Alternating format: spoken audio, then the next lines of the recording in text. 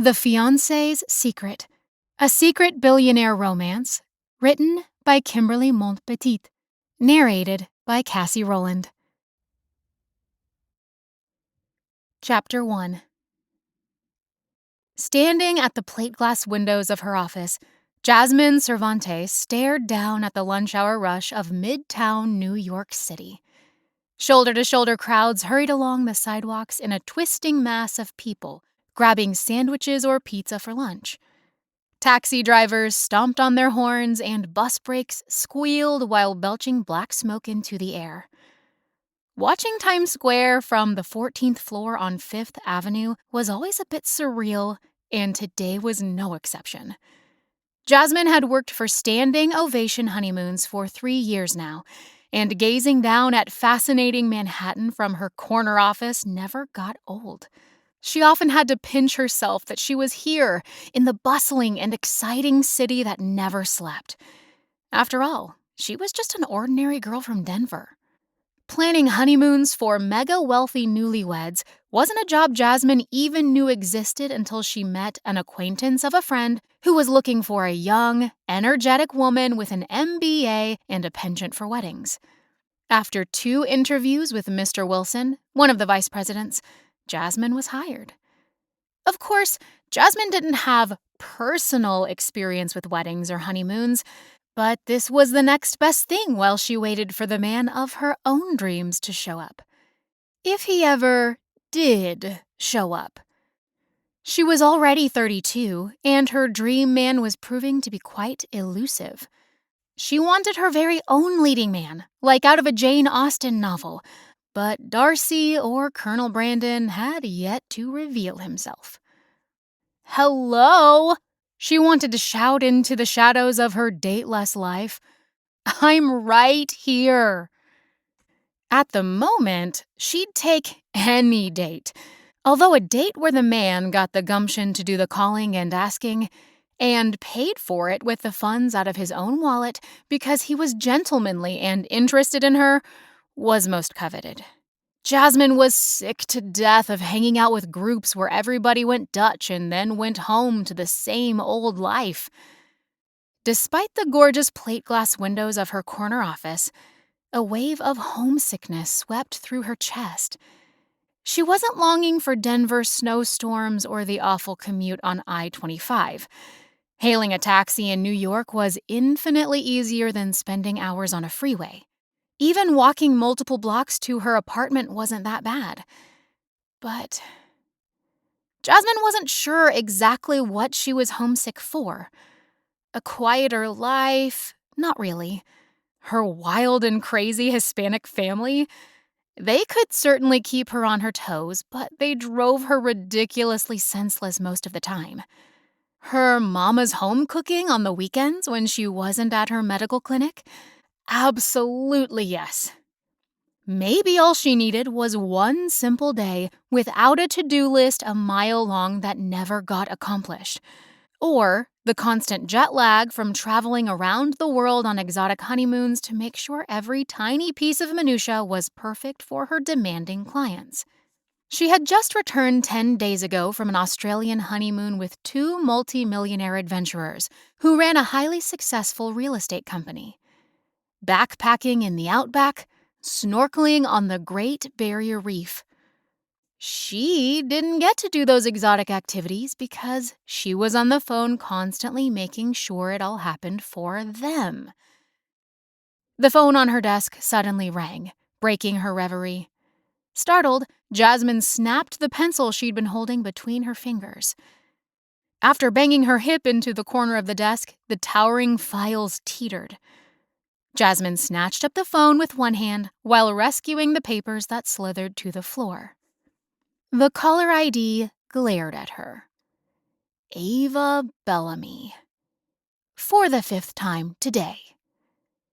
Ava was a Marilyn Monroe lookalike boasting a thick, wavy blonde mane. The Hollywood movie star had been splashed on the cover of every magazine since she was 15 years old.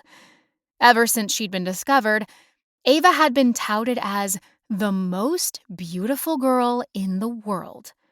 Now, at 28, The lucky girl was marrying a cousin of Monaco's royal family, Henri Willem of the Imperial Grimaldi family.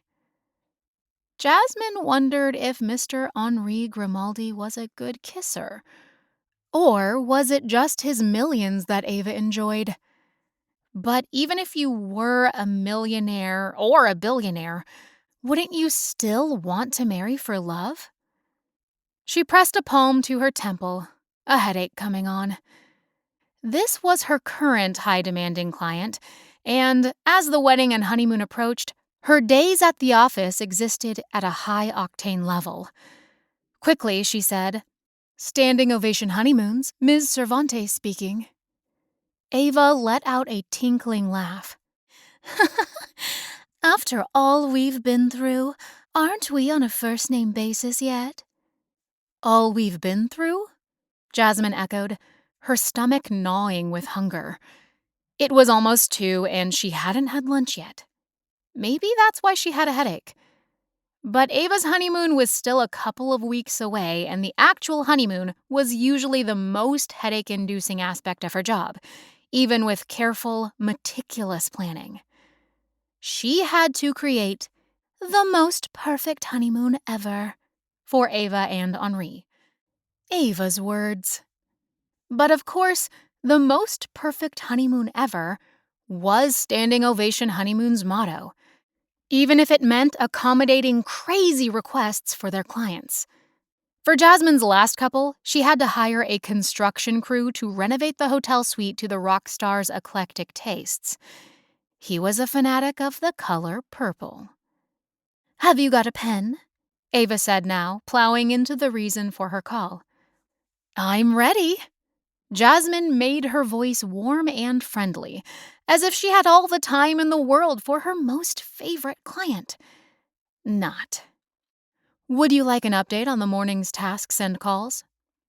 "I assume they've all been taken care of," Ava said briefly. "Of course," Jasmine lied, smiling at the phone stiffly. "At least they would be by 5 o'clock. "I have one more thing for you. No, 2, Ava added. "I'm not sure about the hotel we're staying at."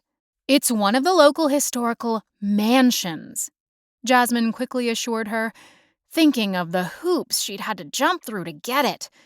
Ava had better appreciate her powers of coercion. "The thing is," Ava began again, "you might even call La Bella Grande a castle," Jasmine emphasized.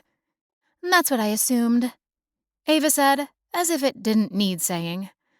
"Henri needs lots of sunlight, so I need you to double-check the suite. Full windows with a balcony overlooking the ocean. Have you seen actual pictures? Or better yet, have you flown to Italy to make sure it's what we need?" Jasmine grimaced. There was a reason these people paid millions for their perfect honeymoon. Not that she personally earned any of those millions. "Oh, Ava, didn't I tell you?" she said smoothly, as if confiding a secret. "We've booked the entire mansion for you and Henri. We couldn't have a member of the royal family sharing the house with anyone else." "I would say not," Ava sniffed. "Is there a private chef for the entire 2 weeks?" "Of course," Jasmine assured her, jotting down a note to make sure the contract with the local chef had actually been signed, sealed, and delivered. He came with impeccable credentials. Fingers crossed. "I've taken it upon myself to create a menu of all the meals," Ava went on. "I'll have my personal messenger deliver it to your office by day's end. Henri and I want everything fresh. Fresh seafood daily, fresh flowers, fresh fruit, fresh squeezed juices. And we want to have fresh cut beef fillets flown in from Argentina and cooked to a perfect medium rare. I'll send you a picture of the exact temperature and pink color of the fillets." "That would be marvelous," Jasmine said, picturing steam coming out her ears. She pressed so hard on her fresh pencil, it snapped in half just like the first one had done. She threw the pieces across the room just as the office door opened, and a tall, broad-shouldered man stepped through, a confused expression on his face when the pencil halves bounced off his broad chest and landed on the floor by his Italian leather shoes. Good grief, Jasmine thought, her heart clutching inside her chest. This wasn't Prince Henri himself, was it? Although she wasn't sure the groom-to-be from Monaco was actually a prince by title, just very close family relationships. Freezing in place, Jasmine gulped.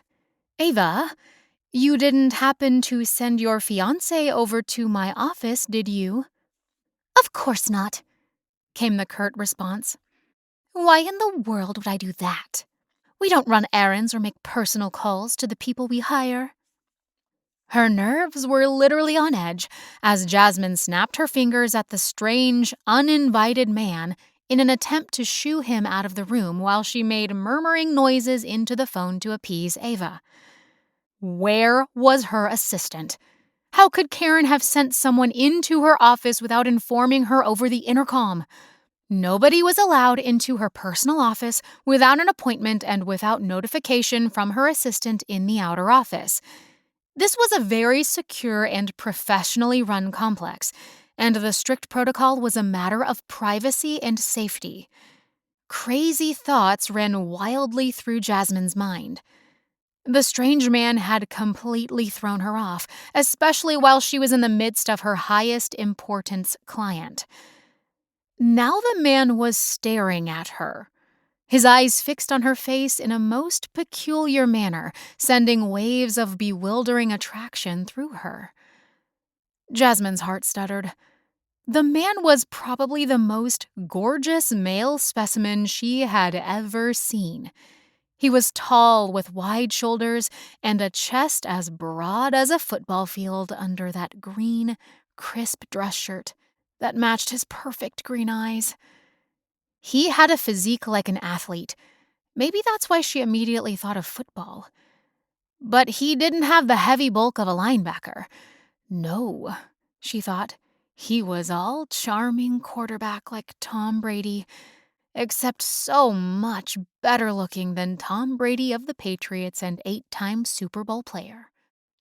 The intruder's eyes held a hint of mischief, which was strangely familiar. But he'd badly discombobulated her while talking to Ava, even if it was only about balcony windows and the chef's menu. Jasmine struggled to give him a piece of her mind while holding a palm over the receiver. Sir, you cannot barge into my office without being invited, she said, adding a sharp edge to her tone so he would know he was completely out of line just walking in without an express invitation or introduction. Where was her assistant? She had never seen this man before in her life, and Jasmine knew for a fact that she didn't have any personal appointments scheduled this afternoon. Ms. Cervantes, the man finally ventured, giving her a devastating smile and a quick tilt of his head in a show of deference. The man was polite, she'd give him that, although his good manners didn't extend to barging into her office uninvited and unannounced. Flustered by his disarming smile, but with a high-strung client on the line, Jasmine's tone became more cutting than usual. Please wait in the outer office. She lifted her eyebrows.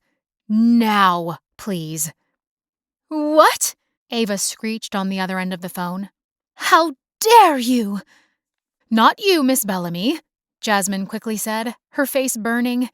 This guy was going to get her in big trouble, and yet he was now giving her another smile, amused this time. Swiftly, she came around the wide desk and thrust out her arm, pointing at the door. One moment, Ava, she added. I have a situation I need to take care of immediately. Wrong thing to say. She could feel Ava's eyes narrowing through the receiver. There should be no situations, the actress said. Not when my fiancé is paying your company $10 million for the perfect honeymoon. I completely understand. Jasmine continued, holding the cordless phone against her thigh. Trying not to stare into the man's eyes, she yanked open the door and glanced about the outer office looking for her assistant. Karen was going to get an earful, but the young woman was nowhere in sight. "I'm sorry, Jasmine," the man said in a deep, mellow voice. She stared daggers at him. How dare he use her first name? "I don't know who you are or why you're here, but you're an uninvited stranger and have no business walking into my private office without permission. If you aren't on the elevator going down to the lobby in 3 seconds, I will call security. And then I will scream and call 911. He ducked his head and backed out. "I apologize, Jasmine. I didn't mean to frighten you or—" "Stop calling me Jasmine!" She was breathing heavily by now, but there was something familiar about this guy's voice. And his eyes. And his build. All of which was putting her further off kilter. She crossed the threshold into the outer office just as Karen appeared from the copy room. Have this man escorted out of the building. Karen's eyebrows shot up. Jasmine had never spoken so sharply before, but when she saw the strange man, Karen ran closer, plopping the thick file she was carrying onto her desk and reaching for the phone. "Sir, you don't have permission to see anyone here at Standing Ovation without an explicit appointment." A friendly smile crossed his lips, and Jasmine's eyes were riveted on his mouth. Those perfect green eyes that caught the light. Did she know him? He did look a little familiar. Perhaps a previous client? "I'm very sorry," he said again. "I was in the area and thought I'd drop by to get a brochure, and when nobody was at the appointment desk and the door to Ms. Cervantes' office was ajar, I just peeked in." His diverting smile was now charming the socks off of Karen, and it perturbed Jasmine to no end.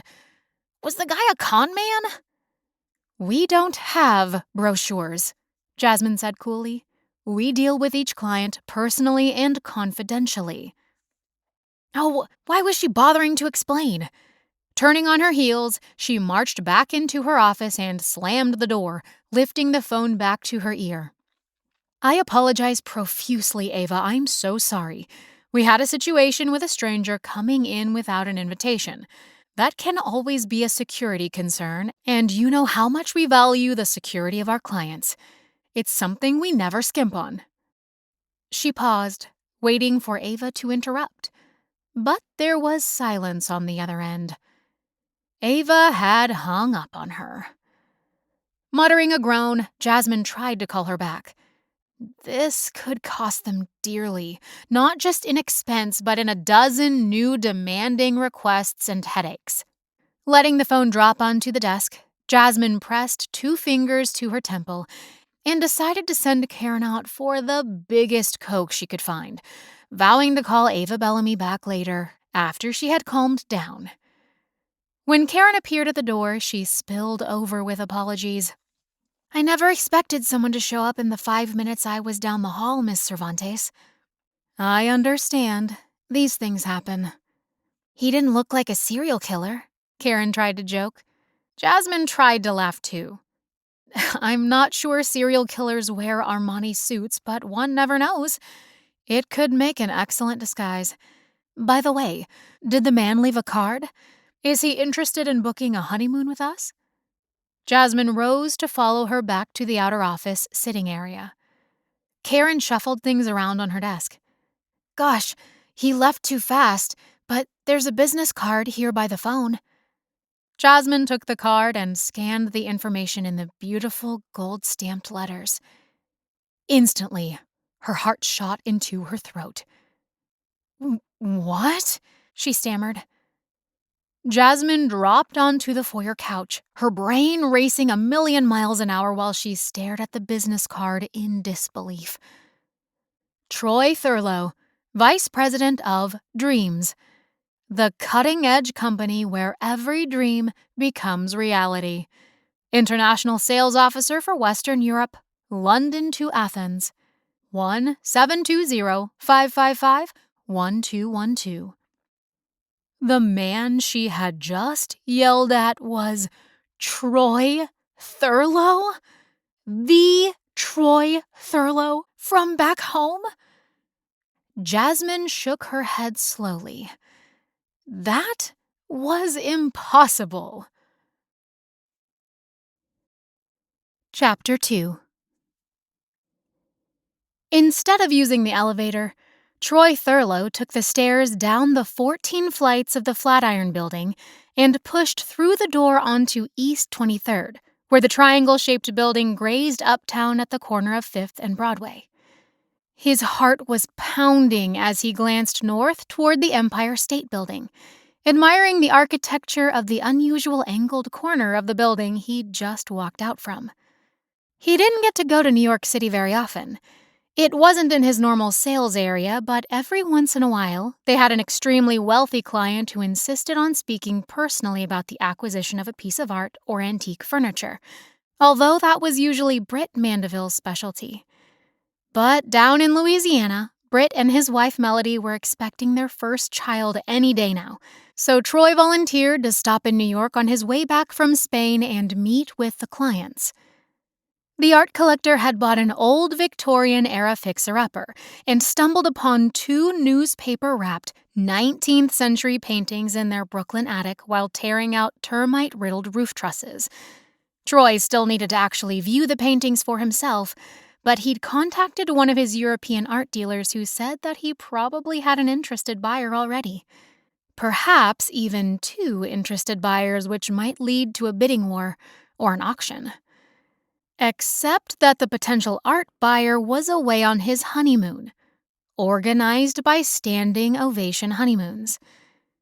Having no way to contact the potential buyer, Troy was now a little perturbed at having stopped in New York on his way home to Denver. Pulling out his phone, he texted the CEO of Dreams, Caleb Davenport, to let him know the circumstances. Troy to Caleb. Client out of the country. Any other products or $1,000,000 priceless pieces of art to see while I'm here? Or can I go home now? I'm craving some barbecue ribs and Pete's chili.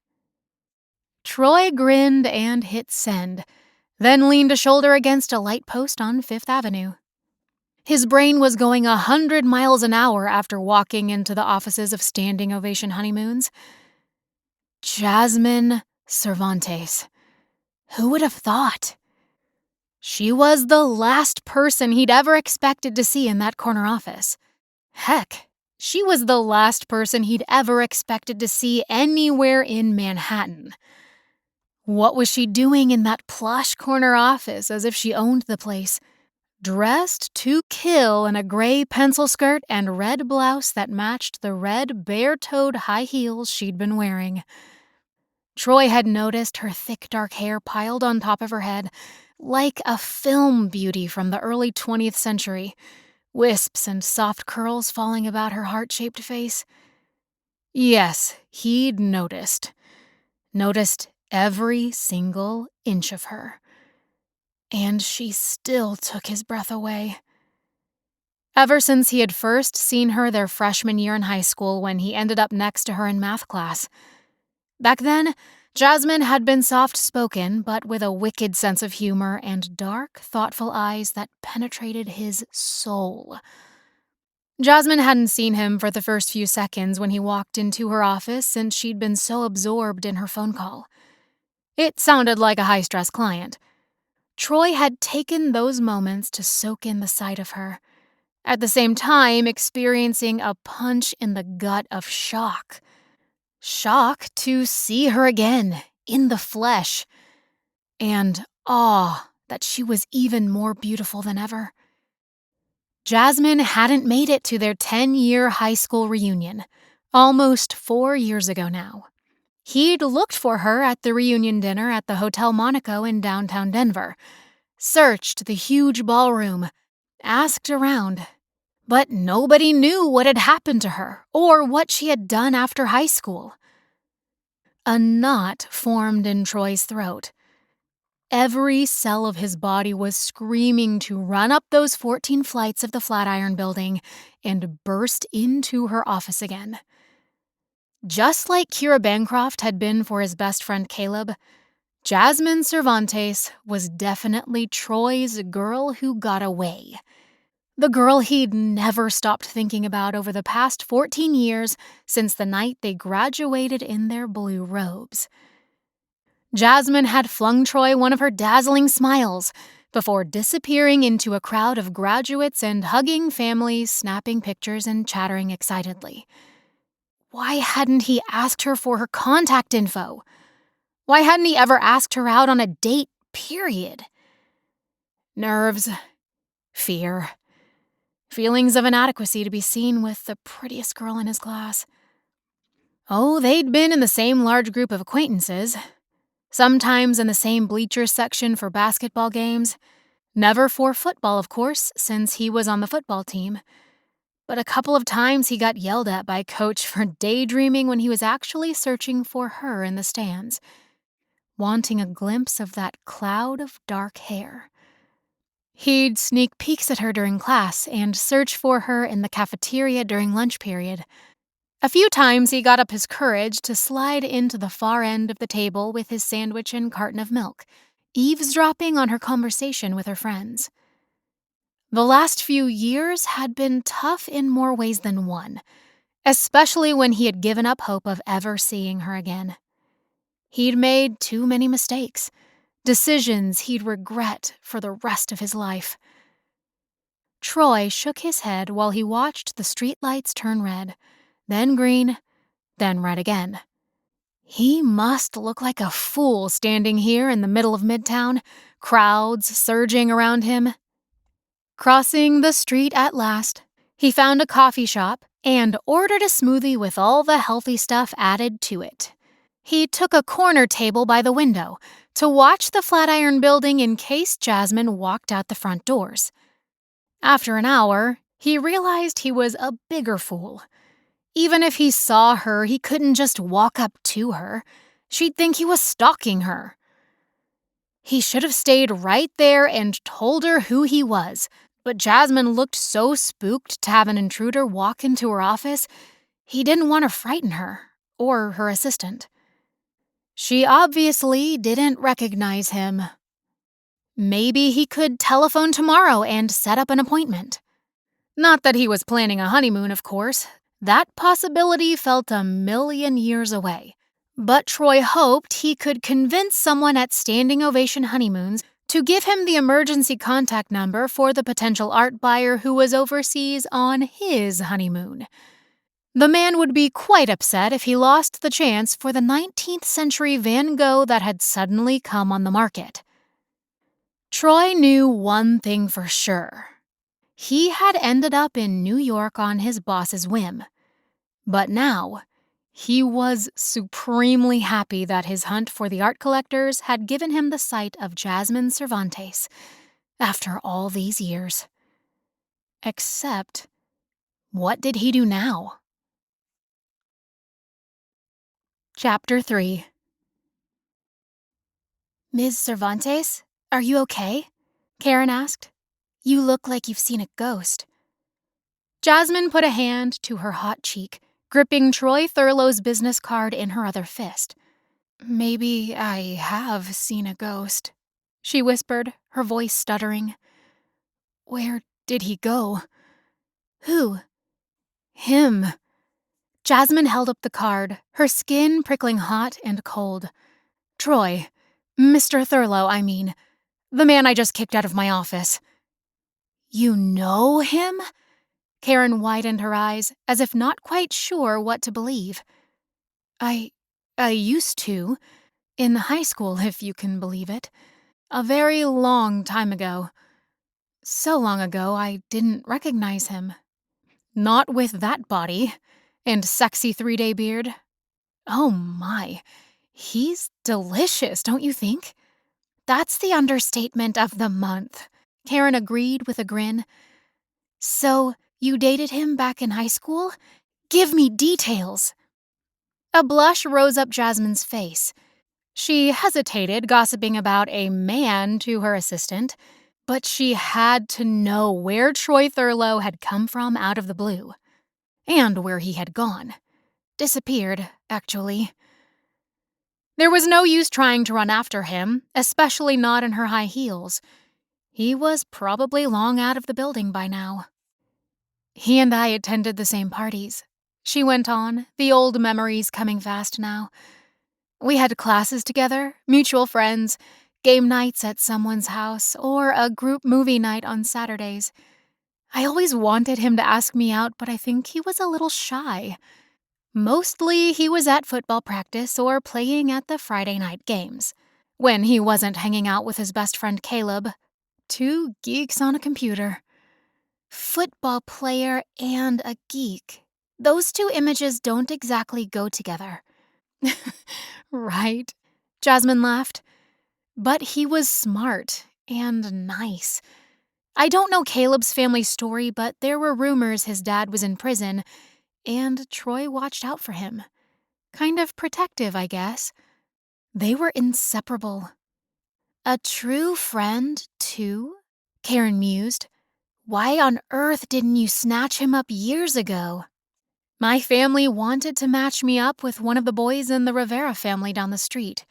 And now, Troy has appeared in my life after 14 years, only to disappear 2 minutes later because I kicked him out. Karen shook her head. I placed the blame squarely on Ava Bellamy. When you saw him in the doorway, you should have dropped the phone on the floor.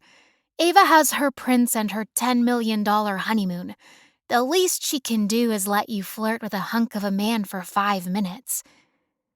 Well, when you put it that way, Jasmine drawled, trying to put a humorous spin on it at the very same time her heart was sinking.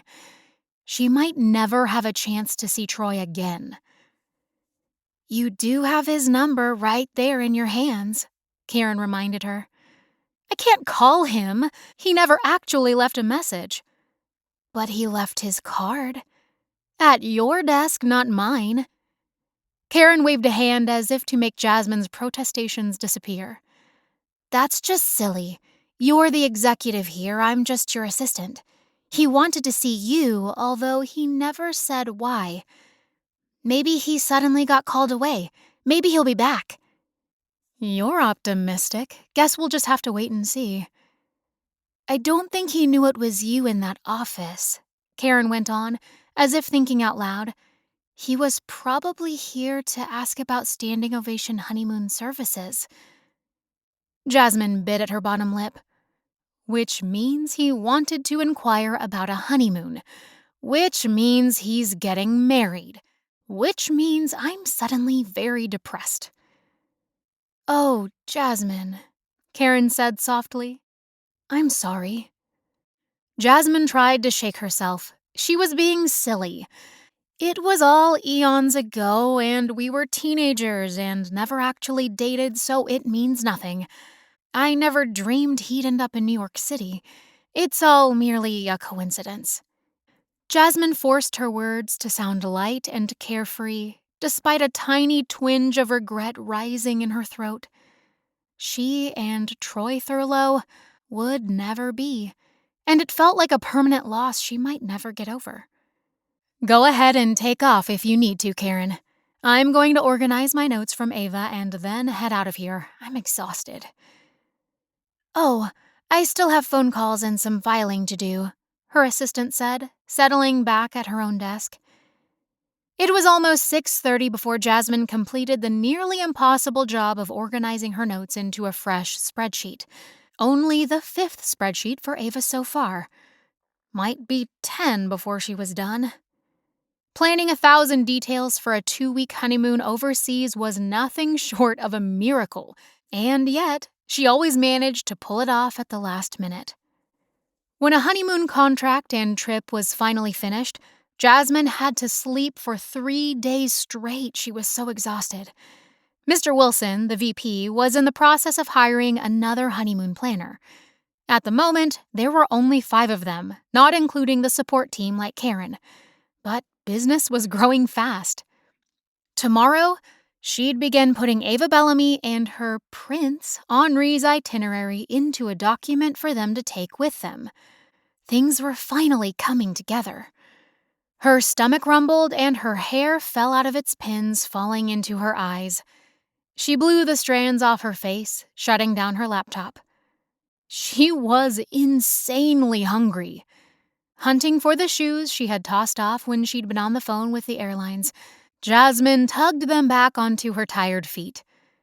Karen peeked into her office. "Mind if I take off now? It's been a long day.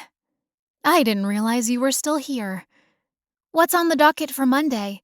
It's amazing that we got Hugh Jackman and his wife contracted for one of our honeymoons." Jasmine laughed. That was a completely unexpected email from Mr. Desmond. Very exciting. I'm not sure if it's a marriage vow renewal or they just want to book an exotic luxury trip. "Think he might sing a few bars from The Greatest Showman for us? Or dress up like Wolverine?" Shaking her head at Karen's giggles, Jasmine perused the facts that had come through from her boss. A list of requests from Hugh Jackman and his wife, Deborah, scribbled in Mr. Desmond's chicken scrawl that she read aloud. Hollywood A-list actors. Singapore is the destination. A list of various sites, hotels, and restaurants listed. Preferred travel dates and airlines, along with a few favorite foods stocked in the penthouse apartment they want us to rent for them. A spot I've never booked before, so this could be intense to wrangle the penthouse for a decent price. "I've always heard Singapore is amazing," Karen said. "Ever seen the movie Crazy Rich Asians? The setting is quite spectacular." Get a load of this. They also want a private island for part of the trip. And to interview all the staff ahead of time. Chartered planes and background checks on the pilots, although Hugh, don't you love the first-name basis already, Karen, is thinking about bringing his own pilot, which means accommodations for the pilot, too. And this is just to start. I'll have to schedule a phone call. But who do I call, Hugh or his personal assistant? The list doesn't say. I'll have to talk with Mr. Desmond first. "Are you kidding? Call Mr. Jackman, of course," Karen said. "To hear his voice on the phone would make my entire life." Jasmine laughed again. "Okay, get out of here. It's Friday, Scoot. We'll begin all of this on Monday. Get some sleep. We're going to need it." "What are the dates for our Hollywood couple?" "Not until September, so that gives us about 6 months, thank goodness." "Good night, Miss Cervantes." Karen gave her a wink. "Oh, ha, ha. Good night, Mrs. Ballard."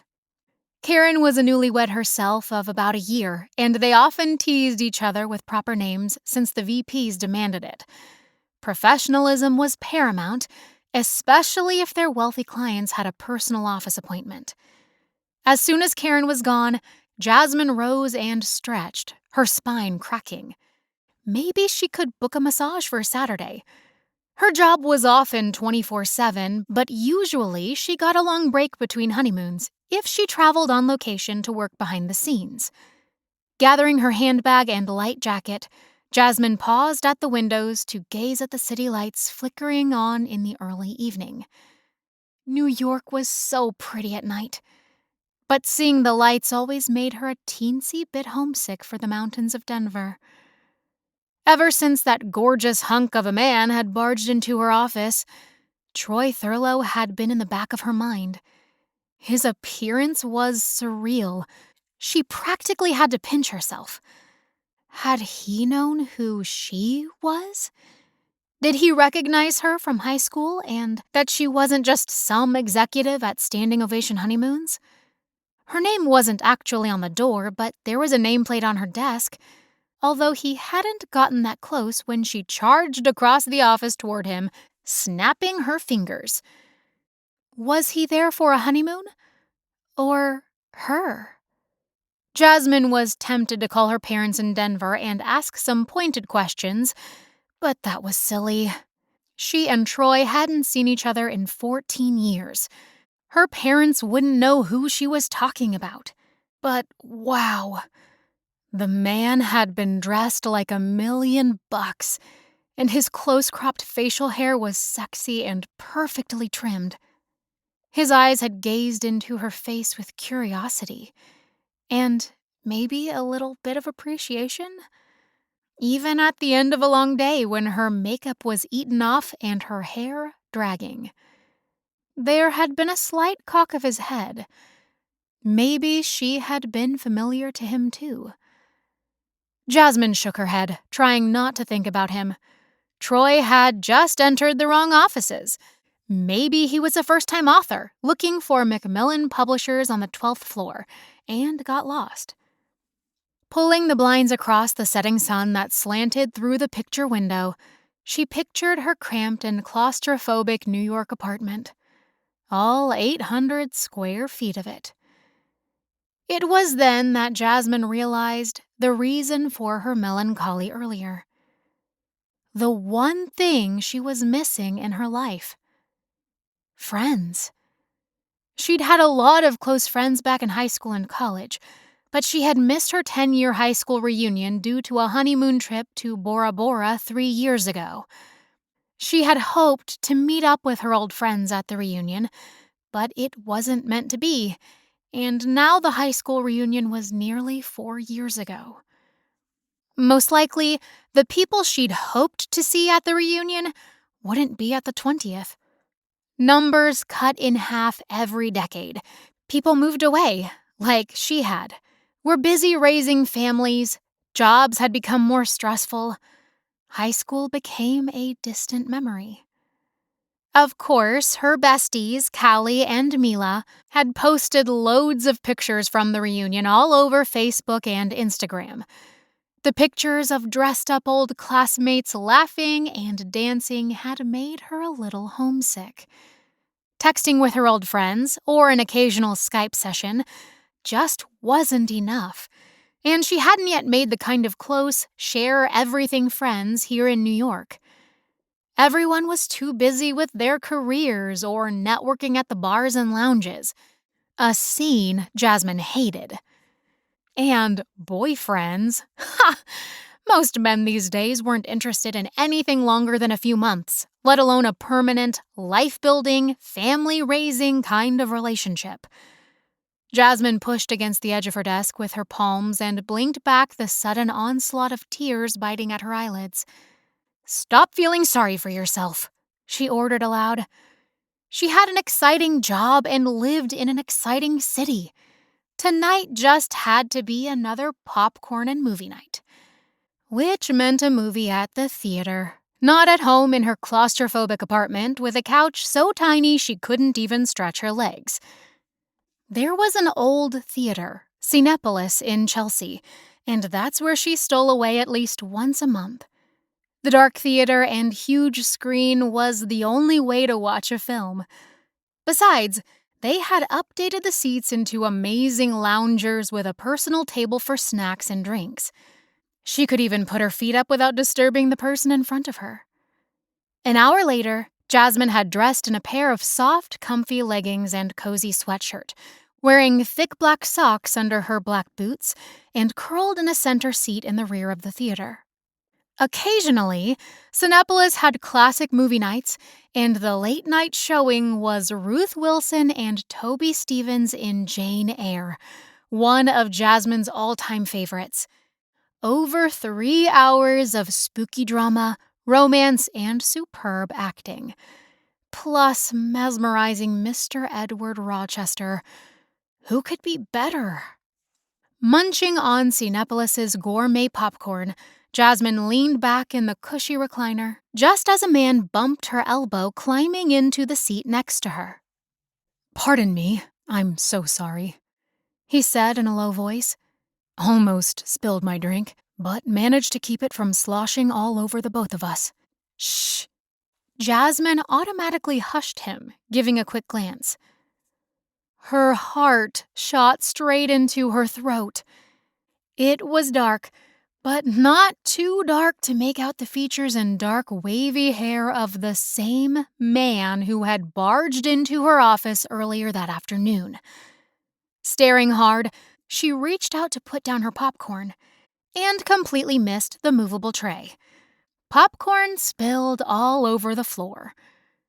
He made a noise in his throat. Oh, now I doubly apologize. Let me go get you some more popcorn, ma'am. Is that you? Jasmine said hoarsely, sitting up straight in her chair and putting her feet flat on the floor. Were her eyes playing tricks on her? Who, me? He sank into the seat next to her and shifted his shoulders toward her, his eyes widening. Ms. Cervantes, he whispered in that beautiful, deep voice, his eyes boring into hers with a depth that made goosebumps break out along Jasmine's arms. She tried to speak, but the words came out stilted. Is it really you, Troy? Troy Thurlow? Chapter 4. The one and only, he whispered back, and I owe you popcorn. Jasmine couldn't stop herself from touching the sleeve of his jacket, just a brush of a finger against the soft leather. If you go now, I'll think you're a ghost. I'm as real as can be, he said, a smile crossing his mouth in the most endearing manner. Good grief, the man was gorgeous and charming, and yet so not full of himself like so many handsome New Yorkers. He'd been a good-looking young man in high school, but now he was drop-dead handsome and perfectly built, and Jasmine feared she might start swooning any second. She blinked and tried not to stare at him like an idiot. Holding up her empty popcorn container, she teased, "Gourmet popcorn with the chocolate bits and pecans." "I'll be back in less than 2 minutes," he said, taking the box from her hands. Their fingers brushed and his hand was warm against her cold ones. "But will you still be here and not wander off like a lost ghost yourself?" he asked. She shook her head. "This is my favorite movie. I'm not going anywhere." He glanced down at her apparel and grinned. "You do look ready for a long, cozy night." "Don't you wear comfort clothes to the movies?" "Not since my college days in the dorms, I'm afraid." "Sweats and a t-shirt is a good look when I come alone. I don't get any unwanted advances from strange men." "Is that a hint you want me to get lost? I mean, it has been 14 years and I might be pretty strange by now." Laughter burst from Jasmine's throat. She covered her mouth, suppressing the sudden giggle. "Of course not. I pretend the theater is all mine and everyone else is merely a walking robot. Or here to serve me refreshments if I snap my fingers." "Is that all it takes? A snap of the fingers? You must be a very powerful executive then." "That was you in my office? I didn't recognize you at first. I'm sorry I yelled at you." "You didn't exactly yell, but the look on your face was very intense. Difficult client call. I know a thing or two about those." Understatement of the year. Ava Bellamy and her prince. Troy leaned closer when the people in front of them glanced over their shoulders to glare at them. Of course, there were 3 rows in between, but he lowered his voice even more. "You mean the actress?" "Yep." "So, who's the prince?" "Her fiancé, from Monaco. He's not exactly a prince, just a cousin to the royal family." Troy let out a soft whistle when the music from the movie swelled. "What is it you do exactly, Ms. Cervantes?" She gave him a secret smile. "I plan honeymoons for the rich and famous. Like super rich and famous. Did you come into my office because you want standing ovation to plan your honeymoon?"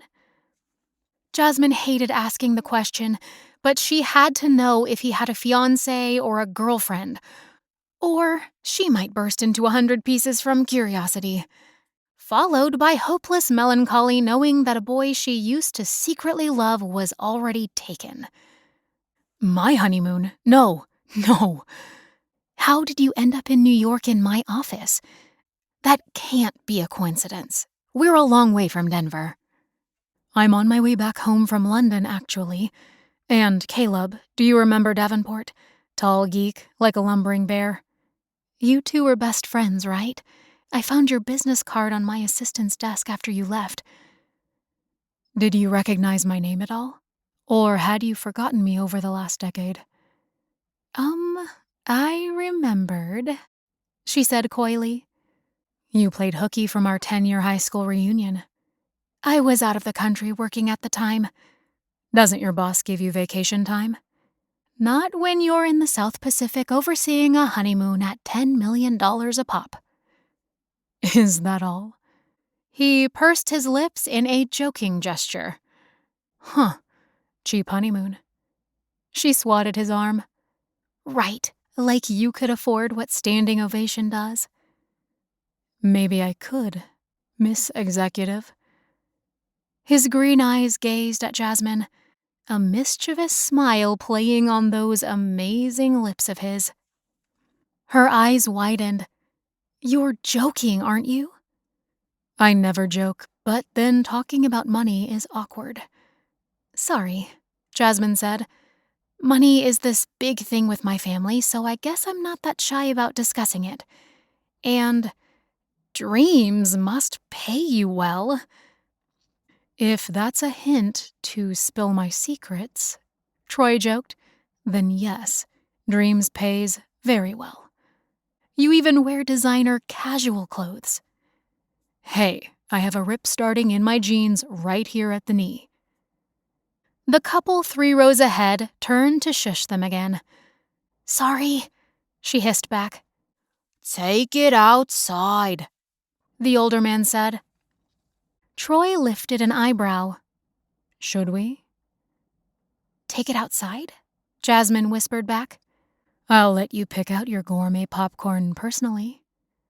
Troy grabbed her hand and tugged her to her feet. Then they slipped into the carpeted hallway that returned them to the concession stand.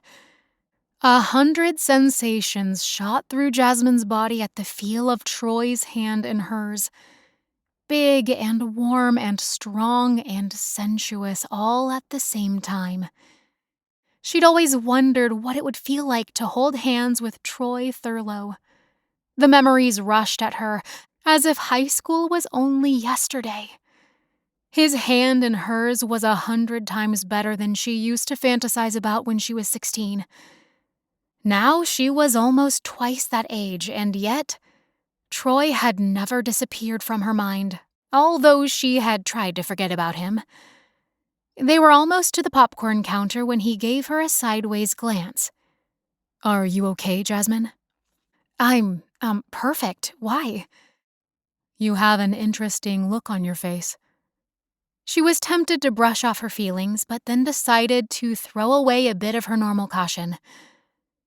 Maybe because I think I'm inside a dream right now. She shook her head and stopped to face him, his hand still holding tight to hers. How in the world are you here, in New York, at the Cinepolis? And we're getting popcorn? It's like we're teenagers back in Denver, or we were transported back in time. But Jasmine looked down at herself. I'm wearing sweats and I haven't combed my hair since this morning. Troy squeezed her hand, which sent shivers running down her spine. His voice softened. You look fantastic, Jasmine. You always did. She gave a self-deprecating laugh. I hope I look better than I did in high school. You're gorgeous, he said, his eyes locking onto hers. But I always thought you were the prettiest girl at Southfield High. And now I'm holding your hand and I don't want to let go. There was a pause while the other theater attendees brushed past them. I always wanted you to ask me out, she finally admitted in a soft voice. Why not tell him? What did she have to lose after all this time? I've always regretted that I didn't. I was an idiot. Too shy, too caught up in high school life, I guess. or making sure Caleb stayed out of trouble. So, I'm not letting your hand go just in case I'm dreaming this entire thing up. I'm not currently sleeping, Jasmine said with a laugh. Good. You have greatly relieved my mind. Troy grinned, and Jasmine's heart flew up into her throat at his adorable expression. The way his thick, dark hair fell across his forehead, and the penetrating look in his green eyes. Just tell me one thing, please. She gulped. Anything. Did you know I worked at Standing Ovation? Nope, had no idea. I assumed you were still in Denver. Then why? How is this happening? Fate. I had an appointment with a potential art buyer. He told me to find Standing Ovation honeymoons in the Flatiron Building and get his contact information.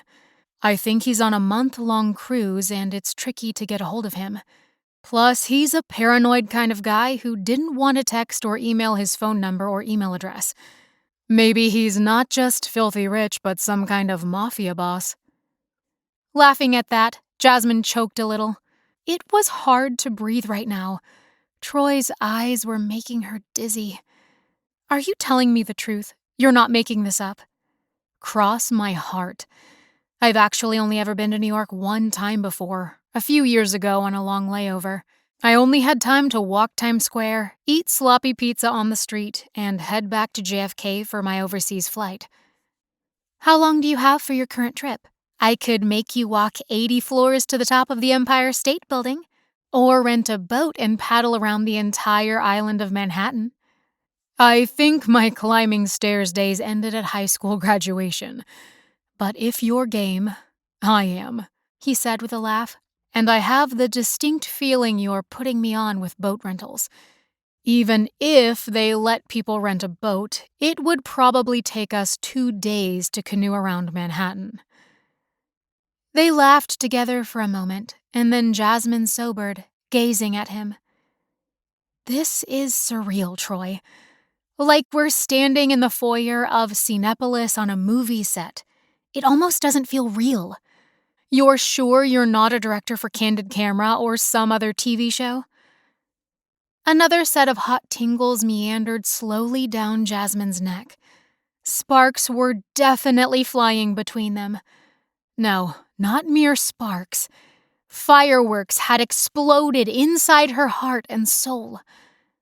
Troy shrugged.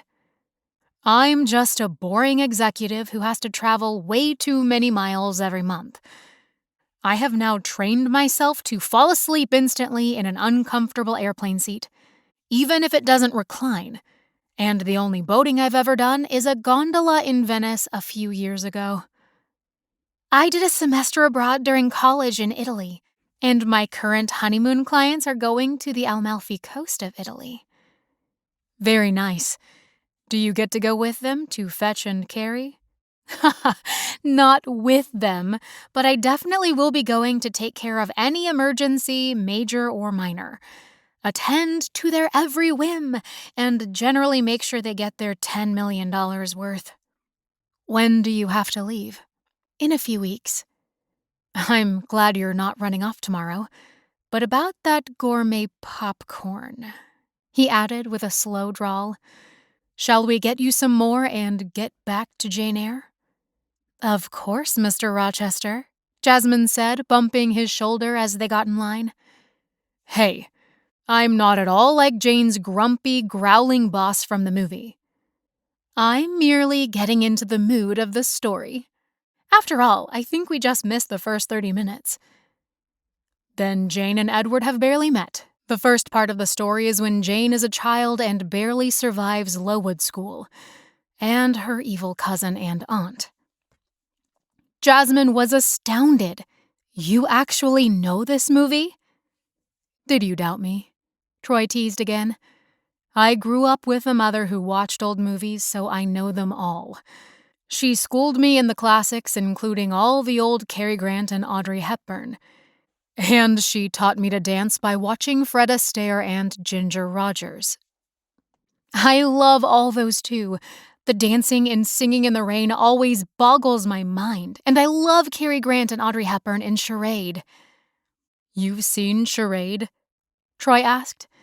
I don't know anybody who's seen that movie. It's fantastic. Witty dialogue and suspense galore. Before she could stop herself, Jasmine gushed. We must do an old movie night sometime with pizza and homemade popcorn. Just name the day and time and I'll be there. Heat rose up Jasmine's face. She hadn't meant to sound like she was asking him for a date. But an image of the two of them snuggling under a blanket while watching movies on a big screen TV sounded heavenly. She gave a little cough to cover up her red face. At least the theater didn't have bright glaring lights in the foyer. I'm impressed, you old football star. You're lucky to have had a most excellent mother. She was the best. Before Jasmine knew it, Troy had whipped out his wallet, and they were soon loaded up with her favorite theater comfort foods. When they were back in their seats, sharing the popcorn and Coke and bumping hands in the dark, Jasmine was hyper-aware of Troy's intoxicating male scent, his deep voice whispering small comments throughout the movie. He appeared to be just as enthralled as she was. What a find! A man who loved old classics and movies. At the end of the 2006 BBC version of Jane Eyre, Jasmine had tears trickling down her face, her throat thick, her heart pounding at the strong emotions of the story. Troy leaned in. Can I admit that it gets to me too? Hey, he added softly. You okay? I feel silly. She laughed, wiping at her eyes. The characters are so powerful, the story's so heart-wrenching, and Ruth Wilson and Toby Stephens are perfection as Jane and Edward. Completely agree. They remained in the dusky theater as the rest of the audience filtered down the aisles, glancing at one another over and over again while Jasmine pretended not to. Troy would fly back to Denver, or Europe, or wherever he was going next, and that would be the end of their accidental meetup. The idea made her throat close. Troy Thurlow had always been the boy who got away in high school. Why hadn't she gone to the Southfield High School reunion 3 years ago? She should have told her boss she had somewhere else important to be. That might have been her chance. Maybe hers and Troy's only chance. Jasmine almost wished he hadn't shown up because the loneliness of her busy job and the longing for love in her life grew so strong it was almost physically painful. Chapter 5. Troy remained sitting while the rest of the theatergoers disappeared through the double doors, leaving him and Jasmine alone, lights still dim. It was a crazy thought, but he wanted to gather Jasmine up in his arms and carry her off to a place where they could really talk. An empty theater late at night wasn't exactly conducive. Besides, it was getting chilly. The place was probably closing up for the night soon, and the janitors would be here to run them out. 3 years ago, he had searched for Jasmine at the reunion, and nobody seemed to know how to contact her. Of course, Caleb wasn't very useful as his usual sidekick when it came to matters of love and romance, since his longtime friend had brought Kira Bancroft that night as his date. The love of Caleb's life.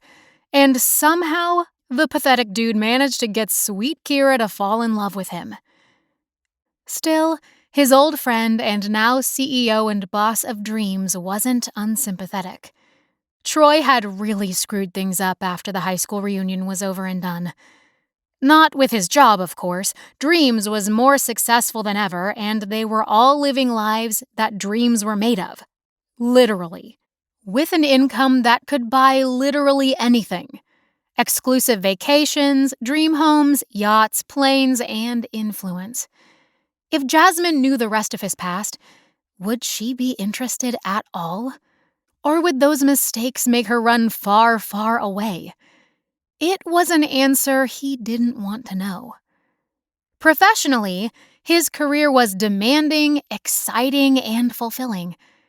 But millions of dollars could not buy happiness, even though he'd tried to do exactly that, which left him miserable. 14 years later, Troy continued to harbor secret thoughts about Jasmine Cervantes. It was an honest-to-goodness miracle to run into her here in New York, as if God knew his secret desires and was directing his life. It was too coincidental, and Troy found himself glancing up at the ceiling, as if he'd be able to spot his guardian angel peeking through the roof. He let out a small snort as he shifted in his seat. Maybe he was so jet-lagged he'd become delusional and punchy. Next to him, Jasmine peeked into the empty popcorn container. She made a funny face. Guess that's what I get for not eating any dinner. I practically inhaled this. At an estimated 1,000 calories, I'm sure. I'll need to run 5 miles tomorrow and eat nothing but bean sprouts and water. You look perfect to me, Troy said softly, unable to stop gazing at her heart-shaped face and those dark, thoughtful eyes. So, no dinner, huh? Me neither. Want to get something? He watched Jasmine take her lower lip between her teeth in a shy gesture. Staring at her mouth just made him crazy. He couldn't just say goodbye and walk away. He'd tell Caleb he wouldn't be in for a few more days. Maybe longer. Before he left New York, he needed to contact the couple who had found the artwork in their attic and make an appointment to view the pieces and try to determine potential value. He had hoped to phone them this evening. They probably wondered what had happened to him.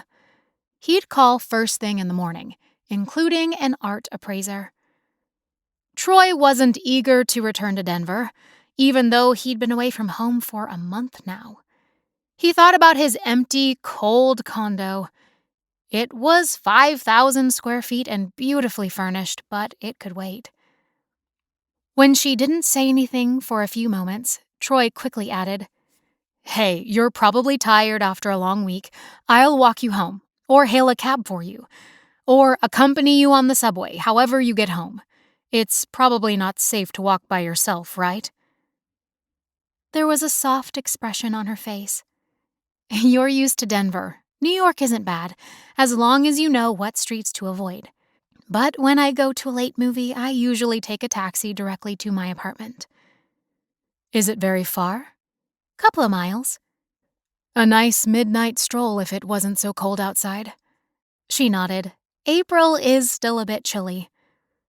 "May I see you safely home, Jasmine?" Troy asked with a quick smile, nervous about coming off too stiff or weird. "Is dinner off the table already?" she asked, teasing him in return. Troy straightened. No, let's go get some real food. I don't want tonight to end, Jasmine. I'm afraid you'll disappear on me again, if that doesn't sound too weird to admit. She glanced up into his face. I was just thinking the same thing. Like if I turned around, you'd be gone too, as if tonight was just a figment of my imagination. Then I suggest I hold your hand and we can both be sure we're not making tonight up. Troy said the words hesitantly, worried that she'd roll her eyes and stalk off at his boyish eagerness to be close to her. "Deal, Mr. Thurlow," she said, tucking her arm into the crook of his elbow with a sweet smile as she lifted her face, making his heart pound inside his chest. "And, just so you know, I'm not a full-fledged New Yorker yet. I still like to be safe going home and unlocking my apartment." Troy loved the feel of her warm hand on his arm as they maneuvered the streets, chatting about the various shops and blazing neon lights glittering everywhere. A few minutes later, they found a small cafe that was serving food until 1 a.m. Over juicy burgers and a plate of hot fries, they spent the next 2 hours reminiscing about high school escapades and Friday night football games, mingling with the crowds during halftime while the school band performed. Then they talked about the friends they'd had in common and the science project that exploded in chemistry class. I'd forgotten you were a part of my chemistry group, Jasmine admitted. The explosion must have knocked the memory right out of my brain. I'll forgive you, he said, pushing the last of the thick salted fries at her. Oh no, I couldn't eat another bite.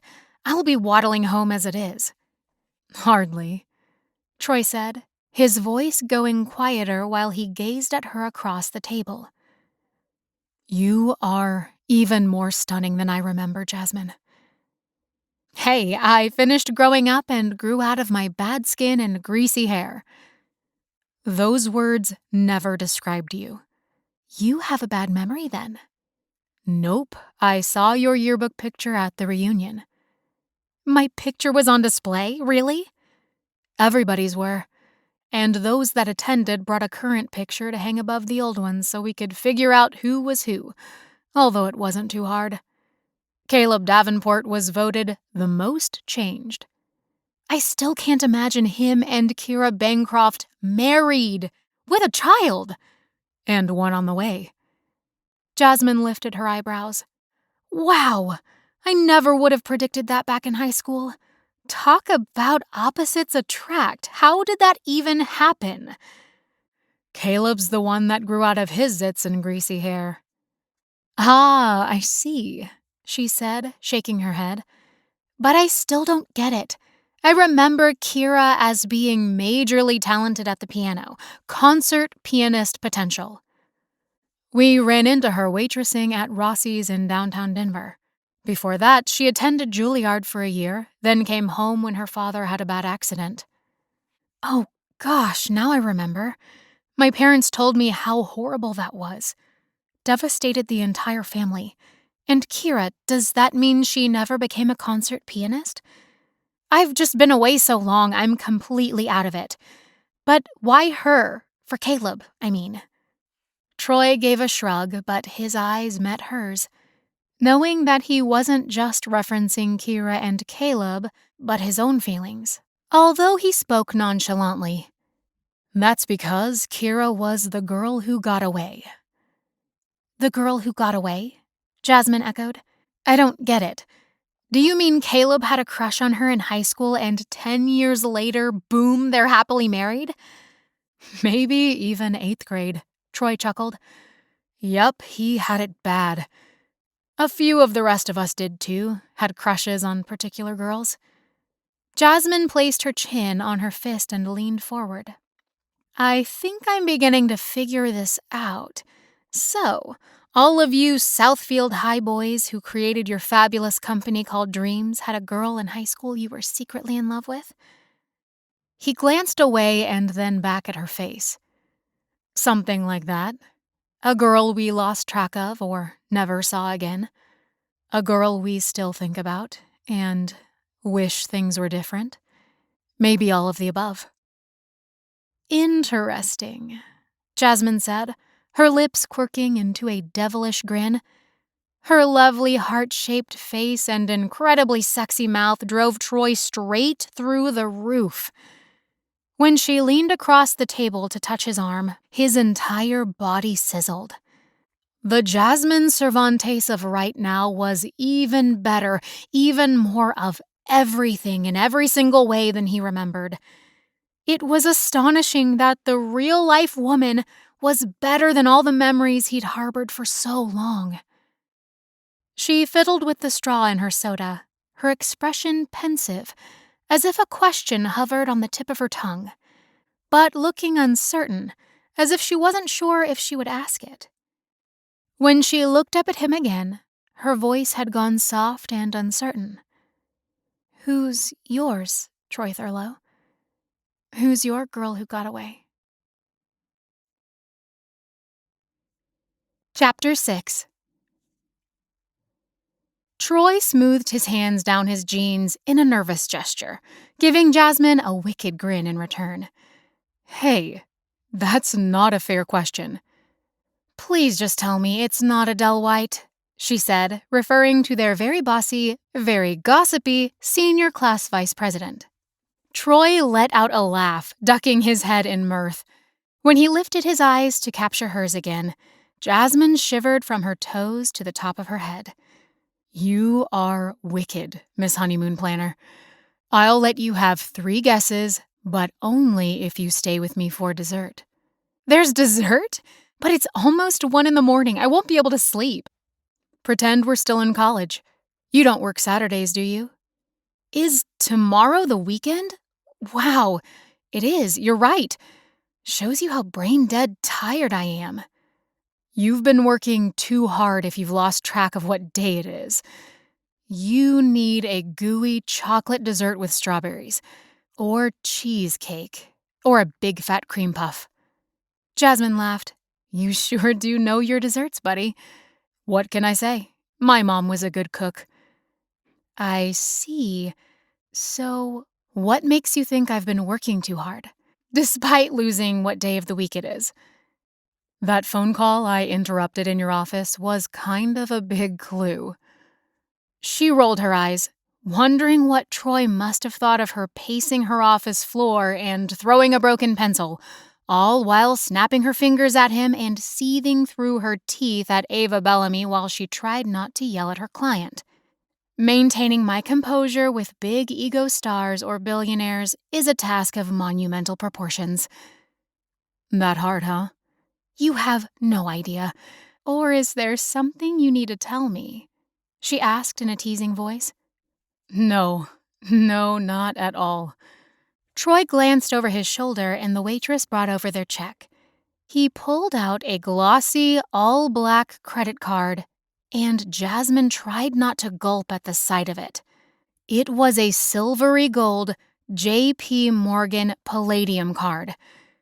No way, no freaking way! She ripped her eyes away from the super exclusive credit card. The credit card that only people who were filthy rich got. Jasmine was overdrawn on her basic visa. Like all the time. He caught her staring and shoved it back into his wallet, retrieving a plain old blue MasterCard to pay for the meal. I must be really tired, she said slowly, gazing down at his hands while he seemed to hide the elite credit card. Because my eyes are playing tricks on me. Is there something you want to tell me? It was awkward to ask about Troy's income, but Jasmine had to know what she was dealing with. She should have taken a better look at that suit he'd been wearing when he barged into her office. I probably have too many credit cards, he added, trying to deflect, but not succeeding. Dreams must be doing well. I mean, really well. The dessert menu looks great. What can I get you? Don't try to change the subject, she said with a stern laugh. You might have guessed by now that I kind of speak my mind. I always liked that about you. Nobody pushes Jasmine Cervantes around. It's good to know your own mind. You're also clever and funny, too. Okay, I'll take the dark chocolate mousse with whipped cream, but you have to share it with me. And you have to confess all your dark secrets. Is that all? Troy gave her a flirtatious smile, then ordered the dessert from the waitress, who gave a quick nod and headed to the dessert display counter. Sticking a fist under her chin, Jasmine widened her eyes. I always knew you guys from high school were super smart, but wow, Troy. Your company must be doing amazingly well. Amazing in capital letters. When I get back to my apartment, I plan on doing a little research on you and Caleb. I'll tell you everything. No need to hire a private detective. Oh, I'm fairly savvy around a computer, she shot back with a grin. Google is my friend, you know. He chuckled. Google is everybody's best friend these days. Maybe we're too codependent, attached, addicted. Speak for yourself, Mr. Thurlow, she said, picking up her spoon when the mousse arrived. Rich and thick and piled high with real whipped cream. He reached over to dig his own spoon into the mousse, gouging out a hole as big as Mount Everest, and then shoved it into his mouth. She swatted his hand away with a shocked gasp. I think you're a teenage boy still at heart. Shall we order a second one? "We might have to," he said, grasping her fingers in his when she shooed at him again, laughing while they played tug-of-war with their spoons and scoops of mousse, like they were teenagers again. His fingers were warm and strong and covered the back of her hand protectively. Sizzling shivers shot down Jasmine's spine like a sudden earthquake had erupted in her body. Her skin turned hot and her cheeks flushed. "You okay?" Troy asked, as if he could read her mind. "Perfectly fine. Have you got business here in New York tomorrow? When do you fly out again?" "Are you eager to get rid of me?" "Not at all. I mean, I'm just curious about your schedule, your job with Dreams. Tell me about your travel and what you do." "I take care of our European accounts, old and new."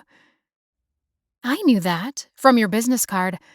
I have to tell you," she confessed, "seeing your name on that card practically gave me a heart attack.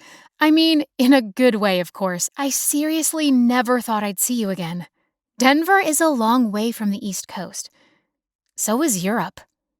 "True, but flying from the East Coast makes it a heck of a lot easier than Denver." "I don't keep in touch with too many old friends from high school, just Callie and Mila. We've been friends since grade school. When I missed the reunion, I figured I'd never see that computer geek football player ever again." The look in Troy's gaze was more powerful than when they were at the movie theater. There were no dark shadows to hide behind, no screen to deflect the obvious interest in his face. Was Troy Thurlow interested in her? Even now, almost 14 years after high school? "You never answered my question," she said, pushing away the empty mousse dessert plate and wishing he'd hold her hand again. "Which one was that? You've shot quite a few my direction over the last few hours." "I think you know exactly which question I'm referring to." He studied her for a moment, then sucked in a breath as if he'd decided to take the plunge and be honest. "What if I said that the girl who got away was you? Would that scare you off?" The cozy cafe dining room seemed to tilt every which way, making Jasmine dizzy. Troy was serious, not teasing, not bluffing, not lying, and her heart raced like she'd been given a shot of adrenaline. Of course, a girl wasn't supposed to admit that she was just as attracted to the guy as he was, but hadn't he practically admitted that he'd been in love with her since high school? What were the odds of them meeting out of the blue like this? How could this be happening after all this time? What was the chance that he had harbored the same feelings toward her as she had of him? She used to relive those small moments during class, or at a group meetup at the movies or someone's house for games, when the football star had caught her eye and given her a soft smile. All those times he'd teased her from across a friend's living room. The moments they'd bumped hands when hanging out with friends or playing silly party games.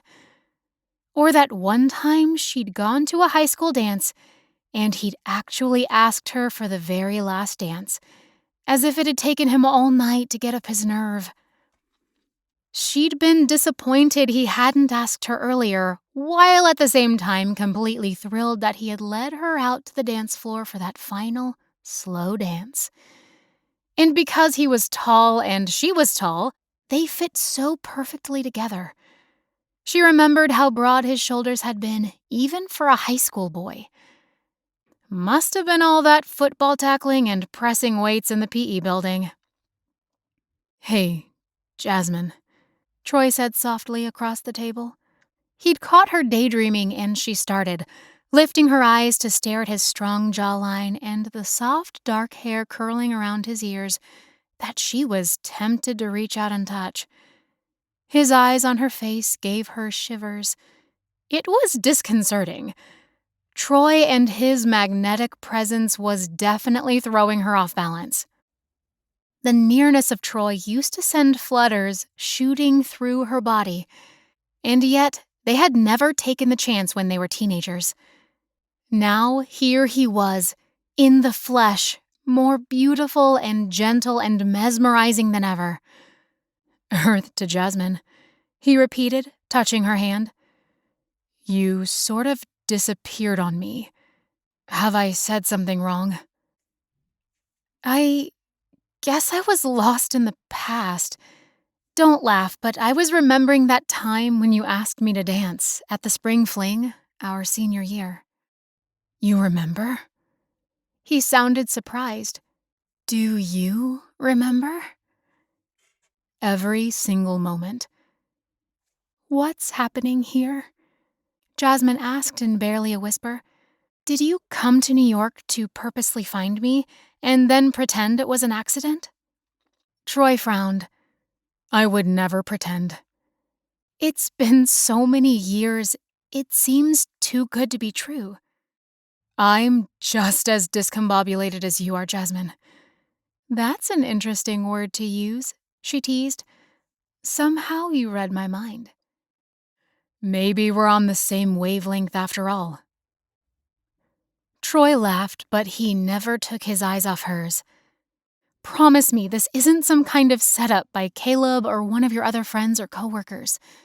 Jasmine bit her lips and blinked, her eyes burning from the late hour. I need to get you home, Troy said, glancing around the cafe. I think they're closing, but I promise you can check my airline tickets. I literally flew in yesterday. And I'll show you my appointment book with my client at the Flatiron Building. Okay, I'm curious. I want to see it. But I'm also starting to feel a bit punchy and silly. I've been up since 6 this morning. I mean, yesterday morning. Or whatever day it is. You and me both. Or maybe I'm still on Spain's time. But it makes me feel hopeful that you remember our one and only dance. And we could have danced at our 10-year Southfield High reunion. All night long if you'd only bothered to show up. Jasmine burst into laughter. Are you going to give me a hard time about not attending our high school reunion for the rest of my life? Of course, but I'd rather just spend more time dancing again. Are you up for a real dinner? On china, not paper plates? Tomorrow night at a live blues club with a dance floor? She gave him a soft, slow smile. I'd love to, Mr. Thurlow. I thought you'd never ask. Chapter 7. On the way out the door of the restaurant, Troy tucked Jasmine's hand in his while they walked through the brisk April night, although the chilly winter months were turning into spring more every day. Troy wondered if the snows were done in Denver, but the idea of heading home to Denver wasn't appealing at all. Now that he'd found Jasmine, like a miracle, he wasn't leaving New York. Not for anything. He made a note to call Caleb and their office manager to change his travel plans. He was staying right here as long as it took to figure out Jasmine. Could they actually try to leap over all the lost years and lost chances? Second chances, he thought while she directed him to her building and unlocked the front door with her key. A staircase rose in front of them, but the place was carpeted and smelled decent. Not bad for a walk-up, he murmured. My apartment is a cubbyhole, just a hole in the wall. Troy allowed her to lead the way. Do you come home this late very often? Never, actually, she said over her shoulder. I wouldn't walk on my own at this time of night. I'd get mugged for sure. Usually when I go to the movies, I'm home by 10. New York certainly is the city that never sleeps, but I can't help being a little protective of you. Do your parents worry about you? Or pester you to come back to Denver? Sometimes, but they're pretty busy with their medical clinic. 2 doctors, hundreds of patients. It's all-consuming and they're completely devoted. But in my family, almost nobody leaves home permanently. Guess I broke the tradition. Traditions can always be mended, Troy said in a flippant voice.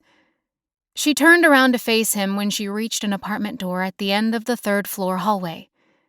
This is me, she said, referring to the nameplate by the doorbell that read J.M. Cervantes. Thank you for the spontaneous evening, Troy. I'm just lucky you decided to go to the movies, and that you like Art Deco theaters and old books and films. She crooked a smile at him, and her eyes were flirty and playful. I never knew we had that in common back in high school. Teenagers don't talk much beyond current school events, sports, and who's dating who. True, gossip and game nights and homework. But we weren't completely shallow, were we? Maybe I'm just remembering family dinners with my dad quizzing us on history and global politics. So, where are you staying? I have a room at the Hilton. That's several miles away, right? I think that's why New York has a lot of taxis. I intend to make good use of one. She gave a small laugh, then paused to look him in the eye. Good night, Troy. Thank you for crashing the movie and for the burgers and chocolate mousse. He caught her hand, not wanting her to slip away too fast like an illusion or a mirage. Are you in the phone book? Haven't you heard? She asked with a quick laugh. Phone books went out of style with handwritten letters and recipe boxes from your grandmother. Just double-checking, he said, leaning against the door jamb. I need to let you know what time I'll be here to pick you up tomorrow for our fancy dinner and dancing. I figured 7 o'clock. You did, huh? I go on a date occasionally. No need to tell him it was mostly group dinners or networking at an upscale bar. Troy growled. Don't remind me. Facts of life, she whispered, leaning in. But it's hard to find good men in this town. He lowered his voice to match hers. There are probably millions. Manhattan can be a cold, cruel world, not like our little neighborhood of Denver. Denver is getting obnoxiously big, too. I do get home occasionally. My parents sort of insist on Christmas. Parents are like that. But December is the worst time of year, unless you ski. Uh-huh. There was a long moment of silence. Are you stalling, Troy? They were suddenly standing very close together in the quiet, dim hall. I'll plead the fifth on that, but then you already know one of my biggest secrets, although I have no clue about any of yours. A girl must keep some things about herself elusive, and you already know some of my secrets. The fact that I wear sweats and a ratty t-shirt to the movies by myself and eat popcorn until I'm sick. You have a point, but I never noticed the sweats. You liar. I am grimly serious, Troy said, crossing his arms over his chest while they leaned against the door and continued to whisper in hushed tones. Especially when I'm with the most beautiful woman in New York. You need your eyes checked, mister. There was a sudden long pause filled with a decade of 1,000 things to talk about. A moment later, Jasmine suddenly yawned, quickly covering her mouth, which made them both burst into stifled laughter. She glanced down the hall as if hoping the neighbors wouldn't come barging out and yelling at them to be quiet. If I had to work tomorrow, you would be in so much trouble, she told him. You would have probably told me to buzz off ages ago. She shook her head, her eyelashes fluttering just a little. I'd never tell you to buzz off, Troy. I've only been waiting 14 years for you to ask me out on an actual, real live in-person date. Now, give me your hand, she instructed. Turning his palm over, Jasmine clicked a black ink pen and carefully wrote a series of numbers across his skin. Her cell phone number, just like the girls used to do back in high school. Jasmine unlocked the front door and slipped through the crack, flipping on her apartment lights with a finger. Good night, she said, holding the door with one hand. Don't stand me up tomorrow, she added, giving him a severe schoolmarm expression before closing the door. Troy heard the sound of 3 chains and a deadlock being put into place. Leaning back against the wall, he chuckled softly to himself. At the very last moment, Jasmine had given him the answer to the question burning a hole in his brain ever since he barged into her office earlier. He'd worried that he'd never see her again. He didn't know if she'd even recognized him. And what if she threw him out once more if he showed up again? But, like another miracle, joy spread through his chest when he recognized the ink numbers on his hand as her personal phone number. Which meant that he hadn't scared her off by telling her that she was his girl who got away. It looked like maybe, just maybe, she felt the very same way. Chapter 8.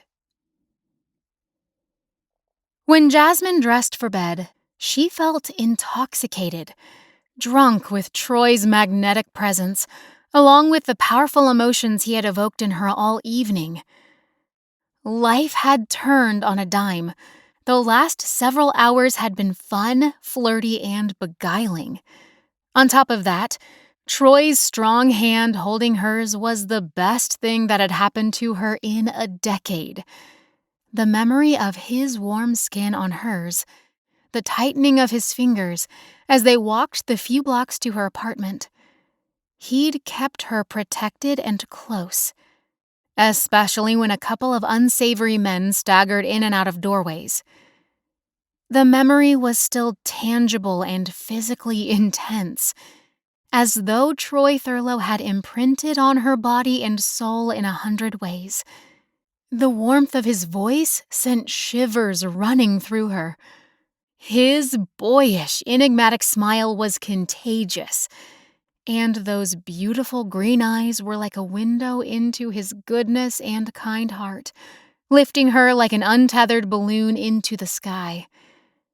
Perhaps Troy had etched himself onto her heart all those many years ago, leaving a shadow that had never gone away. Her apartment had a chill after the long day. Jasmine switched on the space heater and pulled on her thickest pajamas and socks.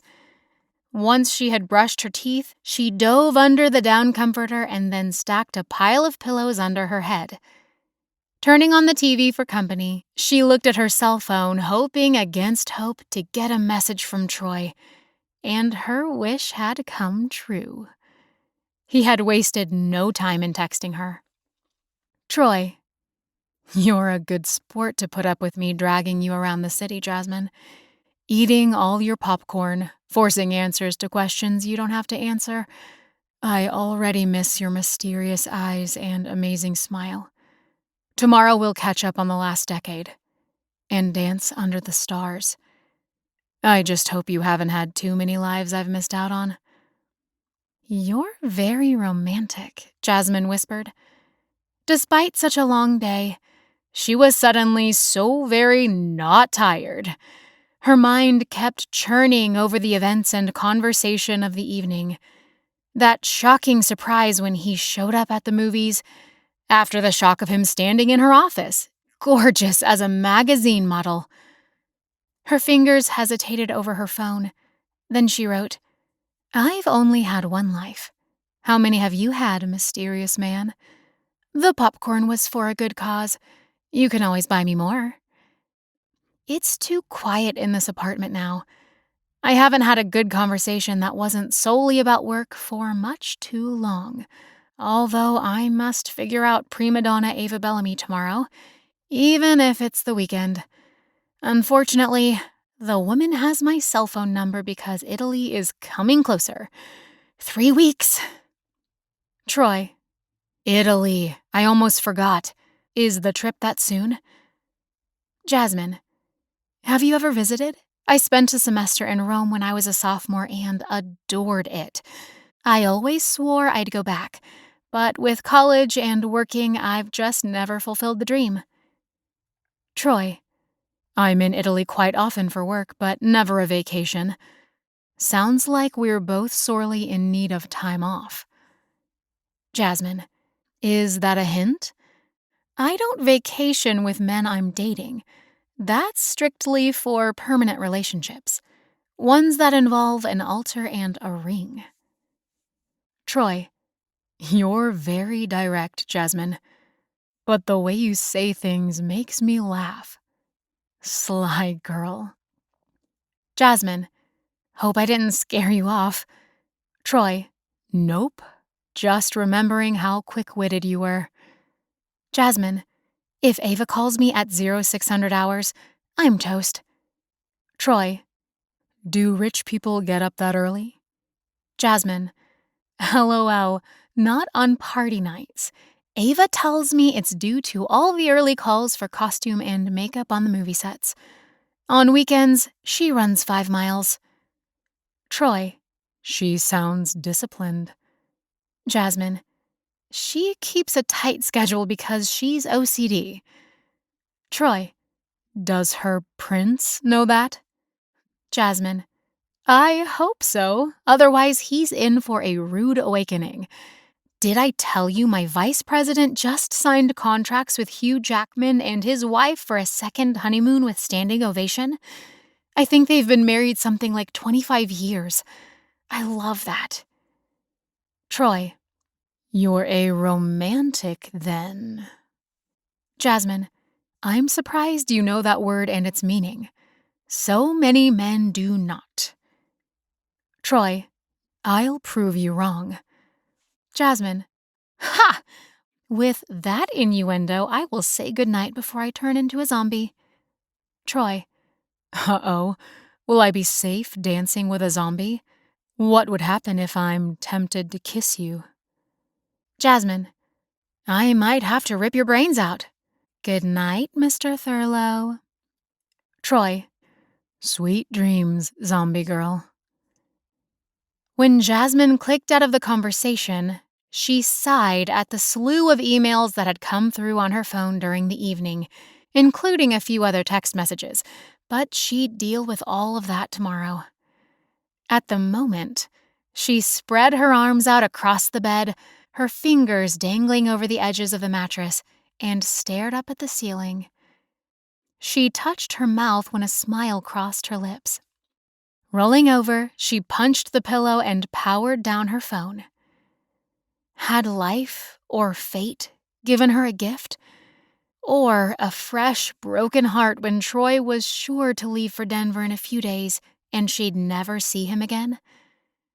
What did a New York girl do with a man who lived in Denver and worked around the globe? Chapter 9. The next evening, Troy showed up in a rented limousine. There was even a hired driver. People walking past peeked into the dark windows as if hoping to sight a celebrity. I think you're trying to sweep me off my feet, Jasmine accused him. Troy grinned, showing a gorgeous mouth of white, straight teeth. Is it working? Now people are staring at us, she said under her breath as Troy opened the door for her. They're going to think we're someone famous. You're famous to me, Troy said, giving her a slight bow as if she were royalty. Why do you have to be so charming? She told him when he slid in next to her and shut the car door. The seats were made from the softest leather. There were beautiful fixtures, plush carpet, and a pull-down bar that held crystal glasses and small bottles of sodas and wines chilling in an ice bucket. I'm only charming when I'm with the missing princess of the last decade. Should I worry at all that you might turn into a frog later? Only if you do. She considered that, putting a finger to her chin in a mocking gesture as she stifled a laugh. I would make a really cute frog. Yes, you would, Troy agreed as their driver pulled into heavy Saturday night traffic with a smooth, practiced hand. I just hope the cute frog sharing the back seat with me likes to dance. My mother made sure to teach me how to foxtrot and waltz, so I wouldn't be one of those men who sit on the sidelines while their dates or wives yearn to be out on the dance floor. I like your mother more and more. Old movies, dance lessons. She brought you up well. What's your father like? Quiet, hardworking, owned his own construction company, but he passed away from a sudden heart attack about 3 years ago. I'm so sorry, Troy. She bit her lips, feeling like an idiot. I shouldn't have said anything. He touched her hand. It's okay. I miss him a lot, and Mom is lonely, but I had a great childhood. So much better than Caleb did, or many other kids we knew at Southfield High. Shivers raced up and down Jasmine's spine when Troy turned her hand over and smoothed his fingers along her wrist. I always heard rumors about Caleb, and he looked like he was a rebel, moody and kind of scary some days. He was perfectly harmless, but his mom was an alcoholic and his dad in prison for armed robbery. Life was rough in his household. Goosebumps broke out along her skin at Troy's touch, and she tried to focus on the conversation, but it was almost impossible with the way he was touching her. It's astonishing that Caleb has done so well for himself. That all of you have, Jasmine added. You should be proud of yourselves. Not to mention you must all be extremely talented. The computer programming is the easy part. It's the travel and customer service that can get you, including finding new products and companies we want to work with who are reliable. It can be tricky when it's a CEO from overseas. They want the business, but we're always negotiating and wheeling and dealing. I want to hear more about those intriguing paintings found in the attic. It's like a mystery. Antiques Roadshow with actual skeletons in the closet. But skeletons worth a lot of money. Maybe you can come with me. I have an appointment Sunday afternoon to see them. Troy, Jasmine suddenly said, turning to him. You're making me crazy, she whispered. Good crazy, but crazy. When his knuckles brushed against her knee, the electrical jolt that went through her was intoxicating, his touch making her dizzy. You make me crazy too, you witchy woman. Now I'm a witch, huh? Is that a step up or a step down from last night's zombie status, or this evening's frog status? Definitely a promotion, top rung of the ladder, actually. That sounds exciting and dangerous. Very dangerous, he said in a low voice. How about if I just hold your hand? He slid his fingers into her palm to intertwine their fingers, warm and protective and sensuous. Every nerve on Jasmine's body was on high alert, a fizzy sensation skyrocketing into her throat. Can the driver hear us? Jasmine whispered, glancing at Troy's face in the darkened limo. Nope. The tinted glass is soundproof. Would you like a drink? We have a fully stocked bar. Very fancy. I've never been in a limo before. How about just some ice water? I'm not a big drinker. That makes two of us. Besides, I don't want to embarrass myself on the dance floor after all my bragging. Troy released her hand to scoop crushed ice into 2 tall glasses, pouring water from a pitcher in a small fridge. Jasmine gulped at the cold water, not realizing how hot and bothered Troy was making her. She'd never experienced this kind of effect, not even close, from another man. It was heady and exciting, and Troy Thurlow was even better than she would have expected. He possessed manners and charm and intelligence. The restaurant and lounge was dimly lighted, a large room full of high-backed leather chairs and pretty tables dressed in snowy white tablecloths. A variety of music played while they perused the menu. There's a blues band scheduled to play soon. Then another band will do a variety of big band numbers when the dance floor opens. Sounds perfect. Right after they ordered their meals, the band began warming up and Jasmine smiled across the table at Troy. "I haven't heard live music in ages," she confessed. "Me either. Although there's often live music spilling out of sidewalk cafes and restaurants in France and Italy and Spain, especially during the summer months. That's one thing I wish we had here in the States. I loved that about Italy when I was there, but it's like an ancient memory now." "Are you looking forward to going back to Italy in a few weeks?" "Actually, I am. My semester 12 years ago was the one and only time I've ever been to Europe. I feel so sheltered compared to some people I've met here in Manhattan. My bucket list is already full, even though I'm only 32. "You're not sheltered at all. It's costlier to get across the Atlantic than it is for Europeans to hop countries during their holidays." "Very true. Seems people in the States usually go to California or Disney World." "Now, that's one place I haven't been. Disneyland." "You've never ridden Pirates of the Caribbean? What a deprived childhood." "I saw the movie. Does that count?" "I've never been a tourist in New York City either." "Well, that is one place that will definitely be easy to check off your bucket list. Let's get tickets to a show, and then go to the Metropolitan Museum of Art, followed by the Natural History Museum, a boat tour under all the bridges of Manhattan, a day visit to the Statue of Liberty."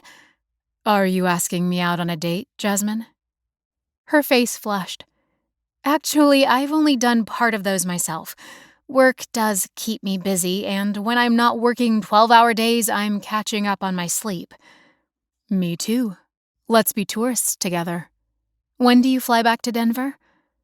"Actually, I spoke with Caleb at length this morning and told him about running into you. I can do my reports here on my laptop and email them in. The other guys, Brandon and Adam and Ryan, are out of the country at the moment. Spring is a bit of a lull after the insane holidays and before summer shopping hits. So I told Caleb I'm taking some time off." This meeting of ours gets stranger and stranger. Jasmine's voice trailed off. "My boss always gives me a bit of time off before I leave for one of the honeymoons, if there aren't any last-minute emergencies. And I have to stay in touch with the office in case something new comes up. When I'm gone on the honeymoon trip with a client, the newlyweds work us like dogs. I'm basically on call 24/7 during the honeymoon period. Usually 2 weeks, but I get a week afterward to recoup my sanity." "That sounds like what we do at Dreams, since we travel out of the country so much." "Then we have compatible work schedules at the moment." Troy gave her another smile, and a flutter rose up in Jasmine's ribs like a butterfly. "I think I know what I'm doing on your pre-Italy trip break," he said. "You, Mr. Thurlow, are quite presumptuous," she said primly. "You're the one that asked me out." "Incorrigible and persistent, too." The muscles in Troy's face flickered. "When would we ever get another opportunity?" he asked softly. She nodded, staring into his eyes as the waiter showed up with the next course.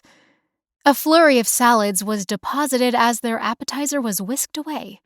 After that, slow-roasted barbecue beef with fluffy homemade rolls and sides of cheesy mashed potatoes and steamed broccoli arrived. The food was amazing. While they enjoyed their meal and listened to the band play, she and Troy chatted softly. "Hearing live jazz is fantastic." "Are you one of those girls who falls in love with the saxophone player?" he teased. "Only if they're devastatingly handsome," she retorted, buttering her roll. "Maybe I need to take up saxophone lessons." "Crazy man," she muttered at him. When they finished their meal and the waiter left a copy of the dessert menu, they sat back in their chairs to listen to the last 2 band numbers. Troy slipped an arm along the back of Jasmine's chair and leaned toward her.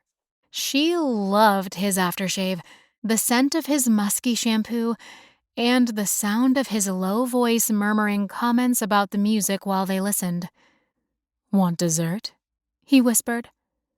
"After last night's dessert, no, you'd have to roll me home." "That's why I brought the limo." She poked his shoulder with a finger. "Very funny." The musicians changed out, and a new mood of anticipation flowed through the restaurant. "Want to dance? We can burn some calories, maybe make room for that dessert." "You're on." Troy took her hand as they weaved in and out of the tables toward the hardwood floor, where a few couples were beginning to dance. When she moved toward him, Jasmine's breath caught when his hand circled her waist while his other hand took hers in a firm grip. Being this close to Troy was intoxicating, and Jasmine tried not to hold her breath. She was sure her heart would leap out of her chest, ricochet off the chandeliers, and then land upside down on the ceiling.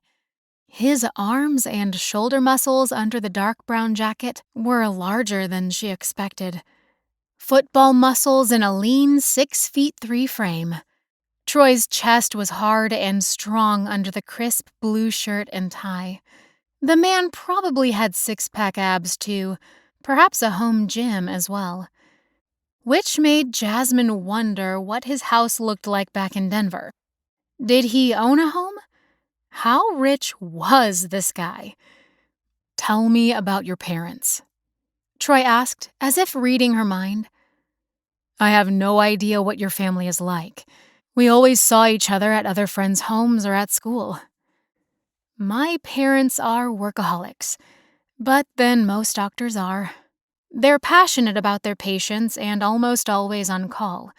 Or so it seemed when I was a kid," she admitted. "They have a medical practice together and a few years ago built their own clinic.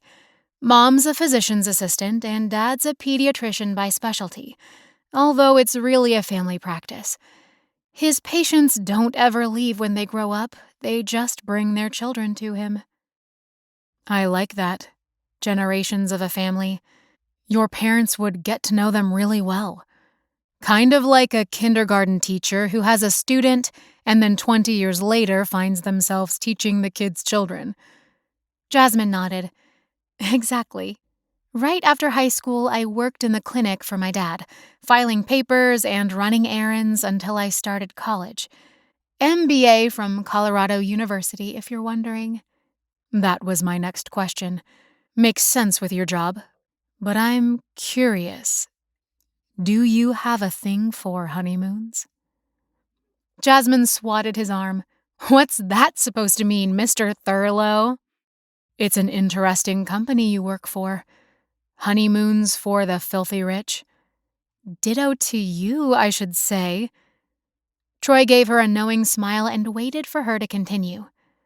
"The power couples often drive me crazy with the most outlandish requests, but I enjoy a challenge. Getting them exactly what they want is rewarding. I've organized honeymoons for all sorts of celebrities, rock stars, football team owners, real estate moguls. We get them all at standing ovation, and they pay through the nose for their honeymoons because they want the best in everything. And when special requests keep coming, we charge extra, of course. Some of the outlandish things they ask for are outrageously expensive. I'll have to keep you in mind when I decide to get married." A teasing look sparked in Troy's eyes. "Are you planning a honeymoon in the near future? I can pencil you into my calendar when I return to work on Monday." He gave her a grin before pulling her closer to whisper, "You never know who you're going to run into or fall in love with." Ignoring the innuendo, Jasmine continued with her sales pitch. "Spring and fall are most recommended. Even Europe can get very hot in the summer, depending on where you're visiting, of course." "That's true. There's very little air conditioning in Europe." They danced without speaking for a few moments, and then Troy asked, "What would you say is your favorite spot for a romantic getaway?" She made a face at him. "I've never had a romantic getaway, but Italy is wonderful, and so is Greece. Breathtaking scenery and the prettiest water and beaches. I mean, so I've heard from my clients or other honeymoon managers. I've only been with Standing Ovation for 3 years. This upcoming honeymoon will be my first one in Italy. Ava and her prince are going to the Amalfi coast. Perfect choice.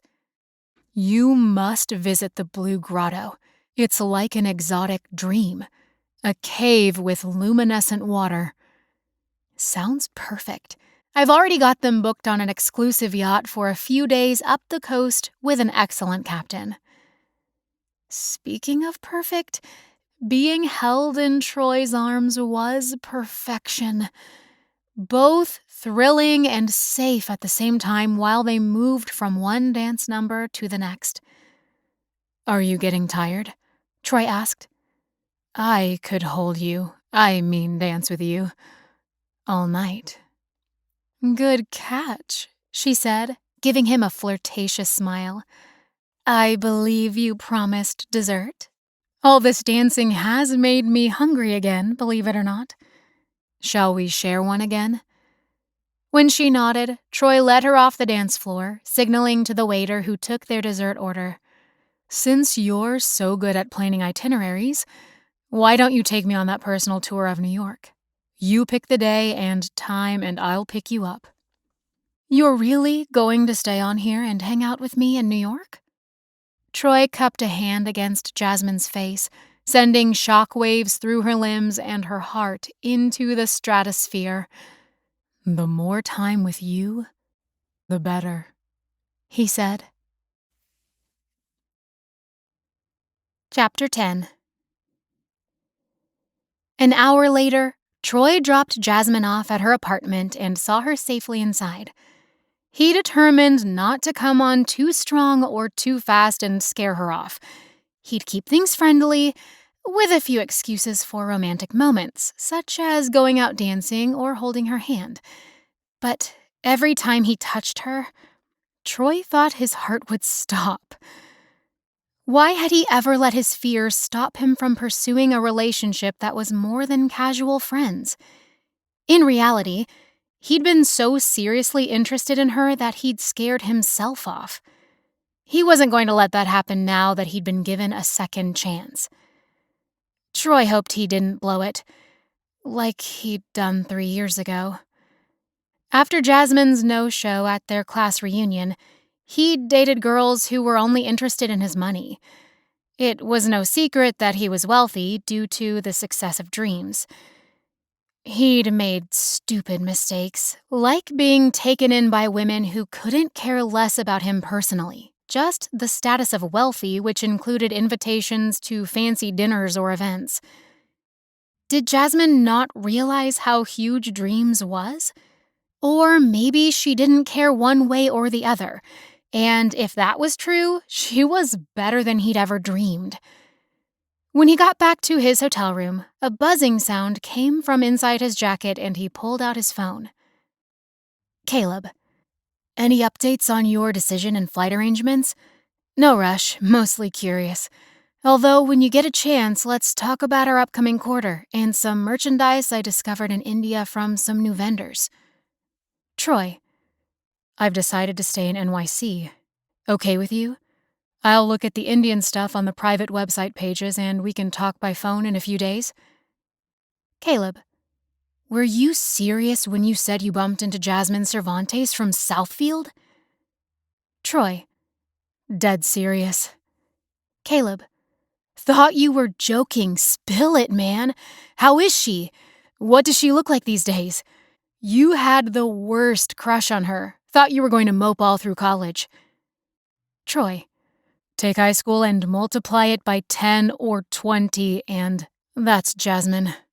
I think I'm living in an alternate reality right now. She's perfection." Caleb, "See? Dreams can come true, man. A quirk of fate that you ended up going to NYC instead of Brandon. Never give up the faith." Troy, "You love using our company name as a double entendre, man. How's Kira and the pregnancy?" Caleb. She's doing good. It's chasing after the toddler that runs us both ragged. Sorry to make you do so much traveling while I stay home more these days. Troy. No problem, but I'll be taking a rain check one of these days, so don't get too comfortable. Caleb. We'll get Adam or Ryan to do it. Troy.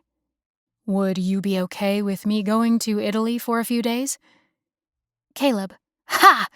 I take it Jasmine is going to Italy? Troy. You're such a brain. Quit showing off. Caleb. If you can swing by some of our vendors, that would be great. Have fun. Been waiting for you to tell me you're leaving the country again.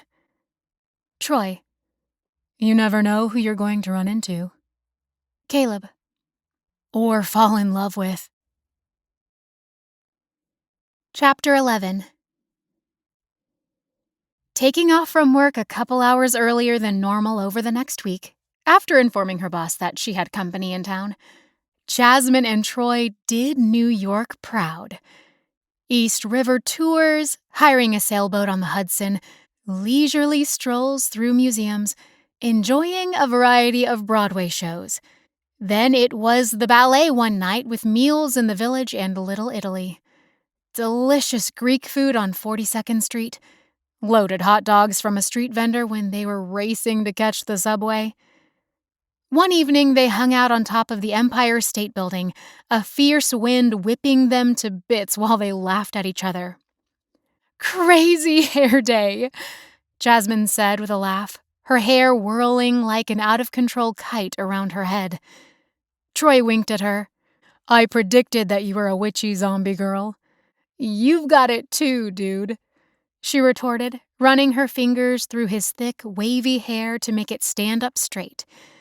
Troy just took her hand in his and kissed the back of it, pulling her into his side to stay warm.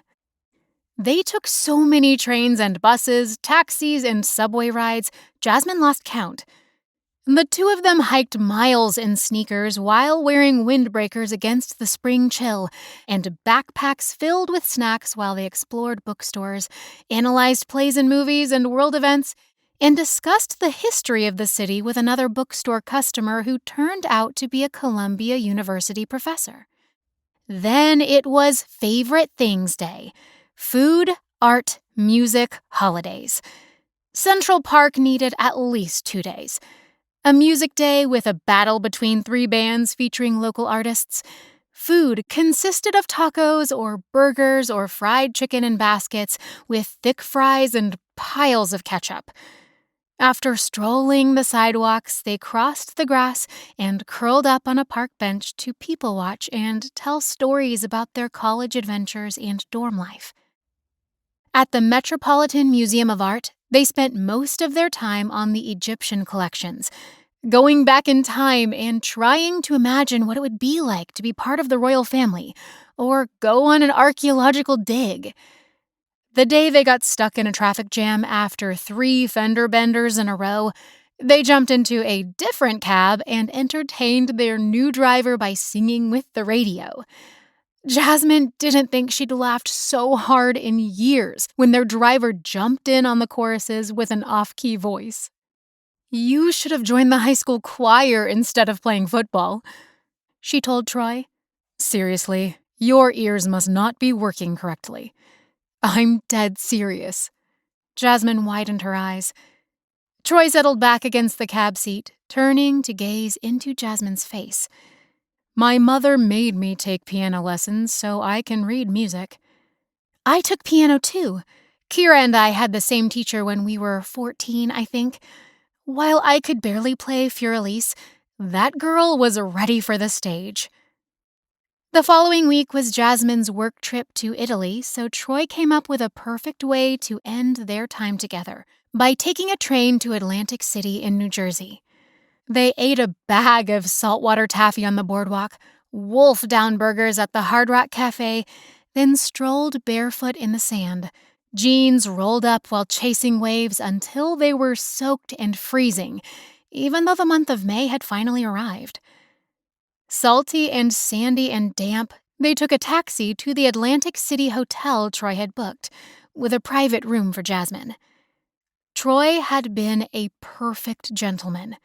They had spent an entire week together, and he hadn't even tried to kiss her, despite the thunderous sparks crackling between them every single moment. Jasmine was definitely falling for the man. It was like she'd known him forever. Of course, she guessed that she had known him most of her life, and yet never like this. Never so personally and comfortably. Jasmine wished she could spend every waking moment with Troy. As soon as she opened her eyes in the morning, she wanted to see him and hear his deep, smooth voice. On their second night in Atlantic City, before heading back to New York, Jasmine dressed up in a cream-colored, floor-length evening dress, complete with sparkly earrings. It was an ensemble she had purchased a year earlier for an awards dinner in the tourism industry. She had tagged along with her boss, Mr. Wilson, and his wife. Standing Ovation had come away with several awards for innovative services and a reputation for high ranks in customer service. An award that had Jasmine and her boss rolling their eyes a bit, because their wealthy clients gave them a workout both mentally and physically. Tonight, she curled her thick, dark hair with soft waves that cascaded down her back and wisps that framed her face. She took special care with her makeup, and the shade of red lipstick made her dark hair and brown eyes pop. When Troy picked her up at her room, he let out a low whistle, his eyes grazing the sight of her with open admiration. "Jasmine, you're the most beautiful woman I have ever seen." "You haven't met Ava Bellamy yet," she said self-deprecatingly. He shook his head, studying her from head to toe while she felt a blush creep up her face. "No other woman will win out over you. You're stunning, exquisite." "Troy, stop it," Jasmine said, a self-conscious smile twitching her lips. "You're embarrassing me." "I wish I could do a whole lot more than that, my beautiful girl," he said in a low voice. "Are you ready?" He held out his arm for her to take. "I've got a cab waiting to take us to Capriccio's. I hear it's the best for classic Italian cuisine. You have my ear all evening to talk out any worries or problems with your upcoming honeymoon job in Italy next week. Complain, whatever you need. I'm all ears." "You're so sweet, Troy, but I'm not going to bore you. I spent some time on my files and emails today to make sure I hadn't missed anything. Although the closer the trip comes, the more nervous I get. Every single time. Those dratted butterflies in my stomach won't leave me alone." He laughed. "At least they're butterflies and not nasty gnats or spiders." "Well, there's that."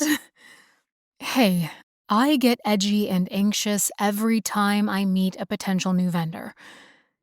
"I have a hard time believing that. You always seem so cool, calm, and collected." "I'm just really good at hiding it." The streets along the boardwalk were packed, and it was slow going until they arrived at Capriccio's, and the taxi driver pulled up to the curb. When they exited the vehicle, lights blazed from wide, ceiling-high windows all across the front of the restaurant. "This place looks like a castle," Jasmine whispered under her breath, while they waited to check in with the maitre d'. Enormous murals of Italy and the Renaissance adorned the walls, while chandeliers dripped with sparkling teardrops from the ceiling. Huge white vases of flowers decorated every dining table, as well as on top of ornate tables perched in corners along the wainscoting. They were led to an intimate table in the corner with cozy cushions where Jasmine had a perfect view of the ocean, while romantic Italian music softly played in the background. "How did you manage to get the best table in the house?" she asked. Troy gave her a half smile and raised his eyebrows in innocence. The few 20s slipped into the right hands works miracles. You didn't need to do that. Such a waste of good money, she chided, but I'm flattered. I want to give you the best in everything if you'll let me spoil you. A few 20s are nothing when I want to treat you well. Thank you for your thoughtfulness, she said, lifting her eyes to his that held such emotion she felt a tug in her chest. I don't think I've ever been in a prettier restaurant in my life. Atlantic City has been amazing, and I couldn't have had a more wonderful experience with anybody else. I'm glad to hear that, he said, taking her hand across the table and stroking the soft skin of her palm. I hope this is the first of a lifetime of many amazing days and trips and experiences we have together. Troy, she said, biting at her lips. What was he saying? It had only been 2 weeks since he'd shown up in her office, and yet they had packed 2 or 3 months' worth of experiences and conversation into their time together. Even after being together all day, the two of them often talked late into the night on the phone until Jasmine was practically hoarse, laughing at his jokes and antics until her sides ached, and still she missed him until breakfast the next morning. Was it crazy that she had begun daydreaming about lying curled up next to him every night? All night? Except, Troy said, his voice light, I'm going to tease you about that day in your office forevermore, you know. I can't believe you didn't recognize me right away, because I certainly knew who you were the moment I laid eyes on you. You were the last person I ever expected. I can still remember the shock when I saw your business card on Karen's desk. It was a punch in the gut realizing that it had been you in my office 2 minutes earlier. And kicked out of your office, he reminded her. Just enough time for you to disappear. After I saw you, I planned to call your office and set up an official appointment. Your face isn't one a man is likely to forget. Oh, Troy, she sighed, giving him a little kick under the table while her face grew warm at his compliments. You're blushing, he teased her. During the meal, the conversation turned to their families, siblings, grandparents, and funny family reunion stories. Troy's family was much smaller than Jasmine's. His parents were only children, so no aunts and uncles and cousins, while Jasmine had just the opposite. Caleb's my brother, Troy said, and the rest of the Dreams guys. We're like family. I'm already godfather to Caleb and Kira's first child, Nicholas. He's about to turn 3, and I hear rumors that the ultrasound is showing that the next baby will be a girl. They're pretty excited. How wonderful for them. He and Kira deserve to be happy. Despite his scary look in high school, I always hoped he'd survive his family circumstances. I love babies. I have a cousin with 4 little ones already. She's just a year older than I am. I worry that I'll be too old by the time I get the chance. Just ask God for triplets. Bite your tongue, Troy Thurlow. Hey, when they come in 2s or 3s, you get a big family all in one swoop. Shh, she said, glaring at him. Or else the heavens will hear you. I have so many cousins and aunties and great uncles, I often want to run away. It's a family reunion for every event. Whether it's baptisms, summer vacations, weddings, babies, holidays, birthdays, you name it. If there's an occasion, 50 people will instantly arrive to shower you with presents and kisses. That sounds great, actually. You're really lucky, Jasmine.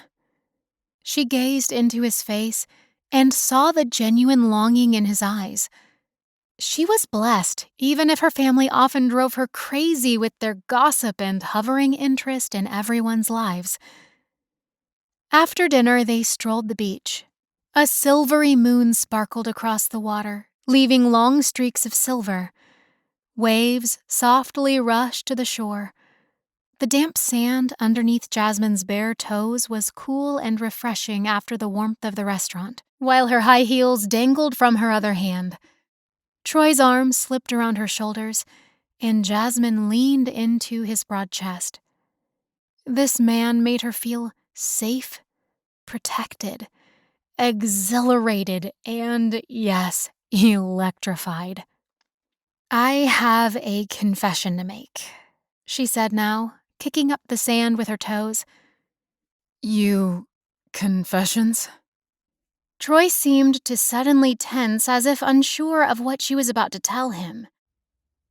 "I heard rumors from my best friends, Callie and Mila, that you were living out of the country. That's why I assumed that I'd never see you again." "So why didn't you come to our 10-year high school reunion?" "I was on a really important honeymoon trip right then, with standing ovation," she added quickly with a laugh.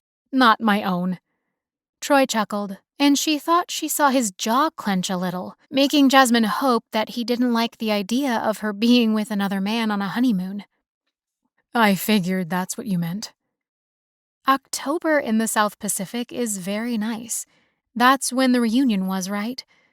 At that point, the couple who wanted to honeymoon in Bali was our biggest client we'd ever had, so I couldn't tell my VP no.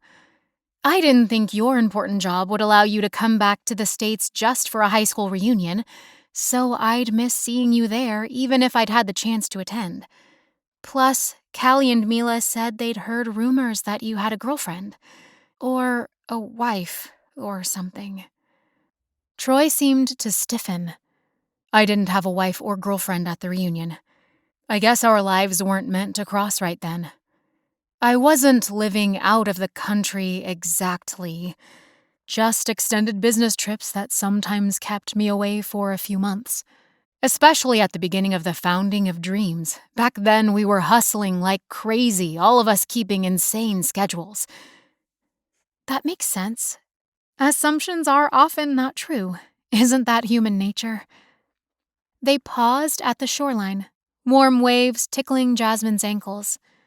She wrapped her other arm around Troy's waist, snuggling into him tighter while he put both arms around her to ward off the sudden evening chill. "You feel fantastic, Jasmine," Troy whispered, brushing his lips against her hair. "I was just thinking the same thing about you," she answered in return, her voice barely above the sound of the ocean's soft waves. The water was black, but under the starlight, the waves were a frothy white, breaking along the shore. Troy turned so that they faced each other straight on, his broad, muscular body warming hers in a perfect fit. She was dizzy with his closeness and longing for more. "I can hear your heart pounding," she said, gazing up into his face. "My heart's going crazy because I'm overcome by the most beautiful woman in the world. If I go into cardiac arrest, just kiss me, and I'll come right back." "Like Sleeping Beauty kissing the prince instead of the other way around?" "Maybe that's the movie Disney should make next." He brushed at her hair blowing softly in the breeze, admiring the wispy curls under the starlight. "Jasmine," he said softly, "I think I'm falling in love with you." "Oh, Troy." Jasmine's throat ached while tears pricked at the corners of her eyes. "I think the last 10 days have been the most perfect days of my life." A soft groan sounded in his throat, his arms tightening around her. "Better than I could have ever hoped." Troy pulled her still closer, running his warm hands up the length of her arms, and then gently taking her face in his palms. When he gazed into her eyes, Jasmine swore his eyes mirrored the emotion in her own. Before she could take her next breath, Troy bent his face and pressed his mouth against hers, his lips full and warm and sensuous. Jasmine's heart jammed against her ribcage, her limbs trembling at the exquisite sensation of Troy Thurlow kissing her at last. "Oh, Troy," she whispered hoarsely, while the most perfect kiss soared and exploded out into the universe. Her hand slipped around his neck as the kiss deepened and he parted her lips to taste her. "Oh, oh, oh," she moaned as they continued to kiss and kiss and kiss. After several minutes, their lips finally broke apart. Jasmine was left breathless, her heart pulsing into overdrive so that she couldn't move, couldn't speak, just wanted him to do that all over again. Cupping his hands around her face, Troy gazed into her eyes, his face full of wonder. "I'm completely lost over you. The feeling is mutual. I almost wish we hadn't just done that because now I have to leave for 2 weeks and I'm going to miss you desperately. I wish I was coming with you, but I don't want to be a distraction when you have such a high-powered client." Rising on tiptoe, Jasmine pressed her lips against his and he sucked in a breath. "This kind of a distraction?" she asked. "You wicked woman," he laughed, softly kissing the corners of her mouth, and then her cheek, and finally nibbling on her neck. Yeah. If I distract you half as much as you do me, then you'd probably lose your job." "If I lost my job, you'd have to pay the rent on my apartment as compensation for all your distraction. I'm not sure if you could afford that." He held the back of her head with the palm of his hand, running his fingers through her wind-tangled hair. "Jasmine," he murmured, lifting an eyebrow, "I could afford the rent on 10 apartments. Let's just splurge on a high-class penthouse instead." "You're such a tease," she giggled.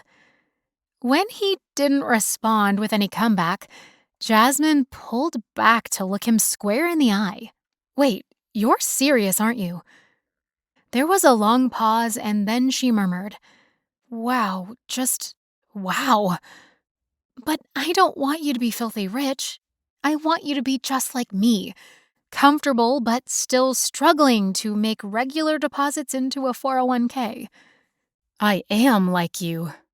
Hey, we grew up in the same neighborhood. Most of my money is in long-term investments, and a 401k, and a bunch of charities. The success of dreams is a little weird for all of us, so I try to give it away as fast as I get it." Jasmine shook her head as if to shake away the idea of what he was saying.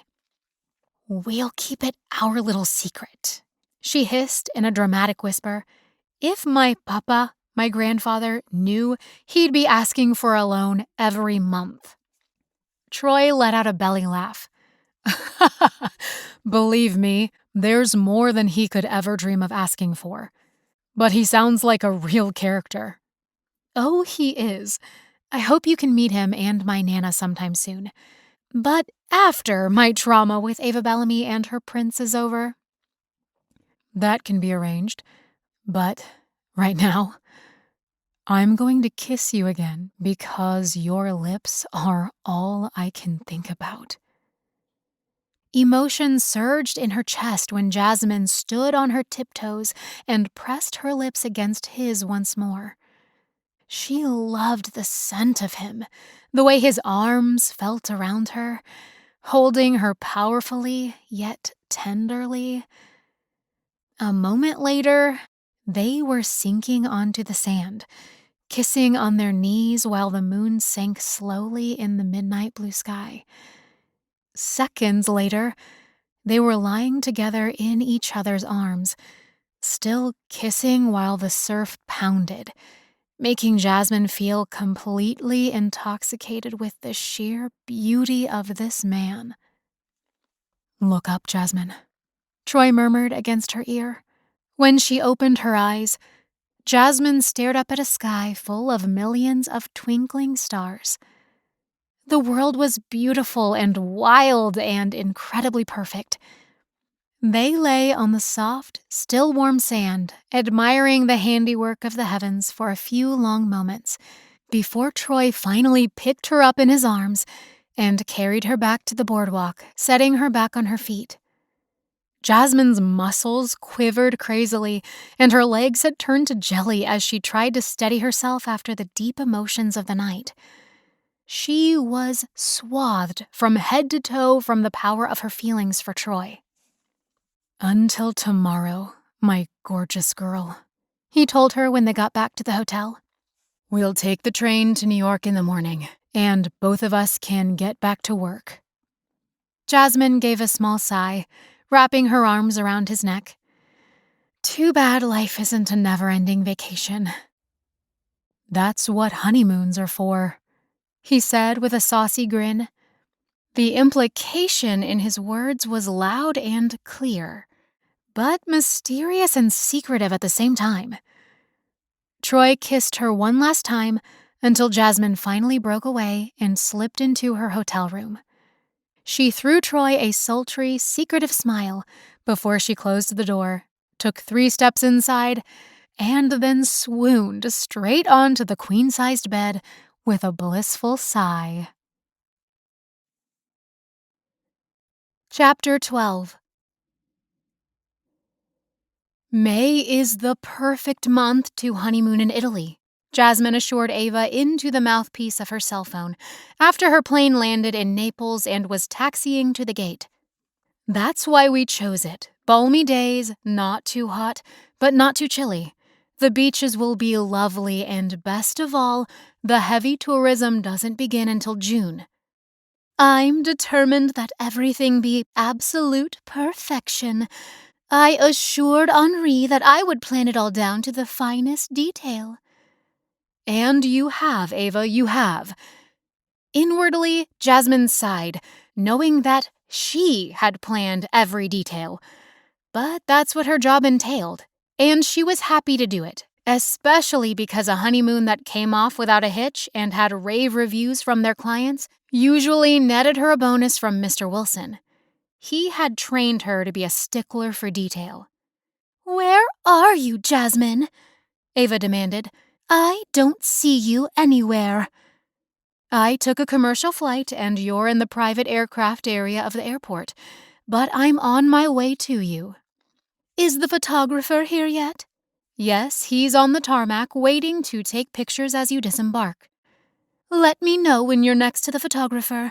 Whatever his name is, I can't keep track. That's why I hired you. But I know you're going to drop your jaw when you see me."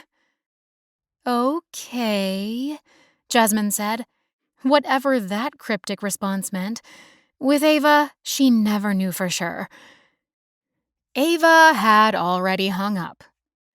After disembarking, Jasmine got her luggage from the carousel and hired a porter to help her through the terminal to the private carriers.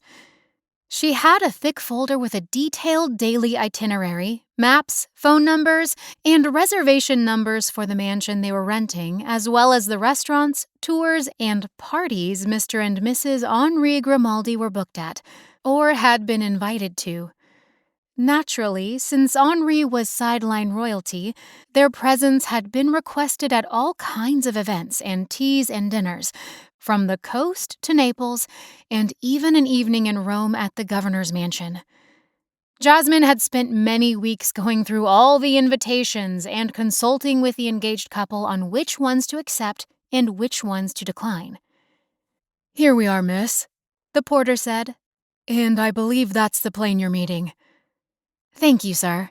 Jasmine handed him a large tip, charged to Ava's account, and surged toward the window. "Is there a place to leave my luggage for the next 30 minutes while I walk out to the tarmac?" "Already taken care of. Here's your ticket to claim your luggage. I'll be taking it to the luggage office located just beyond the ticket counter over there." Perfect. She hurried to the door leading to the outside. Gripping the railing, she took the staircase as fast as she could, then walked quickly in her heels, a feat to be sure, to the man holding a fancy camera with a photo lens. He came highly recommended from past clients Mr. Wilson had booked for previous Italy trips over the years. Mr. Balotelli? A man of about 40 with touches of gray at his sideburns and snapping black eyes turned. His eyes raked over her face and figure appreciatively. Miss Cervantes? She took a step back. He was smiling way too much and closing the space between them in a suggestion of intimate friends. Yes, pleased to meet you, Jasmine said briefly. Any sign of the bride and groom yet?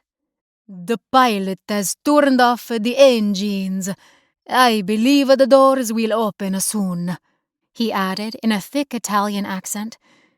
It is a beautiful day in Naples, so I have already been snapping pictures. We desire to get the entire experience. Arrival to departure, yes? Oh, yes, that's great. There go the doors now.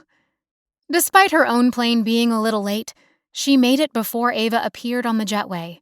Jasmine didn't want to be yelled at the very first hour of the famous honeymoon. She stifled a yawn. She'd been traveling since before dawn, and there had been a longer-than-normal layover in Paris. It was now early evening in Naples.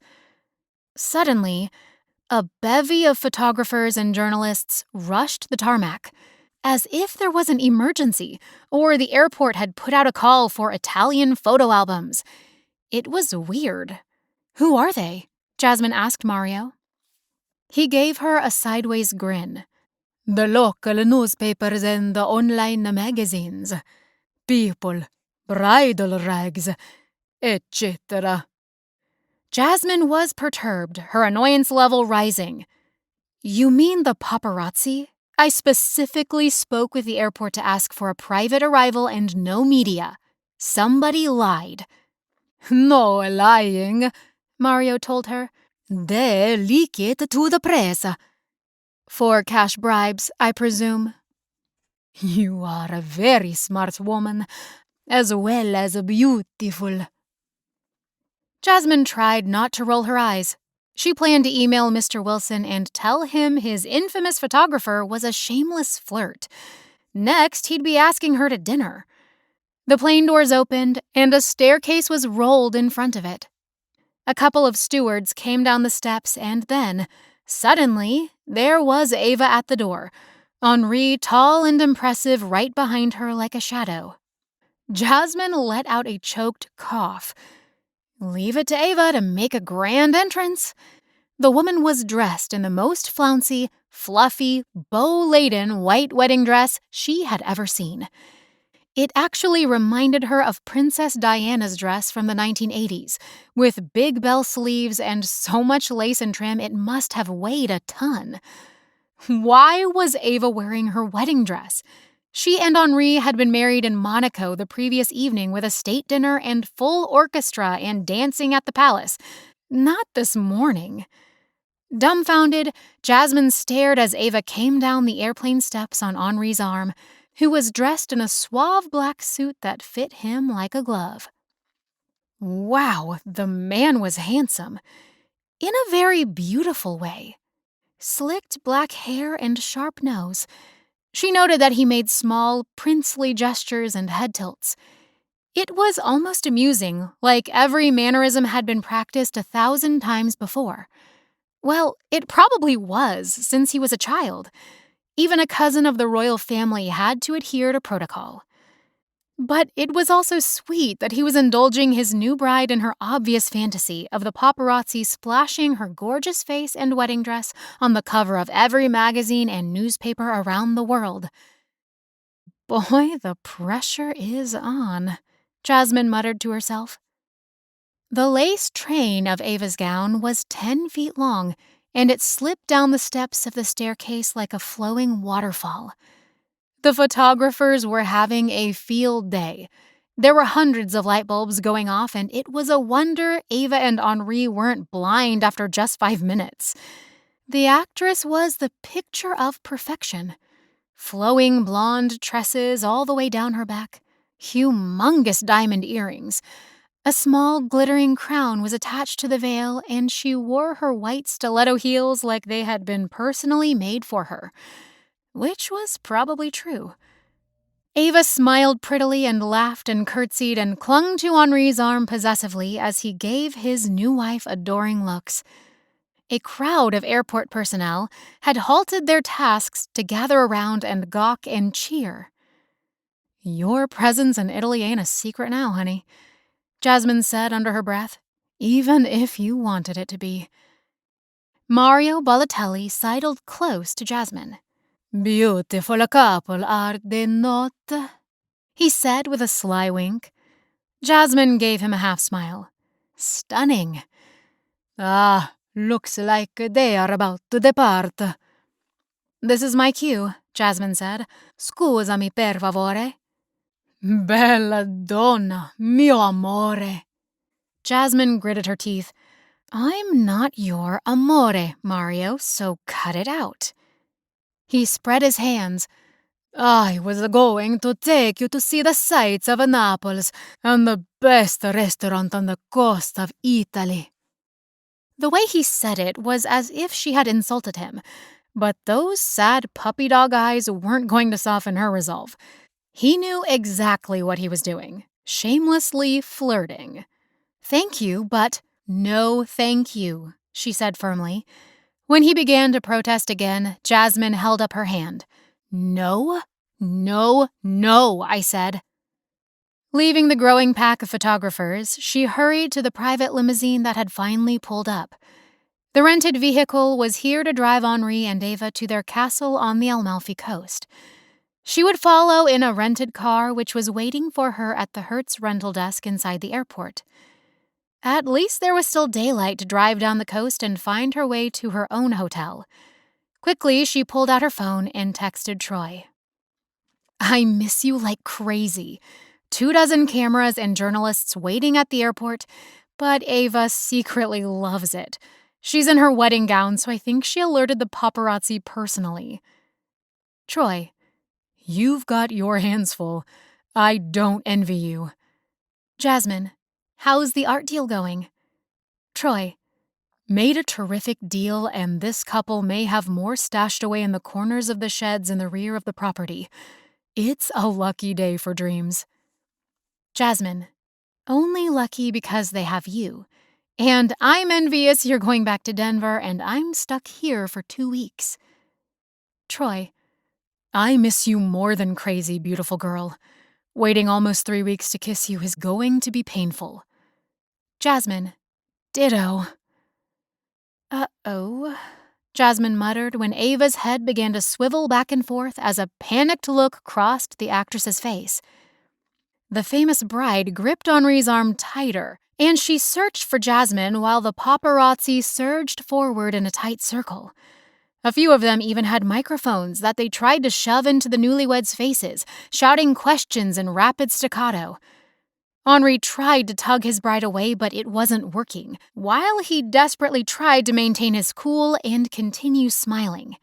If he appeared irritated or annoyed, that would only prove to be fodder for the tabloids. Finally, Jasmine managed to shove her way through the crowd and clutched at Ava's hand. "I'm right here," she said, turning the young woman to face her. "Jasmine, where have you been?" "Getting through red tape," she said airily while gritting her teeth at the media bombardment. "I didn't think it would be this bad," Ava said, tears filling her beautiful blue eyes.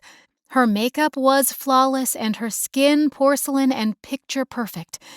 Jasmine had a moment of envy at the cascading blonde hair so glossy and perfectly in place. "The limo is just over there. We just need to push our way through and get you two inside. Grab your bride's hand, Prince Grimaldi. Your Highness," Jasmine told him. "And follow me." The limo driver beckoned with one hand, standing at the side door already opened for them. Two hefty men wearing sunglasses stood at attention, one at each end of the vehicle. The prince's security detail. Wobbling a bit on her own high heels, Jasmine recorded the license plate and verified the contract in code words with the driver. Then she practically shoved the bride and groom into the vehicle and slammed the doors.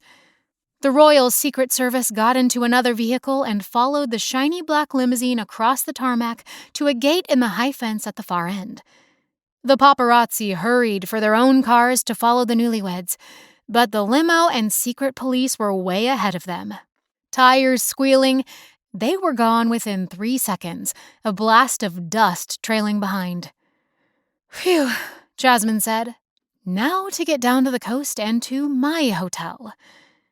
Pulling a baseball cap over her hair to hide her identity, a trick she had learned long ago when working with her famous honeymooners, she slunk back inside the airport to the rental car counter, managing to avoid Mario and the other news media who were all running for their own cars. Ava and Henri's itinerary was secret, but somehow the paparazzi managed to eventually find who they wanted to find. It was part of the media game, and one of the biggest headaches for Standing Ovation. The paparazzi probably made tons of phone calls, bribing hotel personnel or restaurants to give them information about where the famous honeymooners were staying or dining. Or maybe somebody like Mario Balotelli let it slip. Although Standing Ovation was paying him darn good money to be circumspect. If he was divulging confidential information, Mr. Wilson needed to fire him and confiscate his cameras and all photos and images. Even though it made sense that a well-paid photographer would succumb to bribery since his exclusive pictures could sell for tens of thousands. Although Mario had been hired to take photographs for the bride and groom, a personal photograph album just for them, not to sell to the gossip rags. Jasmine made a mental note to discuss the potential selling of private pictures with her boss when doing a foreign honeymoon. Her company could be sued if Mario, or another hired photographer, was tempted to sell pictures of a movie star in her bikini on a beach, or a recently married member of a royal family in an embrace on a private balcony. One reason Standing Ovation preferred renting penthouse hotel suites or homes with private beaches. 90 minutes later, Jasmine was pulling around the last curve of the cliff road that overlooked the sparkling Mediterranean and slowing to enter the breathtaking villages of the Amalfi coast. Over and over again, she gasped aloud at the magnificent views during the drive. The scenery was simply spectacular. The stacked, colorful homes, painted in pinks and blues and yellows, in cantilevered rows along the mountainsides covered in lush green trees and shrubs. She wished Troy was here to share a loveliness that practically made her weep with its beauty. "Oh my gosh, look at that ocean!" she exclaimed when she finally caught the entire seascape and pulled over to take a few shots. Fluffy white caps on a deep sapphire blue.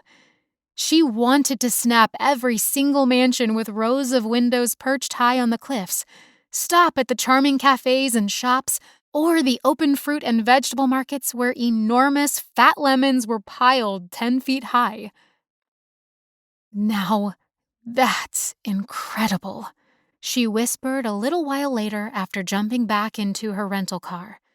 The outdoor flower stalls literally caused her jaw to drop. Breathtaking orchids and roses and lavender hung in baskets on the lampposts. Deep purple bougainvillea draped along the walls and fences of the village in a riot of color. Flower pots boasting hydrangeas, camellia, and azaleas made Jasmine want to stop the car and run from place to ooh and ah over the exquisite beauty. The Amalfi coast was indescribable as it sat nestled among towering green cliffs. Overflowing with a canopy of color, the place was literally a little piece of heaven.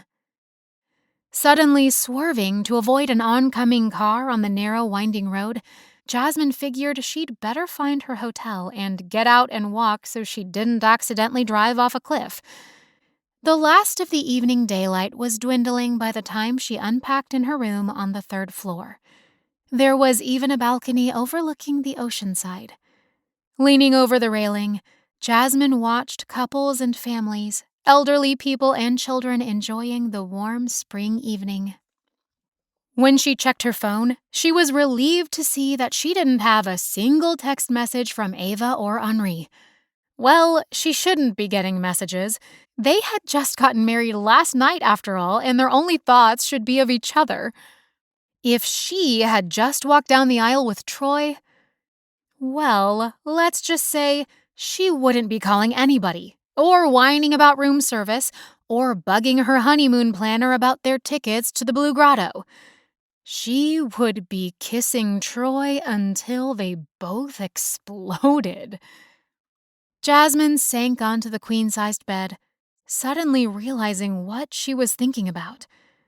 Or had she said that out loud?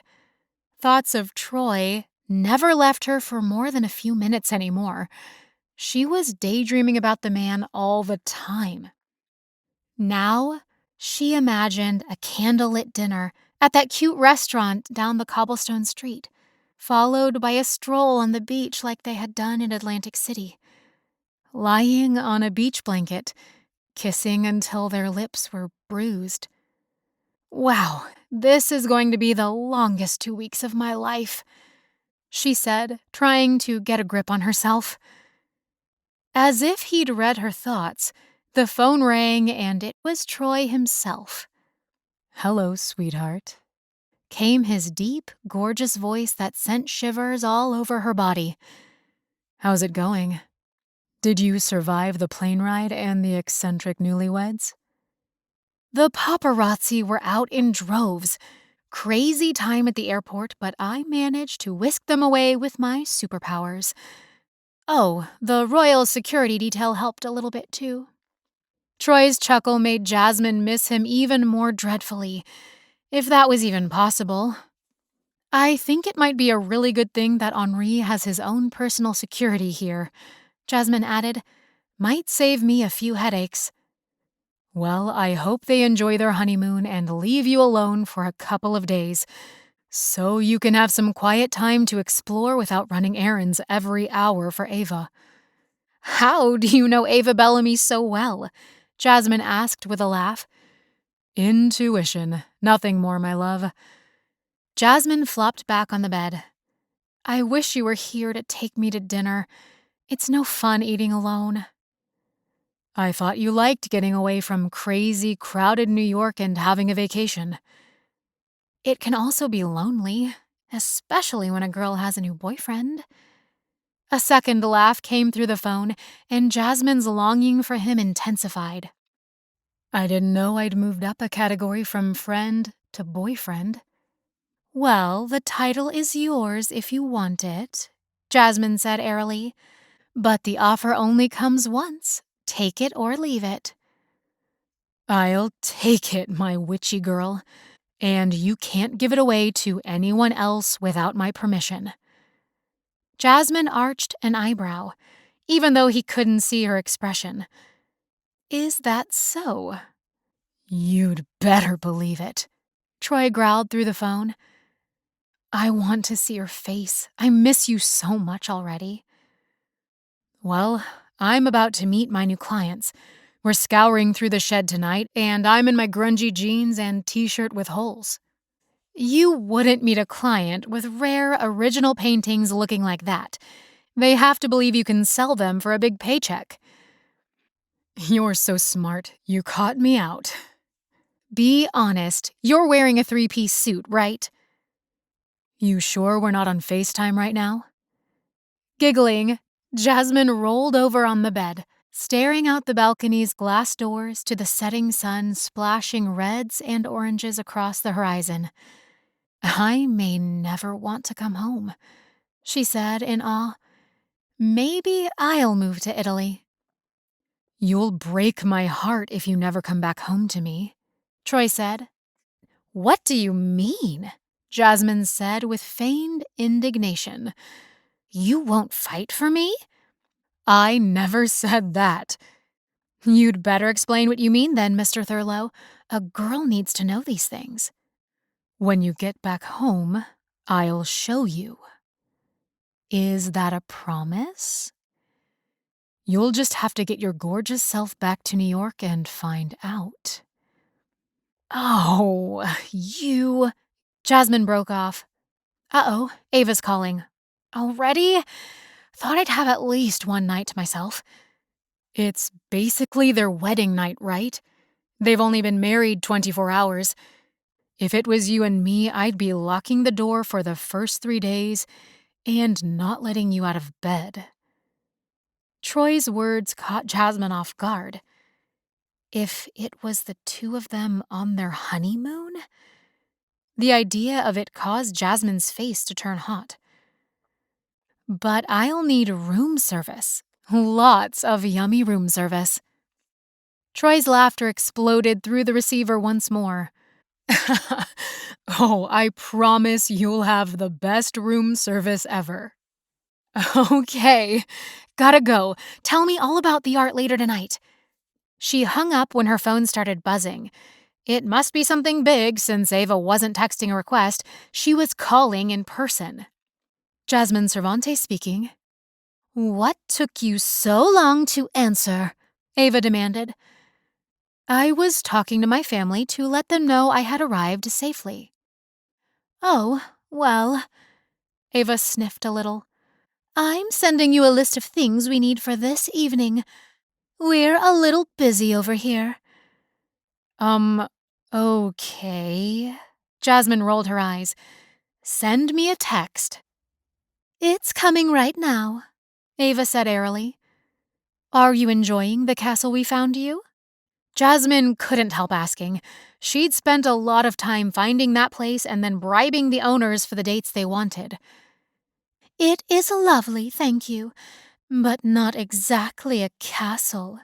More like a manor house. But it has 20 rooms. Real castles are in Scotland, and they're old and drafty with lots of spiral staircases. Your house has an elevator and grand staircases made from marble. You also have a cook and a butler. I was hoping for a castle. I wanted to feel like a real princess tonight with Henri. Then maybe we should have done a honeymoon in Monaco at his private residence. Well, Ava drawled, they don't have real castles in Monaco either. Jasmine bit her lips so she wouldn't laugh out loud. I secured the best manor house on the Amalfi coast for you and your prince. The town is very crowded, though. The roads are so narrow I fear death every time we get in our car. And I worry we'll be mobbed everywhere we go. I think this place is cozy and intimate. The views are stunning everywhere you turn. There's hardly anywhere in the world like this little spot, except maybe Greece, although I'm just assuming that because I haven't done a honeymoon in Greece yet. Maybe you should fly there and check it out, because then, if you did, you could have recommended it to us. Jasmine gritted her teeth. Ava was on the verge of getting a tongue lashing. Enjoy your evening, Mrs. Henri Grimaldi, she finally said, cutting off any more complaints. Just saying Mrs. Henri Grimaldi made her giggle again. It sounded so pompous. Just like the British royalty, most people didn't know or use royal family surnames, although Jasmine was fairly certain that England's royal family was Mountbatten-Windsor. Ava should be loving on her husband, not making lists, Jasmine said, exasperated. She got up to brush her teeth and finish hanging up her dresses and blouses in the wardrobe. She laid out the 2 swimsuits she had brought with her, but had no idea if she'd get any free time to actually wear them on the beach. That woman is lucky she snagged a husband. The evening glow was turning soft when the sun settled on top of the ocean floor far in the distance, and a moment of intense loneliness suddenly washed over her. Despite Troy's attentions, warmth, and compliments, how would a long-term relationship work? They lived on opposite ends of the country. He might realize that she wasn't so special after all, that his 14-year infatuation turned out to be just that, a high school crush based on nothing more than schoolboy longings. Before I get completely depressed, I'm going out to get dinner, she said, grabbing a light sweater in case the evening grew chilly. A knock sounded at the door, and when she answered, a porter stood there with an envelope bearing her name. It was the promised list from Ava. Not a text, but an itemized, printed list of requests. Or should she call them demands? Looked like Jasmine was going shopping and making a few dozen more phone calls. The woman wanted a certain scent of body lotion for after her baths. She had forgotten to pack hers. A few specialized types of liqueur for Henri. Fresh ice twice a day. Sweets from a certain chocolate shop. Particular varieties of flowers. Lots of flowers, arranged in a minimum of 6 bouquets for the house. 2 more maids to keep the mansion immaculate. Ava probably wants someone to pick up after her when she goes trailing about the house in her dressing gown like Marilyn Monroe, Jasmine said sardonically, her eyes continuing to peruse the long list of requests. Change the date for the Capri Island Blue Grotto tour. Make it a private tour. Add a tour of Mount Vesuvius and Pompeii ruins at Henri's request. Turned out he was an avid hiker, which was news to Jasmine. Hire a different private chauffeur. Rent a Maserati for Henri for touring the winding cliff roads. Hire a private masseuse to be on call. Jasmine slumped backward on the bed, tired after reading it all. This was going to take some time to arrange. Guess I know what I'm doing for the next few days. I should have known that with Ava Bellamy, the final arrangements are never final. Chapter 13. It took 4 days to find the new maids, the masseuse, and a Maserati, in a cherry red color, and then a multiplicity of phone calls to locate the special flower arrangements and liqueurs. Jasmine picked up the specialty items herself and delivered them to the mansion when she knew Ava and Henri were out at a private luncheon. When she arrived at the mansion, she thought it was ironic that the butler standing ovation had employed hadn't quit yet. He greeted her pleasantly and assured Jasmine that he was willing to keep all 6 ice buckets filled and the refrigerator stocked with fresh produce at all times. The chef was also working out beautifully, even down to the filet mignon, lobster, and shrimp, specially flown in fresh on the day of catch, or butchered as the case may be. Thank goodness. Before leaving the house, Jasmine paused at the staircase, gazing about the place. She couldn't stop herself from taking a peek and walking through the grand house. It was simply stunning and extravagant. Crystal chandeliers hung from the ceilings in every room where beautifully crafted cherry and maple furniture lay in beautifully appointed arrangements. Luxurious hot tubs and gold fixtures in every suite, including wainscoting panels throughout the entire house. A large, high-end modern kitchen made Jasmine green with envy when she thought about her tiny apartment. Antiques, original artwork, and sculptures graced tables and walls. There were fireplaces in all the bedrooms with marble hearths, a magnificent curving staircase that created a breathtaking entrance hall, and imported oriental rugs in all the downstairs living areas. The house was tranquil and serene, and smelled fantastic from all the floral arrangements. A white grand piano even graced the front drawing room. An intercom, plus a built-in sound system, piped music throughout for those who wanted to enjoy even more ambiance. After speaking with the housekeeper, Jasmine leaned over the wraparound balcony of the master suite, enjoying the views of the wild green mountains as well as views of the ocean when she strolled to the opposite end of the large room. Not a moment later, Jasmine was suddenly pulled from the beauty of the setting and landscape when there came voices from the downstairs hall. Normally, it was far enough away not to be heard, but these voices were shouting. "Oh no," Jasmine moaned. Quickly, she shut the balcony doors, locked them, and then raced across the master suite to fling open the double doors. Ava was charging straight for her, her face red, hair streaming behind her, arms swinging angrily. "How dare you?" she yelled. "How dare you come into our house and snoop through our things? I am appalled, absolutely irrevocably appalled, and livid with fury. What do you have to say for yourself, Miss Cervantes?" Jasmine opened her mouth to speak, to explain, but the woman never even took a breath. "Henri, tell her she is fired," Ava said, shaking with indignation. "Tell her right now. Do it." "Ava, Miss Bellamy, I mean, Mrs. Henri." Jasmine stopped, totally messing up what she wanted to say, including the disconcerting fact that Ava's new husband wasn't anywhere to be seen. "You have ruined our honeymoon," Ava continued, her nostrils flaring when she banged through the master suite double doors before whipping around when she realized that her new husband hadn't been standing right behind her. "I'm coming, darling," Henri's calm voice called from downstairs, followed by the sound of his footsteps on the staircase.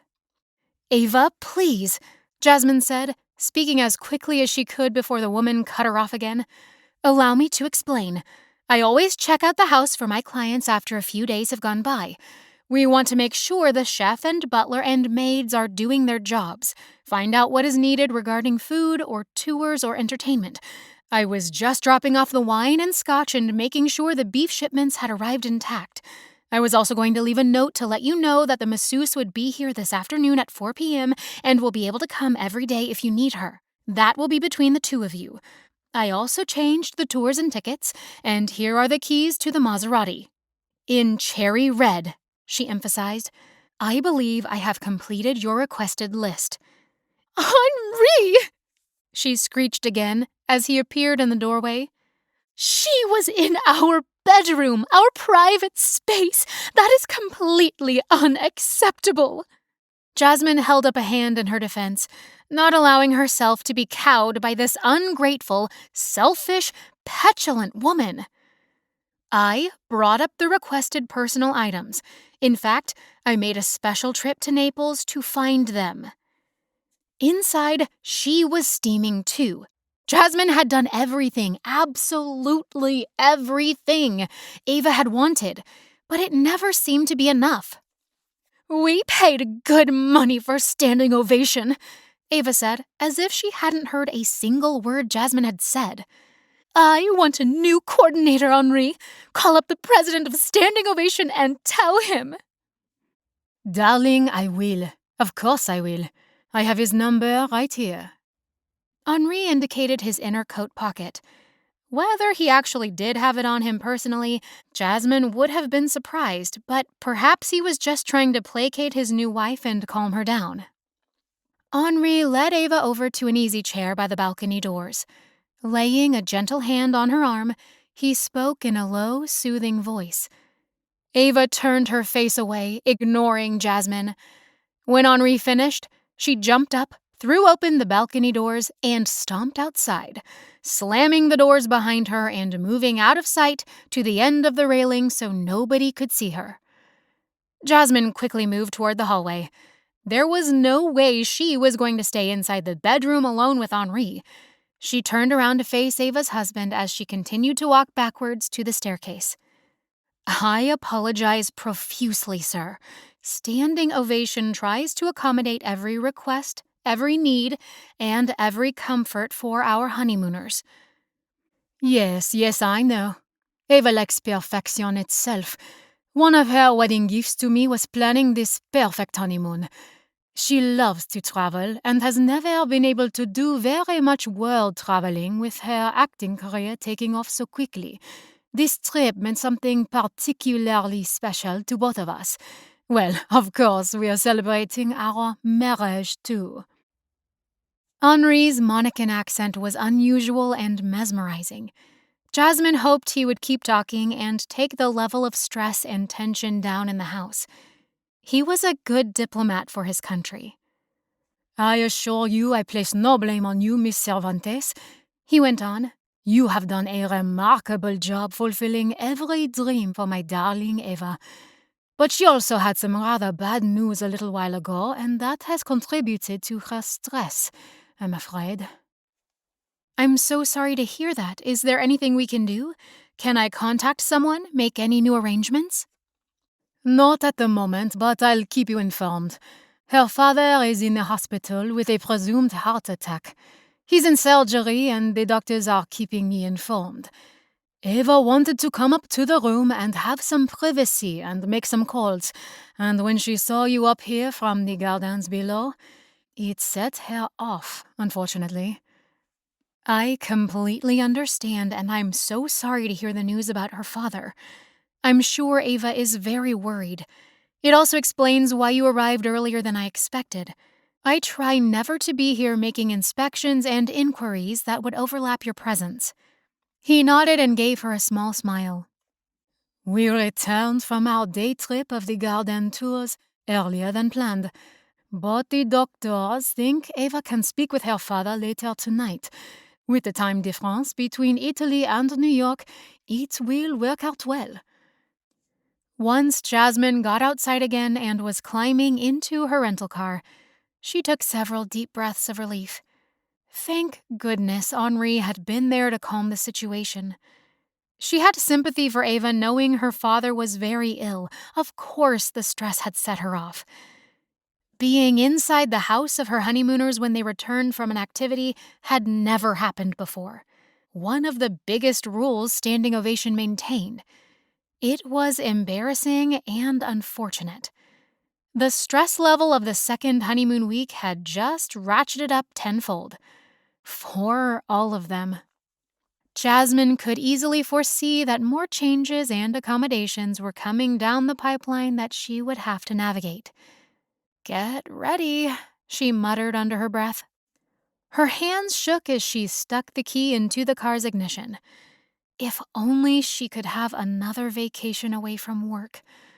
All she had to do was get through the next week, and then she would get a week off to recuperate. And boy, after a client like Ava Bellamy, she would need every minute of it. All at once, Jasmine was missing Troy so badly she wanted to cry. Chapter 14. When Jasmine got back to her hotel, her appetite for lunch had left. Besides, it was almost 4 o'clock now. She had wanted to enjoy some of the same tours of Italy's famous coastline as Ava and Henri were doing, except on different days. It became impossible due to the fact that they kept changing their schedule. Of course, that was their prerogative, but it made her own life hard to plan. So far, the entirety of her days had been spent on the phone, running errands or placating Ava. When she found a little free time to herself, she took a nap or crashed by the hotel pool with a book. She hadn't even been down to the beaches yet, or toured the famous Positano Cathedral, or tasted one of the Amalfi coast's famous lemons. Tomorrow, she was going to the Il Limoncello shop to drink a fresh squeezed juice, maybe 2, with a pastry, and a gelato. if it killed her? Jasmine let out a little laugh while a couple of tears leaked from her eyes.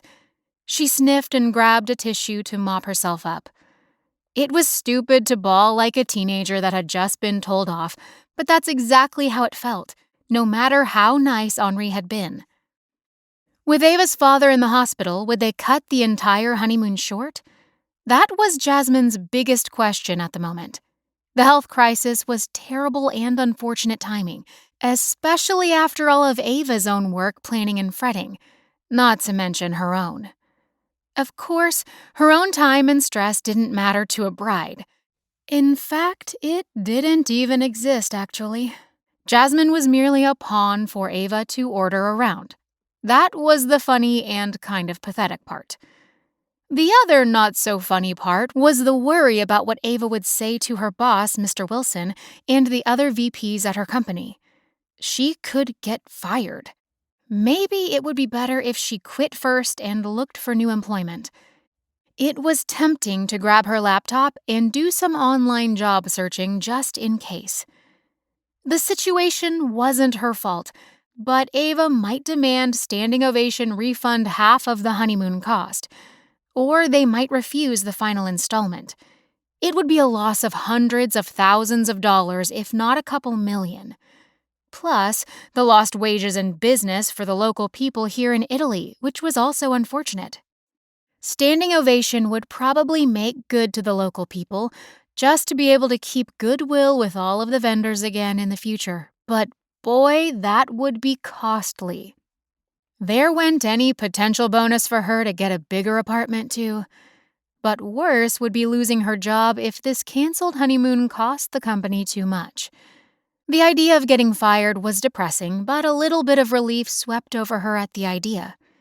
Maybe Mr. Wilson would just give her an easier honeymoon couple the next round. Snatching up the hotel folder with restaurant recommendations, Jasmine perused the offerings. Her stomach growled. With missing lunch today, an early dinner sounded great, followed by gelato and a cold lemonade. Jasmine glanced up at the heavens with a wry smile, hoping for divine intervention in the form of a little bit of a break to try out the beaches, and a good night's sleep. Changing into a sundress with a swirly yellow polka dot skirt, she grabbed a light sweater, stuck her feet into a pair of sandals, and locked the hotel room door. Inside the elevator, she breathed a sigh of relief, wondering how terrible it would be if she turned off her phone for a few hours. Ava could leave a text or voicemail if something came up, right? But getting Ava back to California at a last minute's notice would mean being on the phone rearranging flight plans and canceling everything. Jasmine supposed she'd have to at least check her text messages while she had dinner. After crossing the hotel lobby, Jasmine stepped into the late afternoon sunshine. An intoxicating scent of flowers wafted through the air, followed by the salty tang of the sea. She sauntered over to the hotel gardens to appreciate the view. Gazing down at the bustling town, pedestrians roamed everywhere and street vendors sold drinks and flowers and Italian mementos. Jasmine took a deep breath and smiled at last. The beauty and charm of this place was absolutely lovely. Leaning over the garden railing, she watched sunbathers on the beach, as well as the harbor, filled with sailboats bobbing languidly on top of the turquoise water. Feeling melancholy after the frantic 4 days, Jasmine pulled out her phone to call Troy. She needed to hear his voice. She missed him so much it was like an ache deep in her bones. The phone rang a few times, and then Troy's voice came on the line. "Hello, beautiful girl. I was just thinking about you. Actually," he added, lowering his voice, "I'm always thinking about you." Jasmine's breath caught, homesickness flooding her. "Your voice sounds so clear, so real. Where are you?" Troy's beautiful, booming laugh sent a shower of prickles down Jasmine's neck.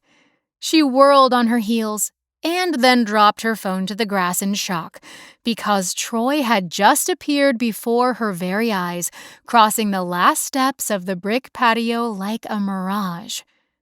Quickly, he picked up the phone from the grass and handed it to her, his smile warm and deep with eyes only for her.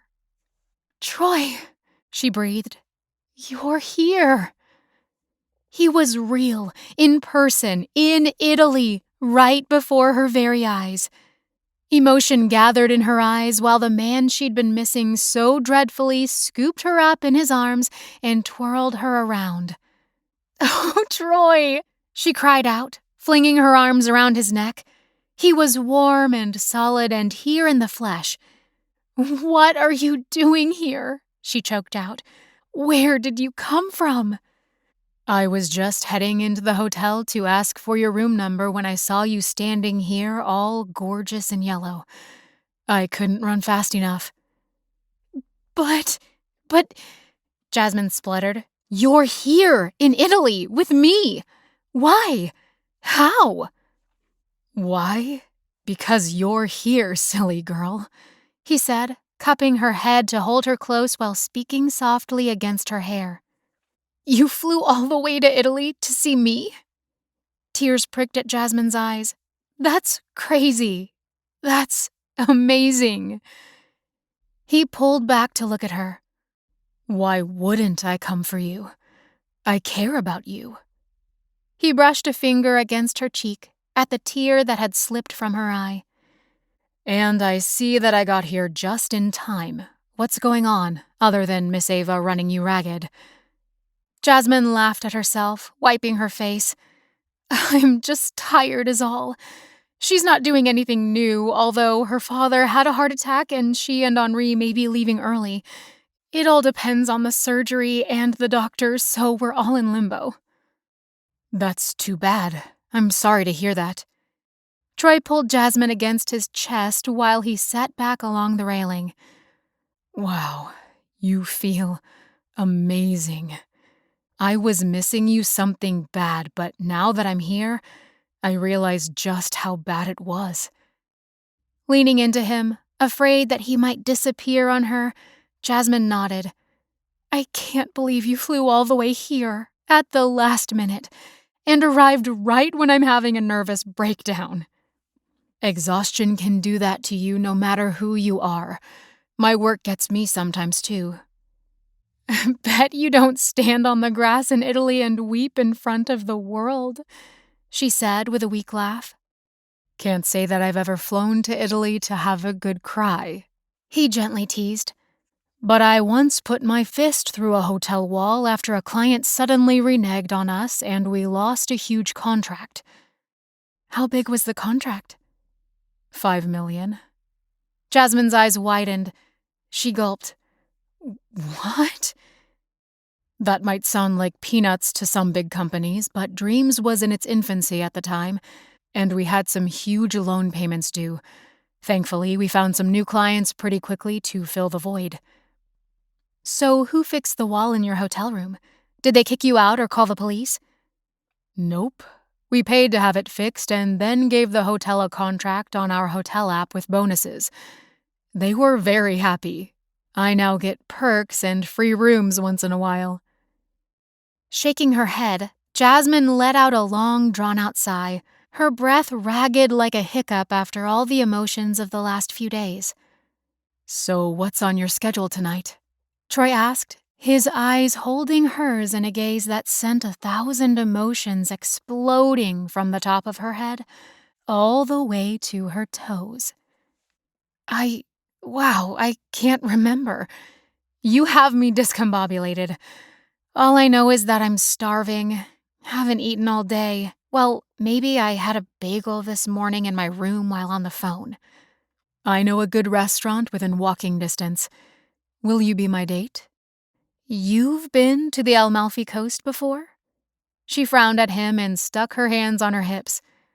"No," he burst out, pulling back to give her a crafty wink. "I just spent the last hour looking up restaurants near your hotel so I'd come prepared." "How did you know what hotel I was in?" "You told me about a week ago. I pay attention." Jasmine gazed into his handsome face, the green, adoring eyes, and the most kissable lips on the planet. Perfect, sensuous lips she dreamed about pretty much every night. "Have I told you lately how amazing you are?" "Not nearly enough," he said with a grin. "Oh, you. Thank you for coming. I might have launched myself over one of these cliffs if you hadn't shown up." "Now that's an exaggeration if I ever heard one." She quirked her lips. "Smarty. It has seriously been a horrible week. Tell me to never work for a Hollywood diva ever again." Henri was a great help earlier today when everything came to blows, but it was still super awkward. They found me in the master suite at the mansion. Came home 2 hours earlier than they were supposed to. I'd been delivering all their special requests. Troy gave a low whistle. "I'll bet that didn't go over too well." The understatement of the year. I thought Ava would rip my hair out, right before tossing me over their balcony. Troy ran a hand along her arm, and then laced their fingers together while Jasmine's heart pulsed in her throat. "I should have come with you in the beginning," he said. "That's all there is to it." "But you had your own client to worry about first." "I probably could have put them off. I just didn't want to seem too pushy with our relationship. I didn't want to scare you off. Like, now. I'm worried that it might have been the wrong thing to do flying over on a whim because I missed you." "Never. I'm so glad you did. It's the best surprise ever. You haven't scared me off, and I already feel 100 times better." "Then it's worth every bump on that airplane and that tray of spilled drinks from the flight attendant," he quipped. Jasmine laughed. "For real?" "I'm kidding," he chuckled. Jasmine pressed into Troy again, sliding her hands up the length of his muscled back and pressing her face into his burgundy cashmere sweater. He smelled so good, and he felt even more fantastic than she remembered, and she had a pretty good memory. The sun began to sink on the horizon, and the sky deepened into a gorgeous blue while ocean waves lapped against the shoreline below. The daytime hustle and bustle of the village was slowing. Murmuring voices came from the nearby restaurants, the clink of glasses, the sound of dishes on tables. They left the hotel garden and began to wander the nearby streets while lights flickered on, lighting up the cafes and shops that remained open in the early evening. A flower vendor with an outdoor shop was still attempting to sell bouquets from the corner. "Are you cold?" Troy asked, tilting his head down to look at her. Jasmine shook her head as they paused on the sidewalk. Half a heartbeat later, Troy's lips came down softly on hers, gently kissing her. He kissed her bottom lip, followed by her top lip, and finally each corner of her mouth. She went limp with pleasure, her arms tightening around his back to hold herself up, although he was doing a pretty good job of keeping her anchored against him. Cupping her head with his palm, Troy continued to kiss her, but a moment later, Jasmine sensed eyes watching them. Her eyelids fluttered, reluctant to break the kiss, but not wanting to put on a public display, despite the fact that she could have kept kissing Troy all night long. "Oh, look," she whispered. "We have an audience." A group of older children were giggling at them from across the street. When they realized they had been caught, they jumped back on their bikes and sped off into the growing darkness. "Perhaps we shouldn't be making out on a street corner in the middle of town," Jasmine said with a low laugh. "Hey, we're on the coast of Italy. I'll bet this is a nightly occurrence. Let's go get some dinner before I sweep you up and carry you off." Holding hands, they crossed the street and wandered the sidewalks until they found the restaurant Troy had picked out for their meal. It was run by an older couple and had an empty table with the perfect view of the romantic sunset. After ordering salads and pasta, Jasmine leaned across the table, touching Troy's fingers. I'm so glad you're here. Now I just have to get through the second week with Ava and her prince, and then I get to go home to crazy New York again. She lifted an eyebrow in a mocking gesture. Actually, I think I get to work on my next honeymoon. Maybe Hugh Jackman of all people. Troy lifted an eyebrow. That sounds pretty amazing. Do you know where he and his wife are talking about going? I left for Italy before Mr. Wilson and I could have the first consult. The ink on the contracts is probably still wet. Although I'd love to plan a trip for a couple that isn't so high profile. Just some wealthy CEO of a corporation nobody has heard about. Jasmine broke off, realizing that she was sort of describing Troy Thurlow and his dreams team of guys. A company that makes plastic bags or tractors or computer software. Do you think Bill Gates is high maintenance? Probably.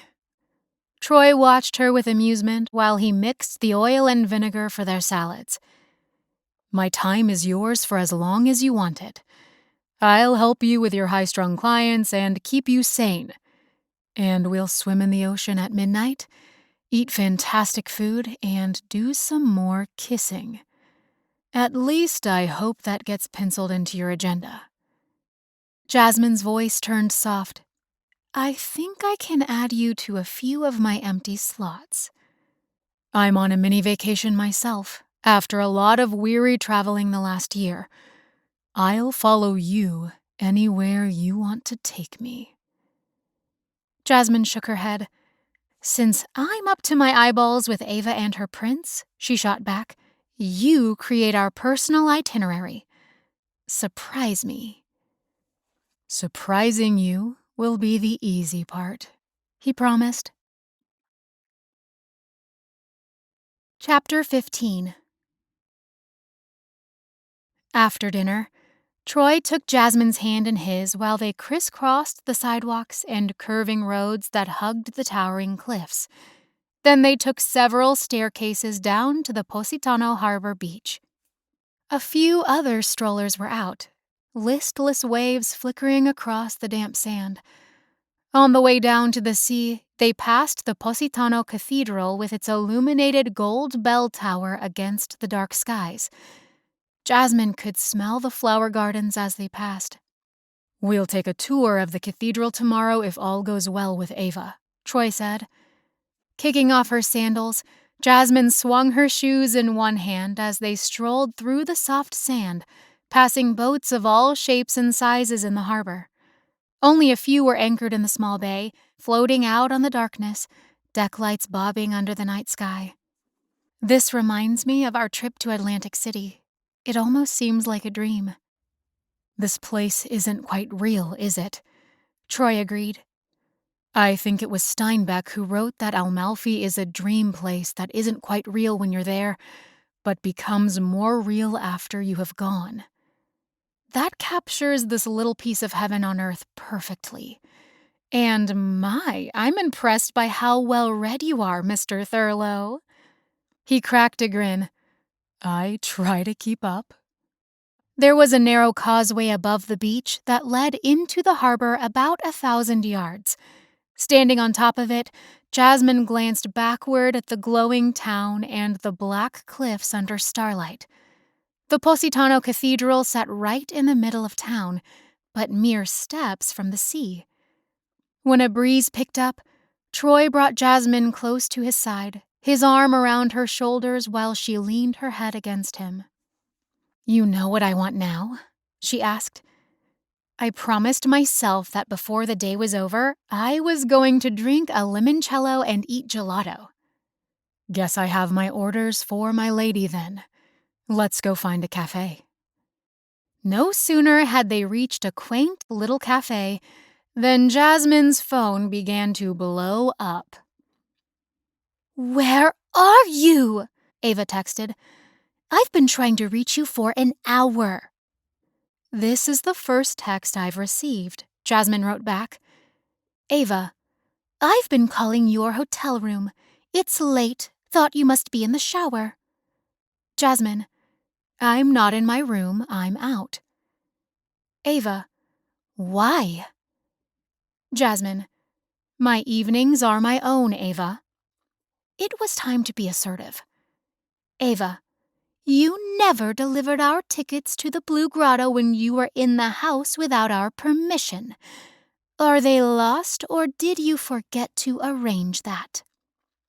It was no use arguing that she did have their permission to deliver to the mansion and check on the staff. Ava was just peeved that Henri had taken Jasmine's side in the matter. Jasmine, I left them on the marble foyer table. Ava, one of the maids must have taken them. Please bring us another set. We're supposed to go tomorrow. Jasmine, tickets are hard to come by, actually. The tours sell out every day. Ava, I'm sure you can manage it since you're so good at your job. Jasmine let out a burst of frustration. That woman! Next time I see her, I might strangle her. What's going on? Troy asked. I need to find tickets to the island of Capri for the Blue Grotto by tomorrow morning, and the ticket sellers are closed for the night. I am so fired. Your savior comes to the rescue, Troy said with a laugh. Don't tease me, Jasmine said, giving him a swat on the arm. This is not funny. This is my job, my rent money, my resume, and future recommendations. Your boss will understand. Besides, there's no crisis. I actually have tickets to the Blue Grotto. I purchased them when I got into town today, before I found you. My, you were busy, Mr. Thurlow. It's one of those once-in-a-lifetime, must-see experiences. I figured we should go right away before I got called away. Or you did. You have to leave soon? He shook his head. No, I just didn't want to get all the way across the Atlantic and have an emergency of my own. Good thinking, but I'm starting to think I'm cursed. Troy took her chin in his hand, leaning down to kiss her softly on the mouth. Not cursed, just in high demand. She kissed him back, and they lingered for a few moments, reluctantly breaking apart. Hey, it's a perfect night, Troy said softly. I got to kiss Jasmine Cervantes. Then you'd better take me to get my limoncello and gelato before Ava goes berserk again.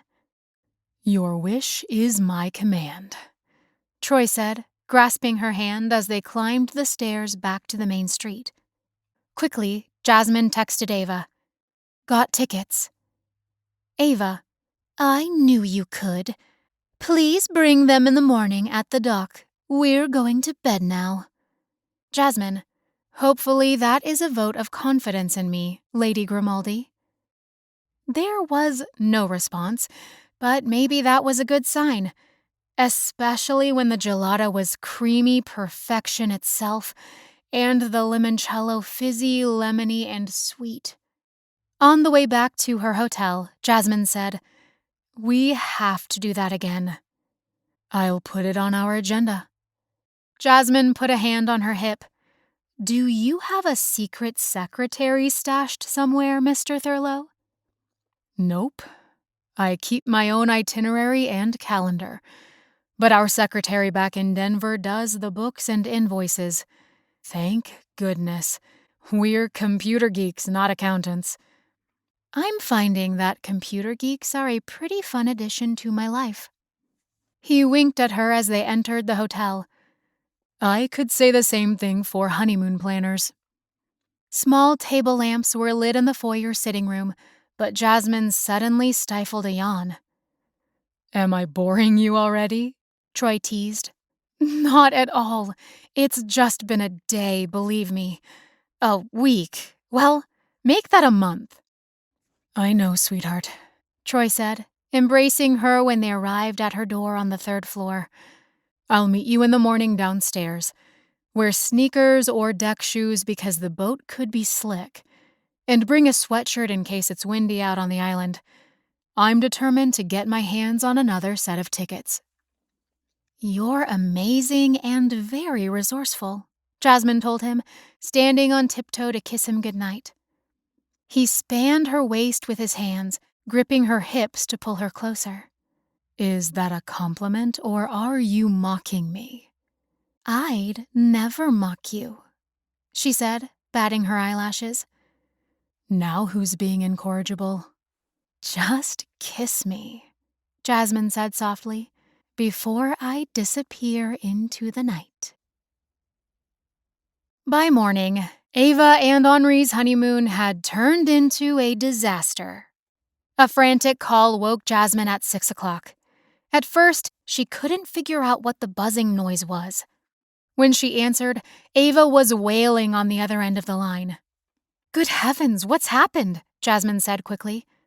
Ava continued to sob, talking so incoherently that Jasmine couldn't make out what she was saying. "Is Henri okay?" Jasmine had a sudden panic attack that Henri had died in the middle of the night, or left her for another woman. "We're leaving on the first flight out of Naples," Ava finally choked out. There was a crashing noise in the background at the mansion, a deep voice speaking urgently. Then the sound of a hand muffling the phone. "What's happened?" Jasmine asked. "Is your father okay?" A second later, Henri's voice came through. "Ava's father took a turn for the worse. We just got a call an hour ago. Ava is very distraught, as you can imagine." "I'm so sorry, Mr. Grimaldi," Jasmine told him, unable to imagine what it would be like to have her own father in dire health after just celebrating the happiest day of your life and away on an idyllic honeymoon. "What can I do to help?" "Absolutely nothing, Miss Cervantes. I've already arranged our travel to the United States." "My deepest condolences to Ava and you. We'll work out the final details about the honeymoon after, when you're both ready." Suddenly, Ava's voice came again. "Don't worry. I'll be contacting the vice president of Standing Ovation Honeymoons, and that photographer better not take off with our pictures." That's what Ava was worried about at this very moment?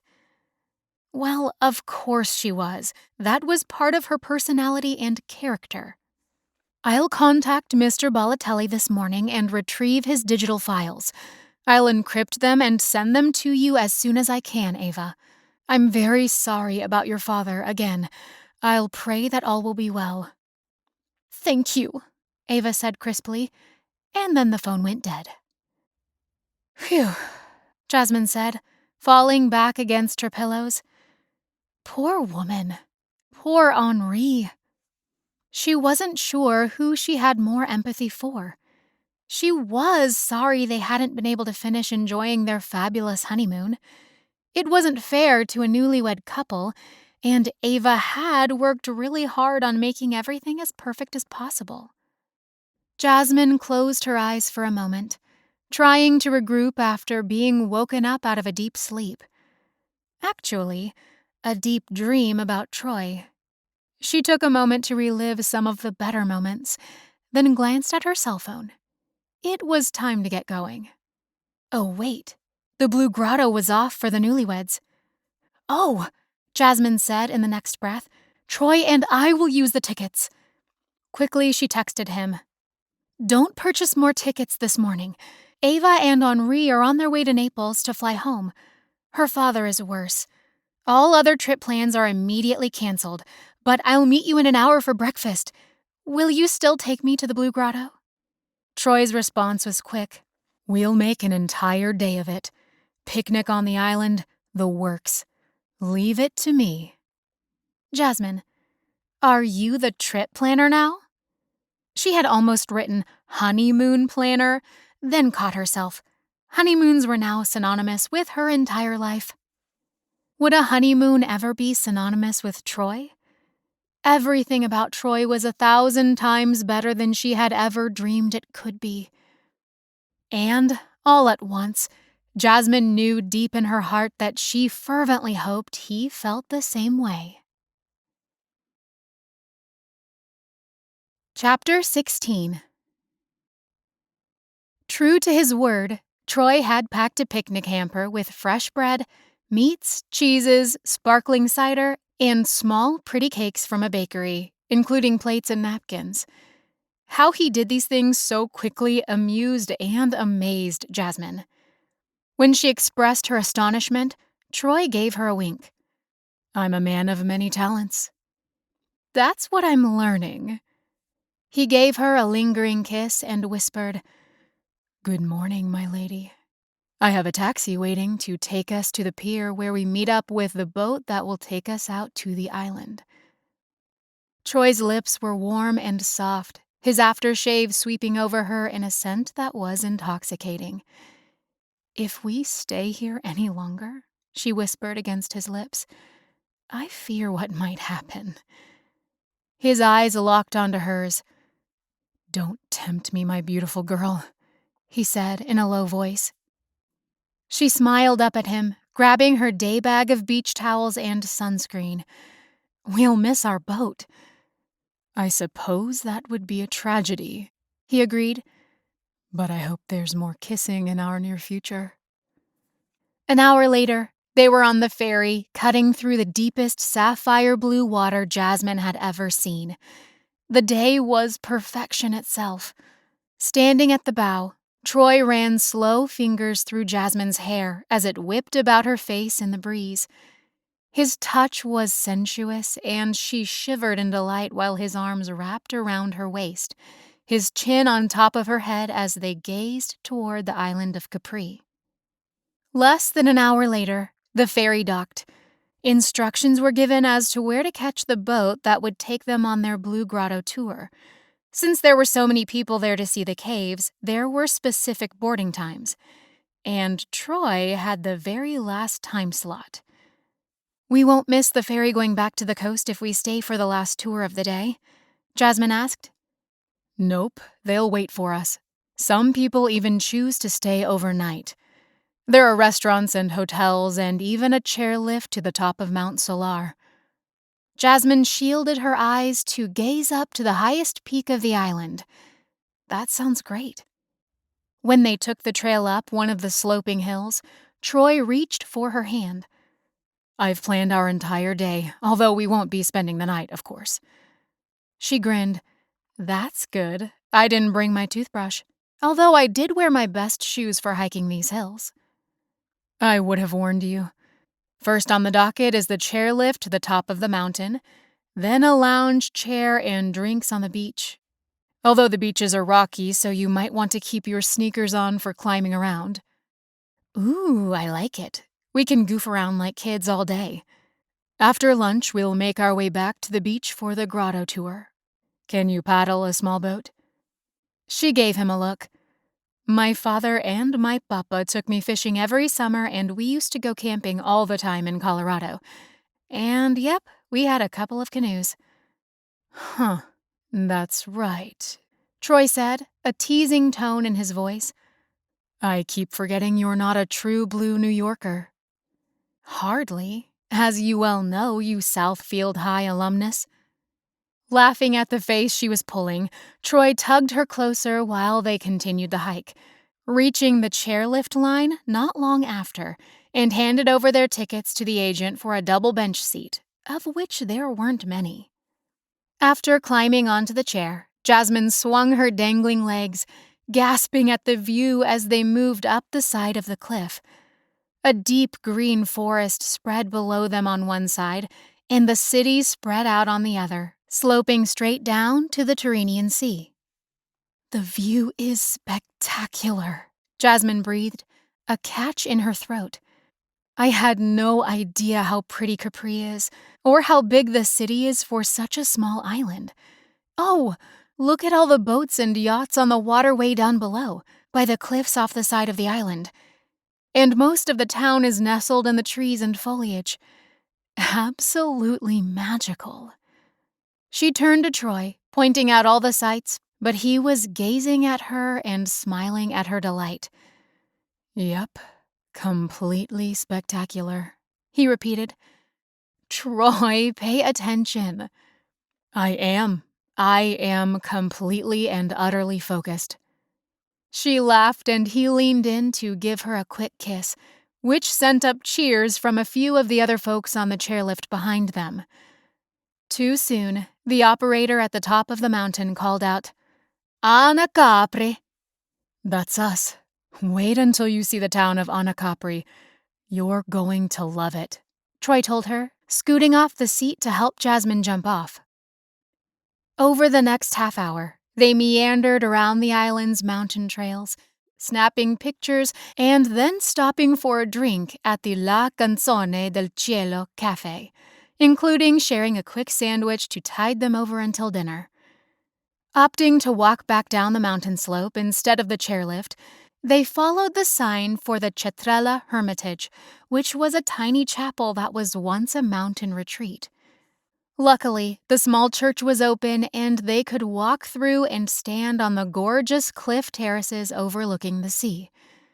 After hiking down Mount Solaro, they hit Marina Piccola, a charming little beach that was surrounded by majestic white cliffs.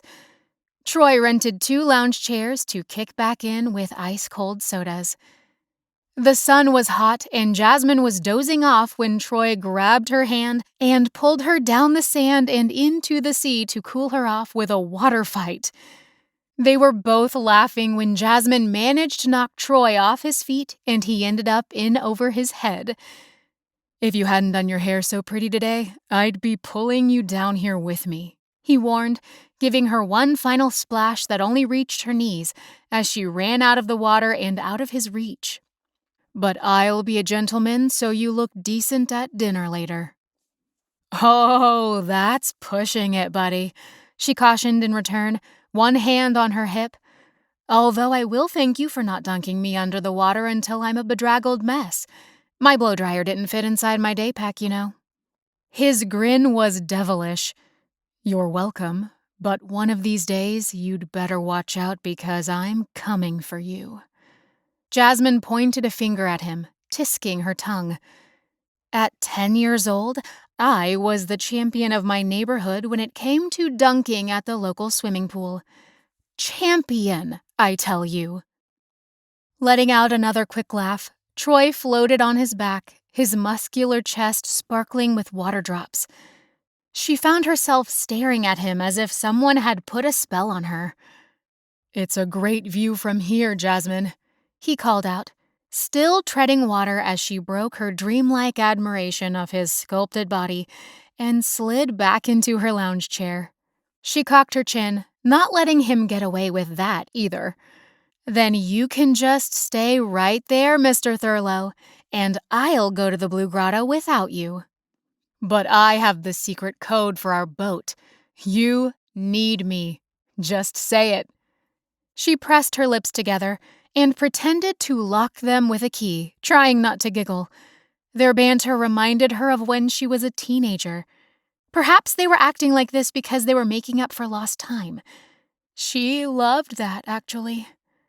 In fact, in just 3 weeks of exploring New York, then Atlantic City, and now Italy, they had packed 3 months into their short time together. It was nice. More than nice. Troy was everything she had ever hoped he would be. More than everything. She loved the man. She knew it now more than ever.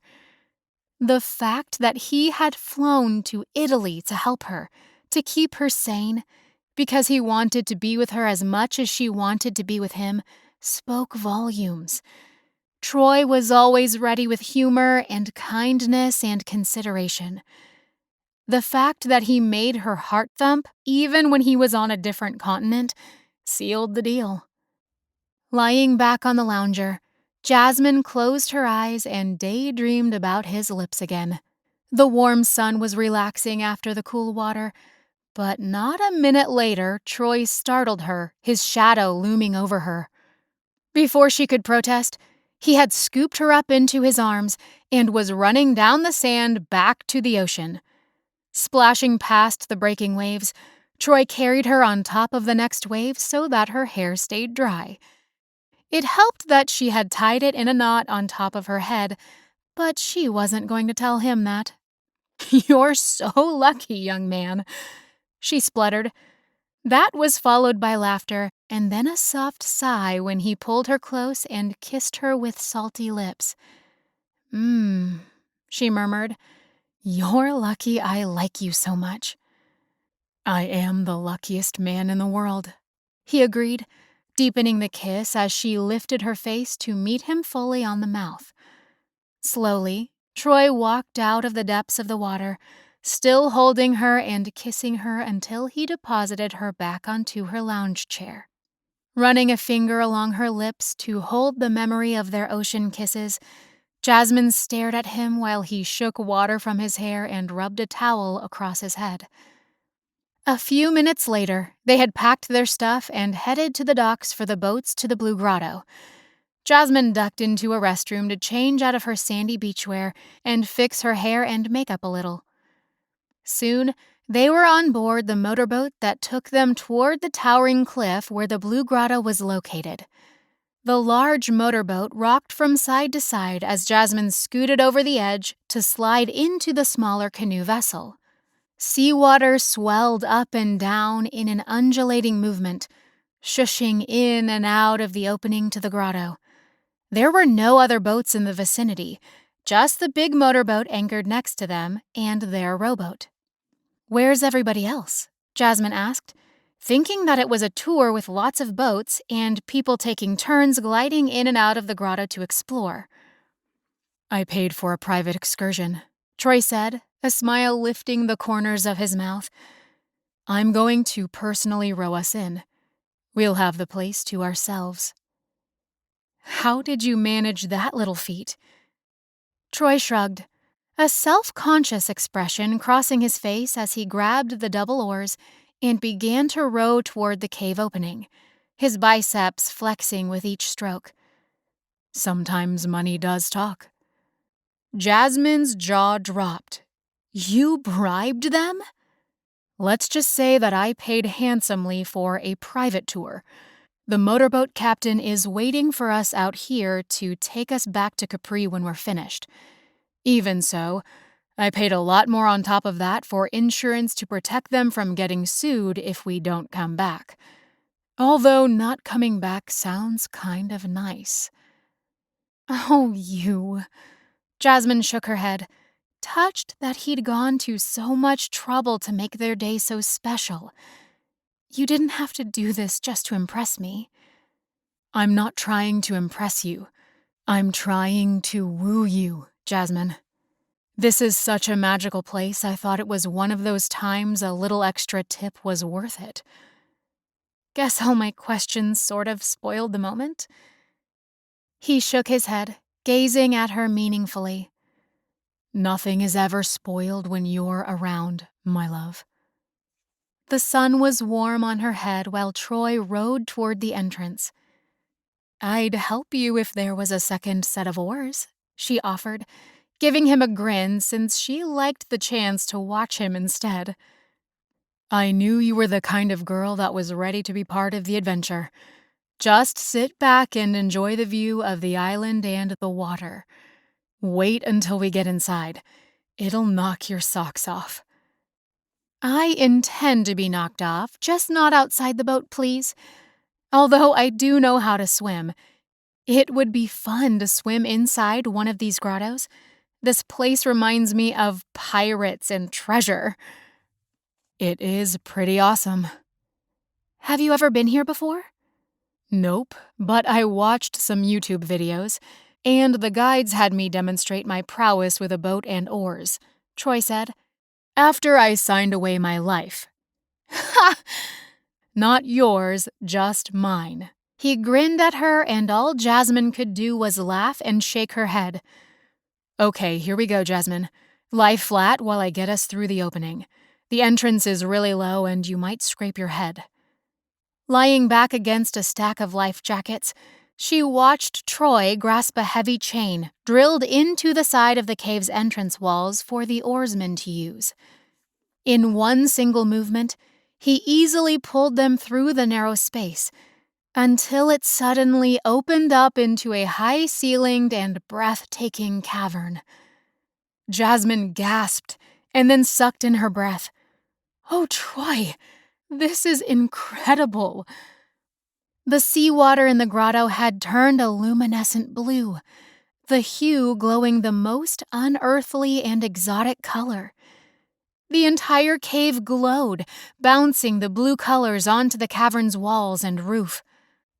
Troy placed his oar into the water to slow their speed.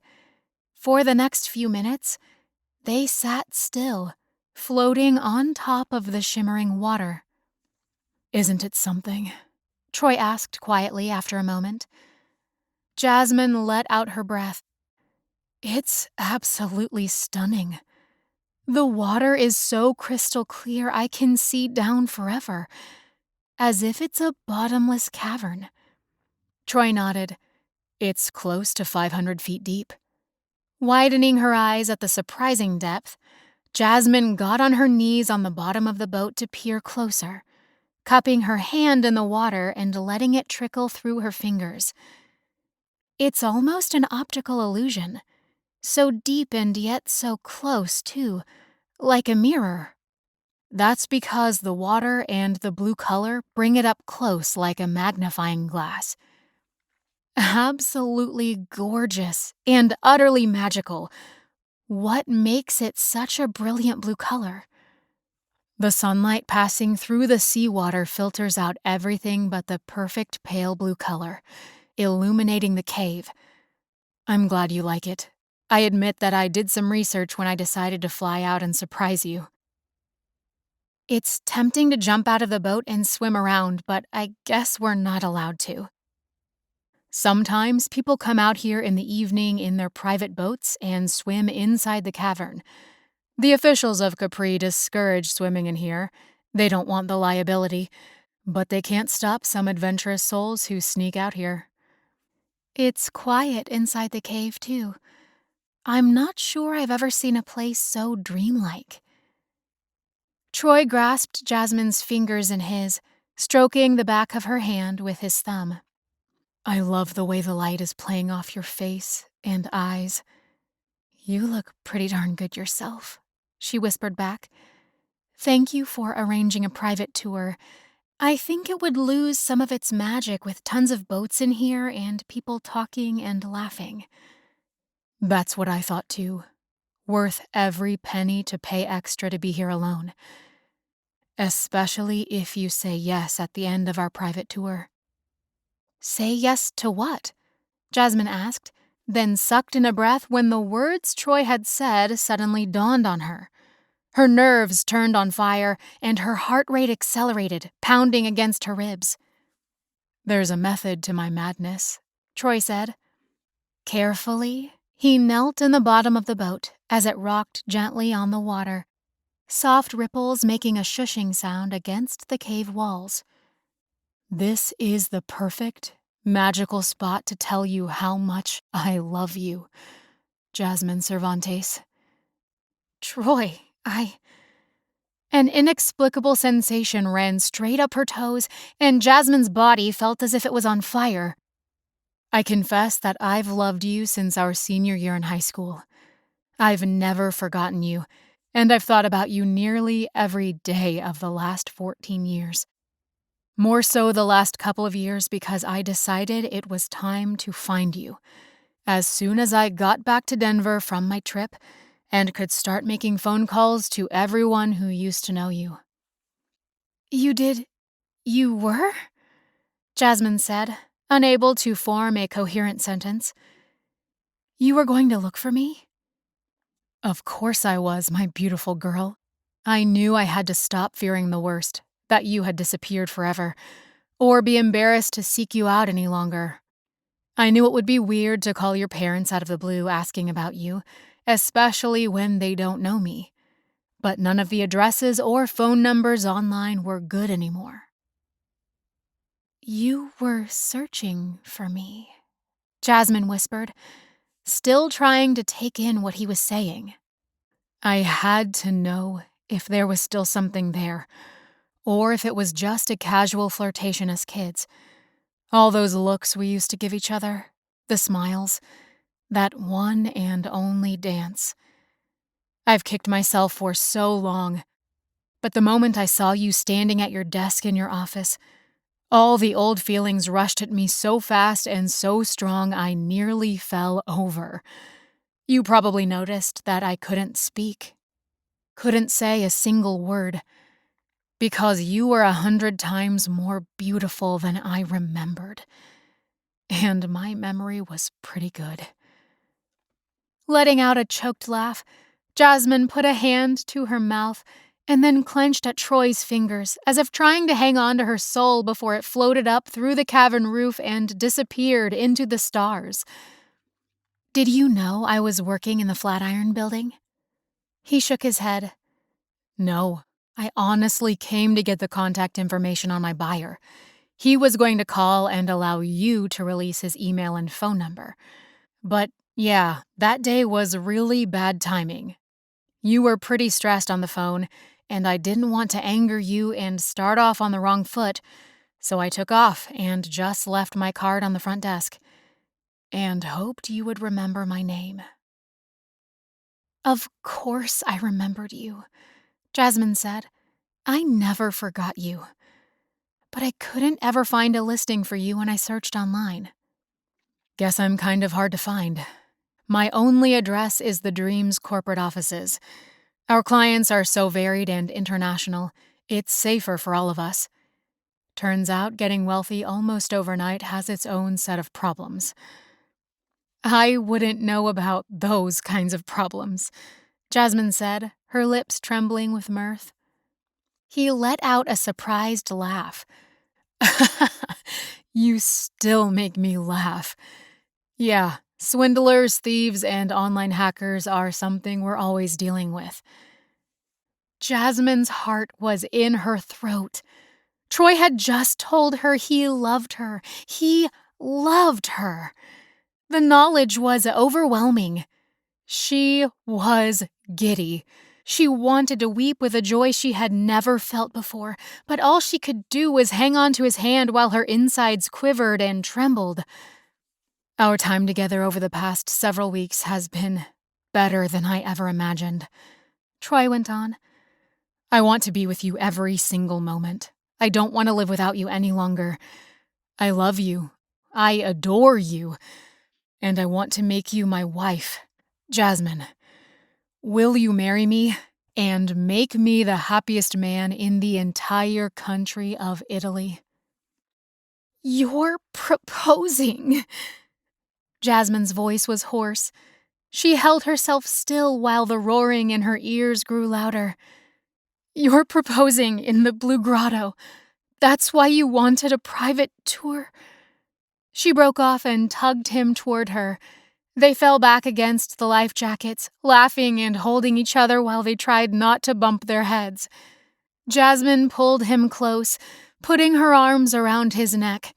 "Oh, Troy, I love you too. I think I always have." A silly thought came to her mind, but she said it anyway. "But we didn't have to wait this long. You should have asked me out 15 years ago." When she began to softly kiss his mouth, Troy spoke against her lips. "It's all my fault. I was a complete goon and terrified, but I've decided we have a lot of time to make up, and that's the best part of all. We never have to say goodbye again." "I agree that's the best part," she said softly, kissing him again while she wrapped her arms around his neck and melted against the warmth of his lips. "It's not too fast?" he asked. "I'm not an idiot?" Jasmine shook her head. "It feels like we've always known each other." When he gathered her in his arms and kissed her, she practically moaned at the taste of his lips. Then she broke off, sitting partway up. "Just tell me one thing. Were you stalking me to the movie theater?" "What?" He frowned. "The movie theater. Cinepolis. No, that was a complete accident. Actually, I'm pretty sure fate was helping us after all these years. We probably needed it." "I'll thank your mother for instilling good literature into your curriculum." He laughed. Come here, gorgeous woman. Troy pulled her close again, capturing her lips with his for several long moments. They were both reluctant to stop, but a male voice from the mouth of the grotto echoed across the water lapping about the boat. All is okay, a man called in an Italian accent. Troy broke off their kiss and shouted up at the ceiling. Everything is fantastic. Good, good. Sunset's coming. Almost time. We'll be out soon. Getting up on one elbow, Troy gazed down at Jasmine, stroking her face with his fingers. You do know I'm still waiting for an answer? An answer? I asked a really important question a few minutes ago, but we sort of got caught up in some darn good kissing. Oh! Jasmine sat up quickly. Then she began to laugh. I didn't, did I? I told you I loved you and never got any further. I know it's sudden, but I don't want to wait any longer to be together. Troy's eyes on hers were sober. I don't want to lose you to time and distance again, and I want this magic feeling between us to keep going for the rest of our lives. I'm incredibly happy to know that the feeling is mutual, but I do have something important to give you. Troy reached into his backpack and pulled something out. Within seconds, he was kneeling in front of Jasmine and popped open a small jewelry box. A large 3-carat diamond ring glittered under the sparkling blue glow of the grotto's water. The oval-shaped diamond was surrounded by rubies and emeralds. Troy, Jasmine choked out. It's stunning. I've never seen a more gorgeous ring in my life. Do you want it? He teased, glancing up into her face. She let out her breath, her hands pressed against his face. Yes, I want it, desperately. But I want you more. Forever. Now that was the answer I was looking for, he chuckled, placing the ring onto her finger and then kissing the palm of her hand. Chapter 17. When they left the Blue Grotto, Troy guided the rowboat across the water back to the motorboat. Their Italian guide, standing at the boat's wheel, kept grinning at Jasmine. Yes, yes, he said. All went as planned. You told him what you were doing? Jasmine said, feigning outrage. She bumped Troy with her hip as they climbed back into the bigger boat, and he pulled her into the crook of his arm. The man guessed, Troy said with a soft smile. I don't think many proposals have taken place in the Blue Grotto before, so he was pretty excited to figure out why I wanted to rent it for a private hour at the end of the day. The driver sang Italian love songs in a rich baritone all the way back to the harbor docks, including the well-known O Sole Mio, which delighted Jasmine to no end. She clapped enthusiastically when he finished and took a sweeping bow before coming into port. For the rest of the ride home, Troy and Jasmine snuggled together under a blanket as the spring air cooled with the setting sun. She tried to maintain her composure, but inside, she was euphoric, in shock, and blissfully happy. She was marrying Troy Thurlow. It was really happening. So can I tell everyone I know? She asked with a little laugh. Troy brushed a few strands of hair from her eyes with a tender gaze. Sure, but can we set a date first? You're ready to dive in just like that? It's been 14 years, woman. How long do you want to torture me? Jasmine placed a soft kiss on his lips. So true. I think I was waiting for something I never thought would actually happen. It's like a miracle that fate brought us together again. I absolutely agree. So, What's your honeymoon schedule like? Work schedule, that is. I heard from my VP early this morning, and he wants me back as soon as possible now that Ava and Henri left. But I told him I had unfinished business here in Italy. You. Not that he knows that part, she added quickly. But now, everything has changed. You took me completely by surprise, you crazy man. But I'm sure my boss will give me time off to get married. I don't think Caleb would do anything to keep us apart. He's been bugging me for years to find you. The boat docked. Their driver congratulated them, shook their hands with enthusiasm, and then waved them off as the sun began to set. Jasmine shivered as she pulled the sweatshirt out of her bag and tugged it over her head. "What's up your sleeve next?" she asked. "I'm starving. How about you?" "Take me anywhere. I'm yours," she said, leaning into him. "How about dinner at the best restaurant in town to celebrate? I've got a man bringing a ferry out for us later on. The regular ferries are already done for the day, but I didn't want to rush things." Jasmine shook her head, laughing softly.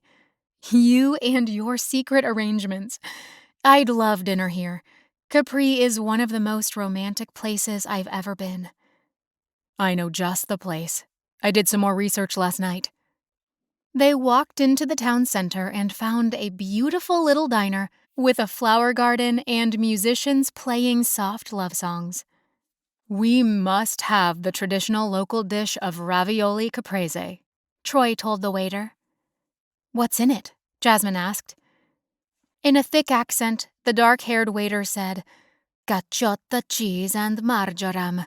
For dessert, torta caprese, created from chocolate and almonds." "Perfect," Troy said, taking Jasmine's hands in his across the table. "You'll probably think I'm certifiably crazy to suggest this, but how would you feel about getting married right here in Italy in a couple of weeks?" "Here?" Jasmine gulped and blinked. 2 weeks? But my family would have a fit. "I'll fly them all over. Just give me a list. I want our families to be here. I want my mother here too, and Caleb and Kira. I couldn't do it without them." "That's not much notice for all of them." "We're both 32. Why wait? We've always known our feelings for each other. There's no reason to wait." "My parents have friends who met, dated, and married in 3 months, and they were total strangers before that." "How long did they last?" 34 years, and counting." Troy kissed the back of her hand. "Some people just know, and I think that describes us." Jasmine's heart thrilled with the idea of it. "We've packed months of dating into a few weeks, and we aren't strangers. I know all the crazy things you did in high school, and I liked you anyway." "There you go," Troy said, as if that settled everything. "I've always loved Italy since I was here in college. I had one of those funny daydreams that a girl has when she's 19. Eons ago, I wrote something crazy in my diary. I wrote, 'Someday, I'm going to marry the love of my life in Italy.' It's wild that it's actually happening." "I like that diary part the best," Troy said. "I'm going to marry the love of my life in Italy. And here we are." "Fate," Jasmine said quietly. "A whirlwind romance, but destiny too. I love it." "I love you," he said, holding her gaze, goodness and honesty in his eyes. "Completely, irrevocably." And to think that a month ago I was bemoaning my workaholic life in New York, with no time for friends or dating. So many people I met didn't want marriage and a family. It was a little depressing. "I'm relieved that nobody snatched you up." Ours isn't a normal romance with a meet cute and hate at first sight. It was a romance just waiting for all the right elements to come together. "I like the way you think." "Ah, Here's our meal." Later, after the hired ferry dropped them off in Sorrento at the Marina Grande harbor, they wandered through the town, listening to the music and chatter of diners while waves crashed along the shore below. Lights winked yellow in the windows, and Jasmine leaned her head against Troy's shoulder, yawning. "I'm pretty sure we hiked several miles today. The only place I usually hike is up and down the elevators at the Flatiron Building, or to the neighborhood deli." "Do I need to carry you upstairs to your room?" he teased. She poked him in the chest. "Leave me at the door like a proper gentleman. Nothing more than kisses until our honeymoon." "I'm a very good boy, you can count on it. But what if I wanted to hire you to organize a standing ovation honeymoon for us?" "Buddy, I'll plan the wedding. You plan the honeymoon." "Okay, you're on." "I probably need to check my phone," Jasmine said with a sigh. "It's probably been blowing up all day and I've been ignoring it." "Ignore it until tomorrow. Maybe we should just elope." "My mother would kill me if we eloped, and my grandmother Vittoria, and my sister Kelsey, and my cousins and Callie and Mila from high school. I do have a pretty long list. Remember my talk about a crazy Hispanic wedding? Well, if you fly everyone over, we'll call it my crazy Italian mafia wedding. My extended family often acts like the mafia, although they originally came from Spain about 100 years ago. Oh, don't forget my Papa Anthony. He might just take you out to those steep, rocky hills and shoot you for not asking permission, or for following me here unchaperoned." Troy let out a huge laugh. "Wouldn't that be your father's job?" "Don't worry. He'll tag along and watch the killing and then dispose of your body." Shaking his head, Troy said, "I can't wait to meet them all." "Mostly they're gonna shoot you because we didn't let the women in the family plan a great big splash. So, eloping? Definitely not even in the same hemisphere. But they will secretly love coming to Italy for a wedding. They just won't admit it to your face." He kissed her at the door of her hotel room, glancing to the right and to the left for wandering guests, even though the hallway lights were dim. "Good night, Jasmine. Sleep well and sweet dreams. You know what I'll be dreaming about, you crazy, wonderful man." "The same thing I'll be dreaming about," he murmured. "You mean shopping for my wedding gown?" she said, laughing against his lips. He growled in his throat. "Okay, you twisted my arm. I'll go shopping. Anything for you. Except I didn't think I was supposed to see the dress until the wedding day." "Good point." Jasmine held up her left hand, admiring the magnificent diamond ring as it sparkled under the soft lights. "It's so perfect, like you read my mind." Troy shrugged. "Men can read a woman's vibes too, you know. We just don't usually admit it." Once she was in her room and ready for bed, the excitement of the day swept over Jasmine. She kept admiring the spectacular ring on her finger. From the size and cut, it had to have cost more than $20,000. Maybe she should make Troy take it back. He'd never be able to afford the monthly payments. He must have been out ring shopping while she was dealing with Ava. Turning on her phone, she checked several dozen texts and emails. There was one from Mr. Wilson, and Jasmine opened it with trepidation. "Heard about Ava Bellamy's father. They flew back to New York, but after a second procedure, he's doing much better, and they expect him to be going home in the next 48 hours. Good news for us, since they're not demanding a refund. Since nothing has been canceled, they are returning to Italy for the remainder of their honeymoon. They're already on their way. Please check the house and make sure fresh food, produce, flowers, and anything else on your list has been taken care of. Please respond ASAP." What? Jasmine crushed the phone in her fist. They're coming back? No! She wanted to cry. Leave it to Ava to ruin my engagement and wedding. She needed to get over there first thing in the morning. Jasmine quickly counted backward in her head. It was midnight here, which meant it was 6:00 p.m. in New York. They were probably preparing to be on a late-night flight tonight. If she allowed time in Naples for luggage and car and drive time, they would most likely be at the house no later than noon tomorrow. Even if I wanted to go home and get married, I can't. I'm stuck here.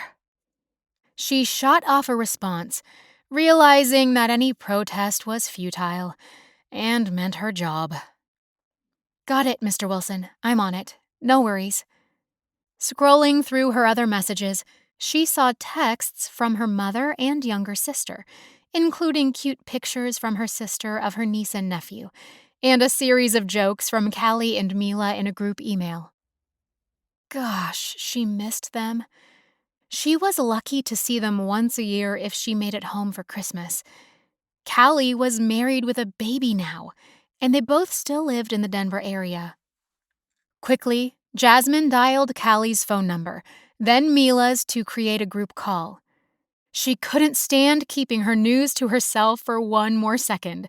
She had a ring on her finger and practically a wedding date, so it was real enough to shout the announcement. Jasmine, is that you? Callie asked. A crying toddler could be heard in the background. It's me. It's me calling from across the Atlantic. Are you still in Italy? Mila asked. Noises from the newspaper where she worked could be heard in the background. Phones were ringing, people talking in the distance. Yep, it's amazing, of course. Perfect weather, stunning terrain, fantastic beaches. Okay, don't rub it in, Callie said with a sigh. I'm so jealous. Maybe because I haven't slept in days. Sounds like me, Jasmine told her. I have a honeymoon couple who are very demanding. Not like a 2-year-old who's potty training. That's true, but their temper tantrums come at a cost of tens of thousands of dollars. Or my job. There's that. Who's the diva this time? I can't divulge that due to confidentiality contracts, but think Hollywood princess marrying foreign royalty. How would it be? Mila was the one sounding envious now. I'm just hoping for $1 an hour pay raise one of these years. So, is this call to tell us you're coming home this summer for a visit? We'll hit the pool and I'll get tickets to a concert at the Red Rocks Amphitheater. No, actually. I called with some pretty spectacular news. Well, spill it, girl. Her friends said practically in unison. Are you dating someone? Callie asked. Yes, Jasmine drawled. Anyone we know? Mila asked next. We wouldn't know anyone in New York, Mila, Callie reminded her. Actually, you do know him, Jasmine said with a laugh. Or used to. Now that's a mystery, Callie said. It might surprise you, but it might not. I'm dating, just recently actually, it was kind of a surprise. Well, okay, long story, can't go into it now, but it's Troy Thurlow. Do you remember him from high school? There was a moment of stunned silence, and then Callie shrieked, Troy Thurlow, the hunky hot football star of Southfield High? The one and only. I knew you guys had such a crush on each other, but that was practically a lifetime ago. How did you meet up again? My brain is exploding. Jasmine tried not to giggle at their astonishment. We met up in New York, actually. Where else? New York? How strange is that? Mila finally said. She was usually quieter than Callie, and it often took her time to process sudden news. We want details, of course. The more, the better. I have an early wake-up call, and it's already after midnight here, but Jasmine paused. But we've been having a whirlwind romance over the past month. I've waited a long time to find Troy again, although he actually was searching for me, and now I have more news. What can be more than getting together with the boy, the man, who got away 14 years ago? Mila burst out. Jasmine took a deep breath. We spent the day on the island of Capri, and Troy proposed. That stunned her friends into total silence. You'd better spell that out one more time, Jazzy, Callie said. Troy Thurlow is not only your boyfriend, but he is now, as of today, your fiancé? Yes and yes. I had to call as soon as possible. I feel like I'm bursting. I'm so happy. Well, knock me over with a feather, Callie said. Wait until I tell my hubby. He'll never believe it. This was the very last thing in the world I thought you were calling about. Here I was, just happily jealous for you because you're kicking back in fabulous Italy on a honeymoon with two super rich, super beautiful people. Actually, running the behind-the-scenes honeymoon for two out-of-touch and egotistical people is not what I call a good time. Although the groom isn't too bad. He intercepted his bride's meltdown the other day.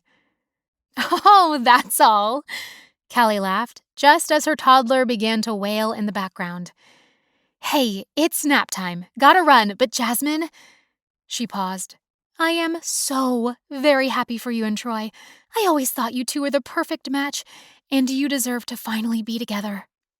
Thank you, Callie. That means a lot to me, Jasmine told her, her eyes watering at the sincerity and kindness in her dear friend's voice. Mila, are you still there, or did we get cut off? I'm here. Sorry, guess I'm just in shock. But I hope you guys will be very happy together. I just wish I could find the one. I live and breathe and work with ego-driven journalists out here at the Denver Post. You will, Mila, you will, Jasmine assured her. You know what's funny? Mila went on. I actually heard a rumor 2 or 3 years ago that Troy had a steady girlfriend. It was about a year after our 10-year reunion bash, but maybe not. You really should have come to the reunion, Callie chided Jasmine, still hanging on to the group call while she attempted to soothe her child. I should have, she agreed, practically choking on Mila's seemingly innocent remark. Was it an offhand comment, or meant to stab Jasmine in the heart? Why would Mila say something like that when Troy had just proposed to her? She paced the floor of her hotel room, clenching the fabric of her robe and trying not to sway on her exhausted feet as she stared through the balcony doors toward the lights of the city. Love you, Jasmine, Callie said. If I had a couple $1,000 lying around, I'd totally be there for your big day, but I can't travel with a baby right now. Text us when you have a date and take tons of pictures. And come visit us, Mila added quickly. We'll have a girls' reunion out here sometime. Of course, you will be the first to know details. Callie, hug that baby of yours for me. And Mila, good luck with all those journalists. Bye for now. Blinking back a sudden onslaught of emotion, Jasmine slumped back on the bed. She had to shake this uncertainty off. Mila's comment meant nothing. Her friend would never purposely hurt her. Would she? Chapter 18. Maybe Mila was thinking about somebody else entirely. Although Troy Thurlow was a hard person to forget.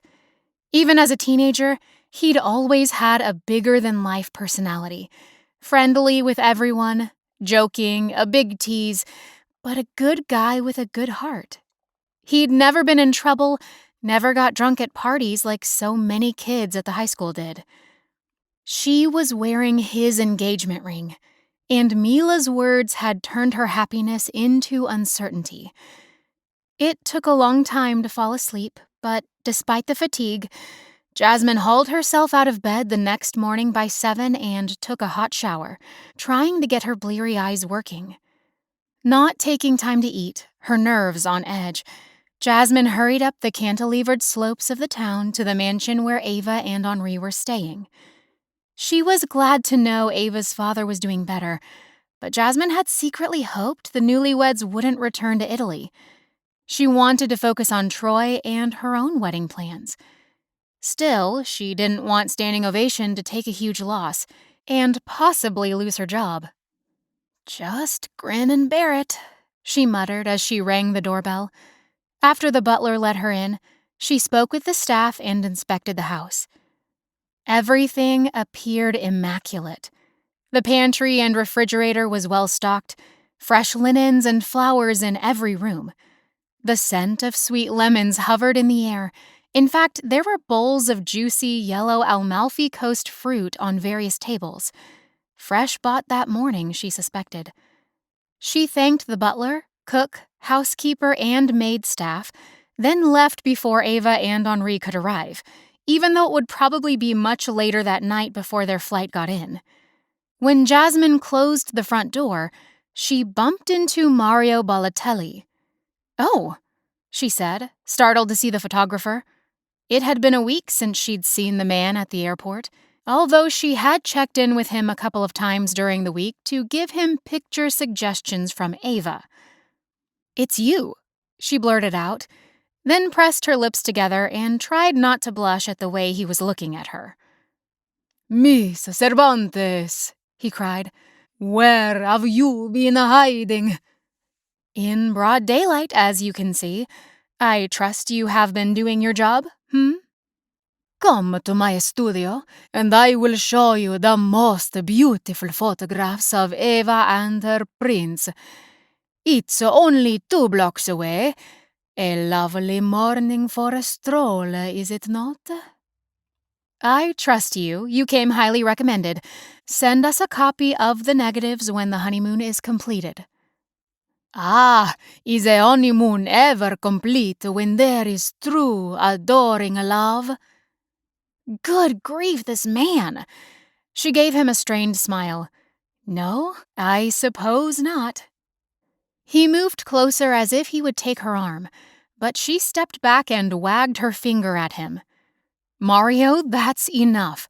I'm practically a married woman myself, and you are my employee." His eyes shot wider and he clapped his hands against his face. "Bellissima, darling. When did that happen? You've been hiding a husband all this time?" "Not a husband yet, but I was engaged yesterday." "Will you marry here, on the Amalfi Coast? If so, you must let me do your bridal photo shoot and the wedding, and then your honeymoon." "I'll think about it. I probably can't afford you, Mario, to be perfectly honest. You do photos for extremely wealthy people, of which I am not." "But your fiancé, is he not handsome and rich?" "Handsome, absolutely. But rich? Well, maybe you could say that," she conceded. "Per favore, please give him my card. I'll make a special deal." "I bet you will. Thank you, Mr. Balotelli," she added when he handed over his business card. "It's Mario, please." He held up his hands as if framing her face with his palms. "You are perfection itself." "You do have a way with words," Jasmine said, trying not to roll her eyes. "Because I am Italiano. That is the only answer." "I think you're right. Please excuse me now." "I take the best pictures of brides in their gowns," he went on. "We schedule a private shoot. Your fiancé will frame my artwork and hang it on the biggest wall of your house." The idea of that made Jasmine laugh when she pictured one of those enormous pictures that hung in old manor houses or castles. A portrait of the lady of the house, dressed in all her finery, posing near a fireplace mantel. On the way back down the hill, she sent a quick text to Ava telling her the house was ready for them. Ava responded almost immediately. They must have been in New York changing planes. Here is a new list of the things we need done. Thank you. Well, that was brief, and I actually got a thank you, Jasmine exclaimed aloud. Maybe she's a changed woman. Probably not, but one could always hope. Scrolling through the message, she saw that Ava wanted to change the menu for the next week, which meant all new grocery shopping. She also wanted different flowers for the floral arrangements. The tickets to the various upcoming tours and attractions also needed to be changed and updated for the new calendar dates. She also wanted Jasmine to look at the photographs so far and give Ava feedback. Henri wanted to go scuba diving. Ava needed 3 new swimming suits. The backyard pool furniture needed to be swapped out because it was most uncomfortable. And don't forget the black tie dinner with the Sorrento dignitaries in 3 days. She needed at least a dozen gowns delivered to try on, size 6, and jewelry to rent. Jasmine put a hand to her head, scribbling a quick list of the various places she would need to go, including a trip into Naples for a variety of gowns and patio furniture. She probably needed to have more than air and water for breakfast. On the way back to the hotel, Jasmine stopped in at a bistro for a pastry and juice, then the flower market to browse, thinking of wedding bouquets and boutonnieres while making a list of all her favorite blooms. She especially loved the enormous purple orchids and the biggest roses she had ever seen, in every color of the rainbow. Jasmine. A voice, definitely male, called out across the street. She'd recognize that voice anywhere. Turning quickly, she spotted Troy crossing to head toward the flower market, avoiding a car that rushed past honking its horn. He picked her up and swung her around. Good morning, gorgeous. Setting her down, Troy bent to kiss her. Goodness, he smelled fantastic, his lips warm and soft and so beguiling. I've been looking for you, he added. I knocked on your hotel door, but you were gone. I've already been up to the mansion. Ava and Henri will be arriving late tonight, and I already received a new to-do list from the woman. She handed it over to Troy to read. Does this woman ever sleep? He read it and gave a low whistle. This will take days to do. We can do it together. I'll help you. Jasmine linked her arm through his as they continued down the street. That would be great, actually. The quick trip back to New York did move their entire schedule. She paused. I, called Callie and Mila late last night. Hope that's okay. I already spilled it to the world. His face broke into a smile. I was hoping you would. I called my mother after I got into bed myself. I'll bet you surprised them. Completely and irrevocably, Jasmine said, searching his face for any hint of a shadow in his eyes. There was absolutely none in those clear green eyes. But they're happy for us. Now I'm just waiting to call my family, as soon as it's morning back home in Denver, and my parents aren't at their clinic. Do you want me to be with you when you tell them? My mother will just ask me 20 questions. Or make that 50. Where are you headed at the moment? When I couldn't find you, even after sending you a text. Oh, I'm sorry. I must have missed it when I got Ava's enormous list. And then wanted to have a good cry. I also bumped into our photographer. He's such a flirt. What is it with these Italian men? Growling under his breath, Troy pulled her in for another kiss. Did he bother you? He's harmless. Mostly, she added. He begged to be our wedding photographer.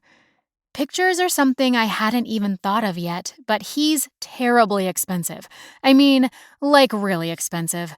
That's why Standing Ovation hires him for all these millionaires.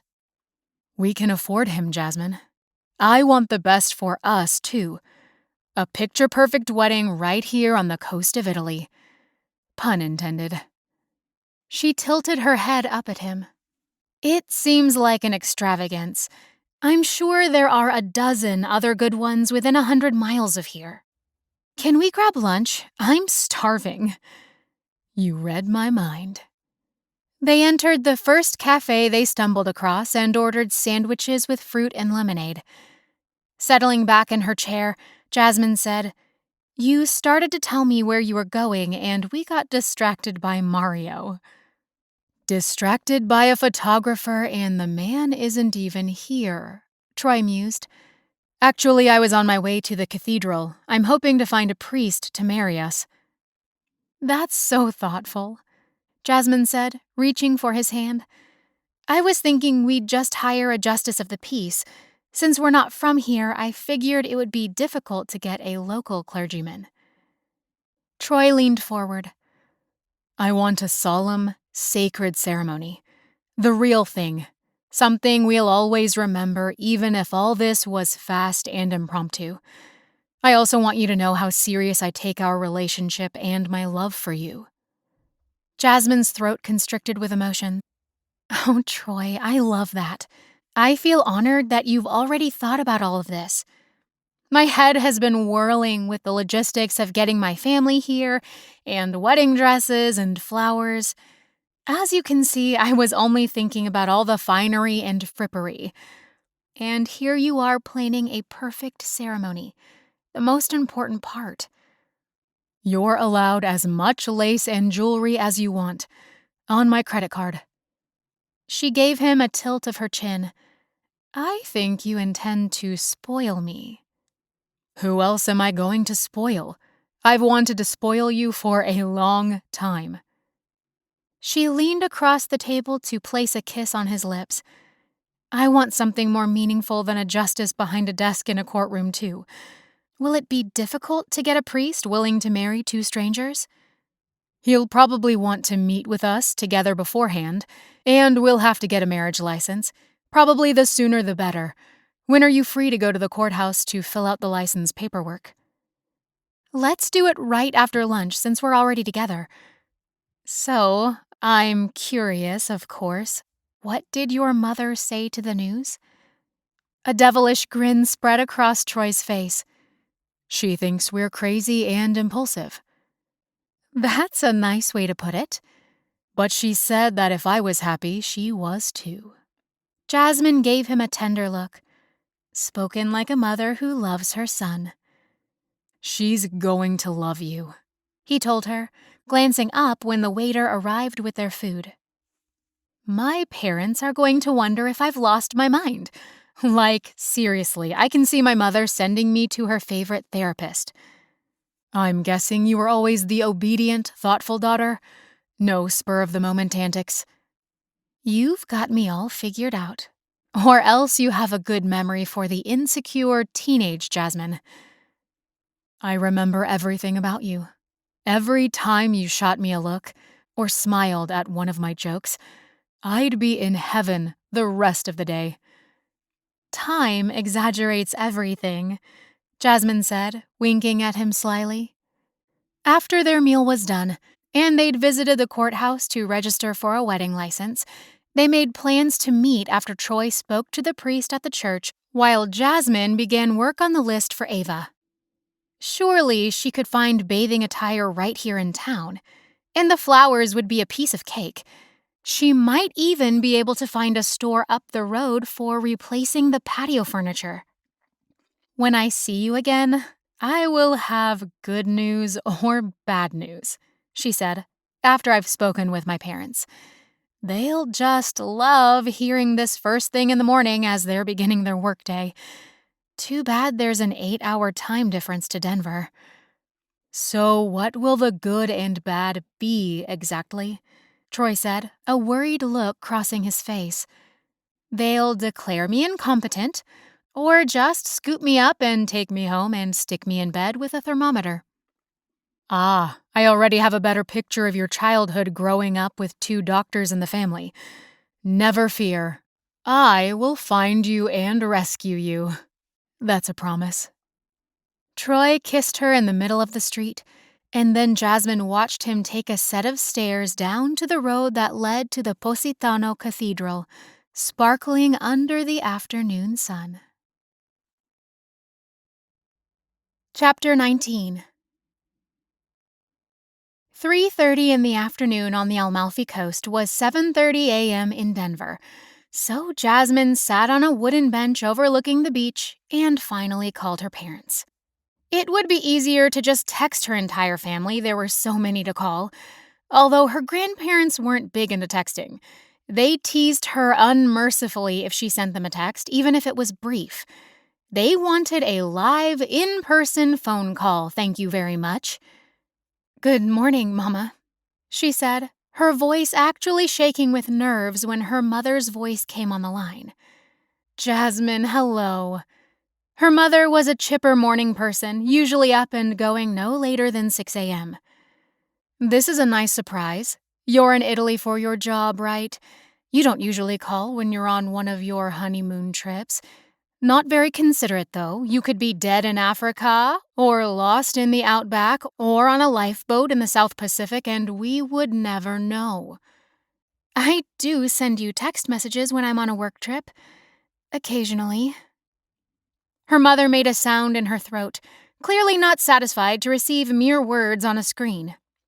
"Let's just say that sometimes it's unsettling, and going on someone's honeymoon is a little strange, don't you think? Mother, I've been doing this for 4 years now. I'm not with them on their honeymoon. I oversee their tours and accommodations and special requests and flights and all that, while staying in a different, but nearby, location." All right, dear. Well, your father and I are just arriving at the clinic. Can you call us later this evening? That would be in the middle of the night for me. I'm 8 hours ahead of you. I have some pretty exciting news, though."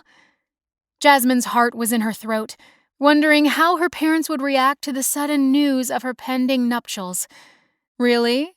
What's going on, especially while you're working round the clock?" "You remember how I told you that I bumped into Troy Thurlow in New York several weeks ago?" Jasmine rolled her eyes at her own choice of words. It sounded so casual, but she had never been one to spill her love life details to her mother. What grown woman was? It just invited questions and skepticism. "You went on a date to the movies, right?"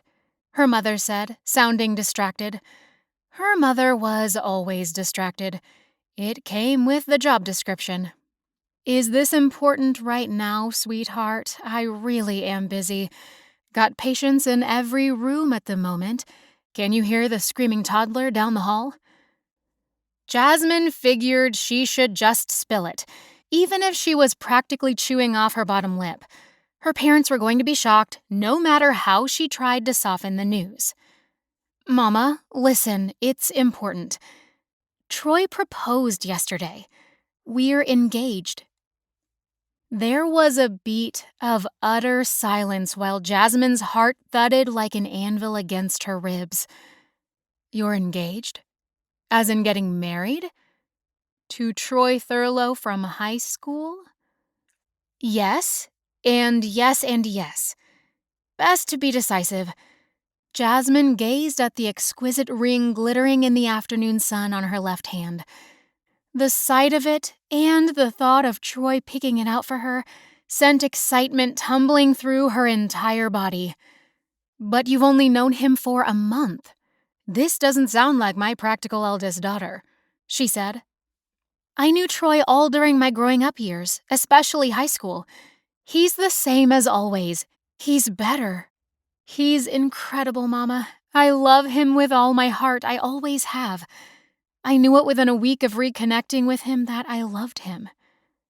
"I'm happy that you think you found the man you want to settle down with, but there's no need to rush into anything.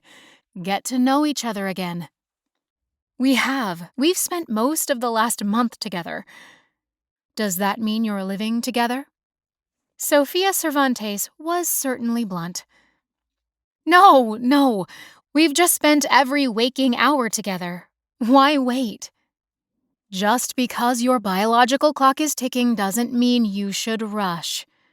No, but it does mean that it's ticking, and we do want a family. Troy will be an amazing father. So, will you come to our wedding? Where? A suspicious tone crept into her mother's voice. To Italy. Next weekend. Mrs. Cervantes began to splutter. Italy? Next week? Slow down, darling. Your father and I can't abandon our practice. Where would we stay? The travel arrangements will take time I just do not have right now. I'll take care of it all. Arrange the flights, the hotels, everything. Just come for a few days, over a weekend so it's not as difficult. Please, Mama, I want you all here. I'm so happy. Jasmine could practically hear the wheels turning in her mother's brain, torn between her patience and her daughter who was on the cusp of spinsterhood in her mother's old-fashioned eyes. Send me the trip itinerary and I'll discuss it with your father. We'll talk more later tonight. Thank you, Mama. Hugs and kisses. I love you, darling. If you truly want this, if you know Troy is the right man for you, then I will support you. Jasmine spent the rest of the week working on Ava's list. It was exhausting, the woman was exasperating, and by the time the following weekend was closing in, she was ready to curl up in her bed with a box of chocolates and her remote control. At least Ava liked the hot pink bikini she sent to the mansion for approval, as well as the evening gowns for the political dinner, although her compliments were stingy. Jasmine began to wonder if Ava was lonely. Henry was off for a 2-day deep-sea diving expedition, so his bride was wandering that big house, bored. Maybe she was eating bonbons and watching soap operas too. If Ava was easier to get along with, they could have bonded. Unexpectedly, Troy showed up at her hotel room earlier than planned on Friday afternoon. When Jasmine let him in, he pulled her in for a deep, romantic kiss. I'm getting anxious for our own wedding day, he whispered in her ear. Me too, she murmured in return, running her fingers along his soft, 3-day-old beard. I've been such a maniac the last few days with Ava, and I'm about ready to collapse into a vegetative state. Let's get some dinner, and then you can do just that. I need to run to Naples to inspect some freight for Dreams that came in earlier than I expected. Do you mind if I'm gone for a few hours? Of course not. She frowned, thinking. I did send you the list of my family flying in tomorrow, didn't I? I find myself coming and going lately. You did, Troy laughed. I've arranged a van to pick them up at the airport and bring them here. Perfect. So, did we get our priest yet? When do we meet with him? I found a cleric from another parish, a new guy, who is willing to marry us even though we're not part of his flock. Is it nuts that we're getting married here, away from home? He shook his head. But where's home? Denver? You haven't lived there for years. My mother moved down to Colorado Springs, actually, so I don't know if I can claim Denver as home either. You have your Dreams family, Jasmine reminded him. That's very true. And Ryan said they're throwing us a big party when we get back, with all of our old friends. That sounds wonderful. How generous of them. If your boss will let you have a little more time off after this honeymoon gig is officially over tomorrow. Lifting her hand, Jasmine smoothed back the wavy hair curling over Troy's ears, enjoying the chance to just gaze at him. I'm sure he'll give me some time off to get married. This is a once-in-a-lifetime event, right? Now the big question is, where do you want to get married? In the little church up the coast or one of the bigger hotels? Or rent a castle of our own. Ooh la la, Jasmine said, then shook her head. Not a church we've never attended, or a cold hotel ballroom. I could definitely go for a castle. I always wanted to be a princess when I was a little girl, so maybe you could buy me one someday, hint hint. When she quirked her eyebrows, Troy laughed. I'm marrying a mercenary, eh? He teased, nuzzling her ear. Actually, I would love to get married on a pretty little private beach. That would suit the past couple of months we've spent together. Our time in Atlantic City, a dream trip on the coast of Italy, the day you proposed on Capri Island.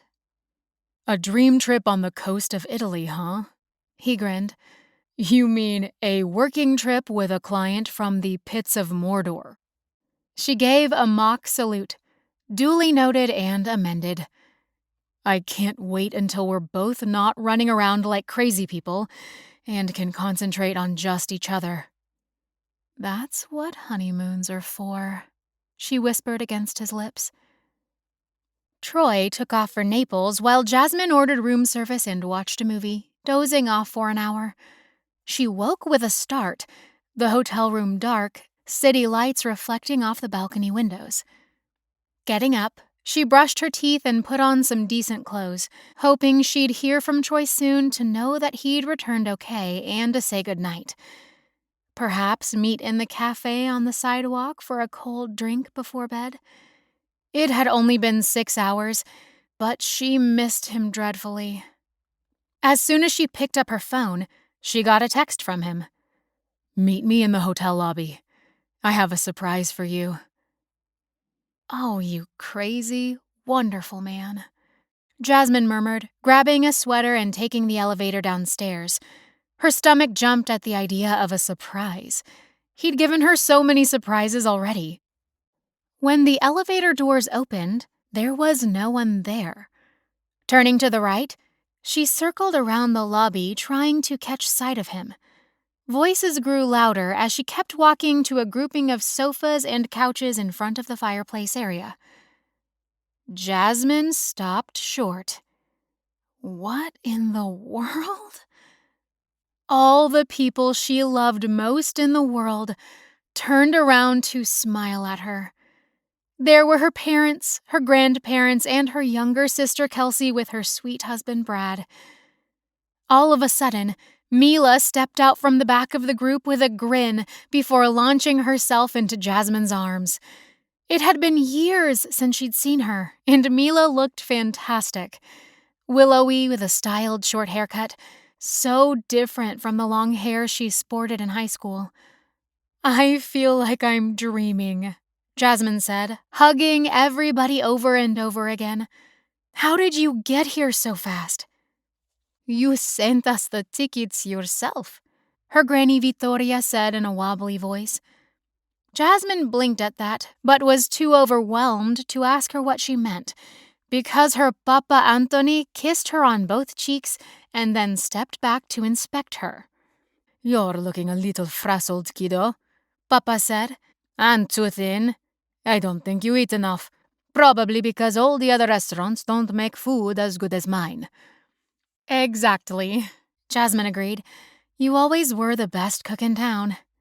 He winked at her from his tanned, leathery face, a result of nearly 80 years of gardening and growing prize-winning roses in his spare time, after running a well-known Spanish restaurant in downtown Denver.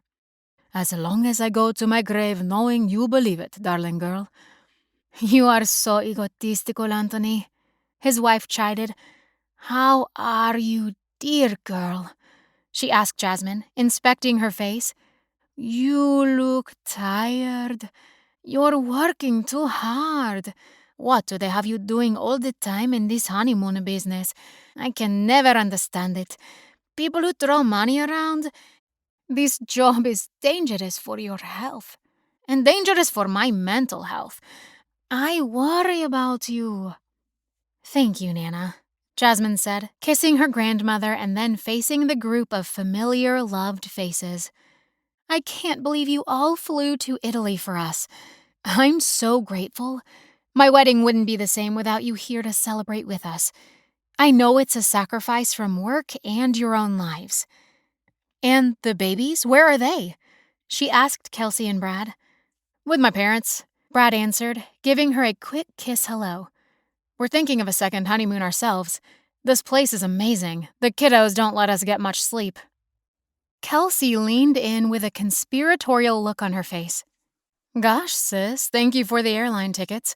You must be making some dang good money working for standing ovation honeymoons. All those rich clients, huh? There's no way we could have done this on our own at the last minute." While Brad nodded his head, Jasmine just stared at them with a dazed smile. "Of course," she said weakly. "Thank you for getting a babysitter and packing a bag at the last minute." "Well, we only had about a 36-hour warning when the tickets arrived in my inbox," Mila said, giving Jasmine's arm a little shake while lowering her voice. "And dang, Troy Thurlow is looking mighty fine. Better than ever. You are so lucky." "Oh, Mila, he's amazing and kind and generous to a fault. I'm so happy. I wish Callie were here to celebrate, too. I think I left her crying back in Denver. She wanted to come so badly. It doesn't seem the same without our trio being complete, especially when it's been so long since I've been back home." "Don't be a stranger, girl. But who knows? Both yours and Troy's careers are all about jet-setting around the world. You'll barely see each other once a month." Jasmine tried not to grimace. It seemed an odd thing to say. How would she know any real details about their lives? "We'll figure it out." Her father, wearing his penetrating doctorly expression, put an arm around her. "You're looking well, my girl. A little tired, but then we're all jet-lagged, right?" Her mother stifled a yawn. "Let's go to bed, Leon. I can hardly stand up straight." "Are you okay, Mom?" "We boarded the plane right after a 12-hour day, and I never can sleep properly on an overnight flight." Jasmine squeezed their hands, happiness biting at the corners of her eyes. "Thank you for coming. I'm overwhelmed and so grateful you're here." "Let's have breakfast together?" her mother asked quietly. "We'd like to talk to you." "Sure, of course. What's up?" "Just parent things. Sleep well now." "I'm glad you're here safe and sound, Mama and Daddy." One by one, everyone got their room keys and trudged to the elevators, Troy helping with the luggage. After the flurry of activity, Jasmine collapsed onto one of the sectional sofas near the hotel fireplace. A few minutes later, Troy sank next to her, pulling her into his chest. Gosh, he felt warm and steady, his heart beating slow and sure. It was such a comfort to be in his arms. They hadn't had much time to be alone the last week. "I should probably have a checklist going in my head," she murmured, while he stroked her hair in the most soothing manner. "But it's upstairs. The good news is that I think Ava is happy for now." "That is good news. What are your plans for tomorrow?" "All of us girls are heading into Naples to purchase a wedding dress, a veil, white heels, and choosing flowers for my hair." "The most important things, then," he said with a grin. "We have an appointment Sunday afternoon with the priest. At least he speaks English." "That will be helpful," Jasmine laughed. "Then I'll know what vows I'm making." Troy leaned in to kiss her, and they spent a few minutes surreptitiously kissing in the corner, although the lobby was pretty empty by now. "Hey," he said softly after a few moments. "I do need some time to talk to you when you return from your shopping expedition."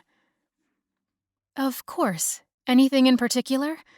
That's so funny because my parents want to have a parent-daughter before the wedding talk in the morning over breakfast. Then we'll have our bride and groom discussion. Troy merely gave her a sideways smile at that. "During breakfast? Then you'd better get some sleep. Here." He dug into his wallet and handed over the shiny J.P. Morgan Palladium credit card. Put all your shopping on this. Troy, it's the bride's affair to pay for the wedding. Besides, I saw what you did, although you haven't breathed a word. You paid for all of my family's tickets to get to Italy at the last minute. That had to cost a fortune. But I love you for it. Thank you. Well, let's just keep it a secret. I wanted them to see that I have your best interests at heart. I'd do anything for you. What about your mother? When does she fly out? She'll be here the night before the wedding. I've got a ticket waiting for her. She's been taking care of my grandfather. He's got advanced dementia and can't be left alone for long. We'll go to Denver later and have a longer visit, but she did want to fly over for the big day. What will you do tomorrow while all of us girls are gone? I've got tickets for all of us guys to visit the ruins of Pompeii. Perfect. You think of everything. Jasmine gave him one final kiss before heading off to her hotel room and sinking into a deep sleep. Chapter 20. The breakfast meeting was not only with her parents, but Kelsey showed up too, although her husband stayed upstairs until the departure for the Pompeii tour. After choosing a quiet nook in the restaurant and ordering their breakfast food, Jasmine's mother took her hand. "Goodness, you're so serious," Jasmine said, frowning at her parents. "What's going on with you all?" "We have some concerns, honey," her father said. "I know my own mind, Daddy. We don't know this young man. He comes with a suspicious past." "What? He has a secret love child, or he's been in prison, or something?" "No, but we remember you talking about him a little bit during high school and that he was friends with some unsavory boys." "Don't you think people can change? Besides, Troy befriended some boys and helped them stay out of trouble. He wasn't into the party and drug scene. He's smart and incredibly successful. He runs an unusual website and is constantly traveling all over the world," her father went on. "That is going to make for a stressful marriage, besides the fact that you're currently living in 2 different locations." "My goodness, Dad, no, he's not a doctor like you and Mom. He has an unconventional career. But he and Caleb and the other guys are brilliant when it comes to computers and ingenuity and working with dozens of companies and customers and artists around the world. It's huge and international."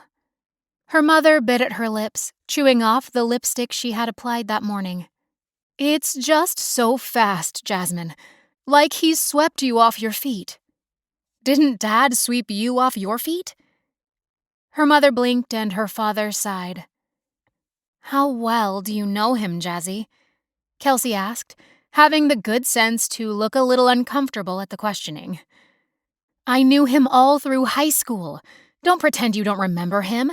We had the same friends, ran around in the same circles, hung out at the malls, the movies, football games.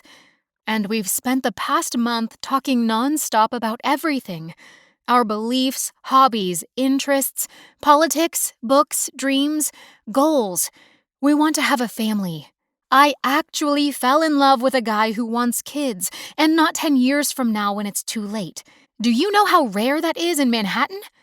And," Jasmine added, slowing down her words, "I believe Troy will make a fantastic father." "Calm down, honey," her dad said, glancing about the restaurant when Jasmine had raised her voice. Jasmine pressed her lips together. "I am perfectly calm. I've been living on my own for years, working with intellectuals and famous people, and managing some pretty big accounts and being in charge of difficult trips and high-powered people." "Okay," Kelsey said, glancing about the table with an uncomfortable expression, first at their parents and then zeroing in on Jasmine. "Let's cut to the chase," she said in a low voice. "Mom and Dad's real question is this. Is Troy pressuring you to get married fast because you're pregnant?" Jasmine felt as though she'd been punched in the gut. She had no words. She stared around the table, her mouth open, trying to form a coherent thought. Finally, she said, "I don't know whether to laugh or be insulted." "You actually think I'm pregnant?" she hissed. "All I can say is that you don't know me very well." "You've lived away from home for a long time," her father said. "We aren't part of your everyday life anymore, sweetheart." "Frankly, I'm indignant that you would ask that, or even think it about me. I always wanted the man I married to be special, to be his one and only. I've waited for that for a long time. I knew it was Troy back in high school, and I thought I'd lost that chance over the last 14 years. Our love for each other is like a special and amazing miracle. To find each other again after all these years." "We apologize, Jasmine," her mother said, looking remorseful. "It was wrong of us to assume anything." "Please forgive us, sweetheart," her father quickly said, stretching out his hand to grip hers. "I feel protective of my girls no matter how old you get. I always will." "Okay, I accept your apology," Jasmine said, her eyes burning with emotion. "If I was still 17, I'd tell you I hate you and run away to Callie's house for the night." Her parents chuckled at that, lightening the mood for a few brief moments. But Kelsey was picking at her omelet, and Jasmine could sense that she still had something on her mind. "Spill it, little sister." "Well, Brad once saw Troy in Denver, couple of years back. He and Caleb Davenport were going to the state penitentiary to visit someone. I think Troy's father may be in prison. We never looked into it, had no reason to, but now, with you and Troy getting married, I think you should know everything." "And what if his father was in prison? Does that automatically make his son horrible?" "Well, no," Kelsey admitted. "But don't you think you'd want to know something that important?" "Of course I would, but I already know all about it. Caleb's father is actually the one in jail. Troy sometimes goes with him for moral support. He's always been a wonderful friend to Caleb, who had a terrible home life. I think it's honorable of Troy to help him and stick by his side, even when they were kids and it was so easy for people to shun Caleb. Talk about a huge success story those guys created." "Looks like we underestimated them all," her father admitted. "But you're our daughter and we just want the best for you. Your happiness and security is the most important thing to us." Jasmine gave him a small sigh, relief flowing through her. "Troy and I are happy, Daddy. We truly are. I never stay angry at you for very long, but sometimes you can be exasperating." That brought a final laugh from her parents, and then the waitress arrived with their meals, lightening the mood even more. After breakfast, all the girls loaded into the plush SUV Troy had rented to pick up everyone from the airport. Heading into the shopping districts, they stopped in all the little towns along the coast. Many didn't have bridal stores, but when they reached the outskirts of Naples, Jasmine found the perfect store with the perfect dress. As soon as she slipped it up over her shoulders, she knew it was the one. Oh my, she breathed, slipping her arms through the sheer silk sleeves overlaid with tasteful lace patches. "It's gorgeous," Kelsey said. "You look fantastic. That style suits you perfectly." The gown was a pale ivory, with a sweetheart neckline that showed off her long neck and a tiny bit of décolletage. Hugging the curves of her torso, the dress then flared into a circular skirt that swirled in a large circle at her feet, all covered in the same exquisite lace. Nana Vittoria nodded approvingly, giving Jasmine a wink. "Troy will think he's died and gone to heaven." "Mama!" Jasmine's mother exclaimed, widening her eyes in shock. "It's true," Kelsey added. "He won't be able to take his eyes off of you." "It's lovely," Mila said. "But wow, look at that price tag." Gingerly, Jasmine turned over the slip of a card from where it dangled from the sleeve. $3,000. She gulped.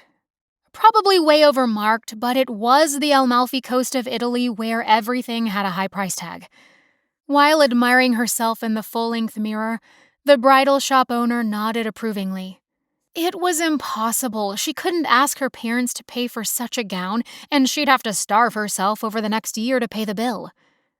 As if Troy had a telepathic signal to her mind, her phone buzzed from her handbag.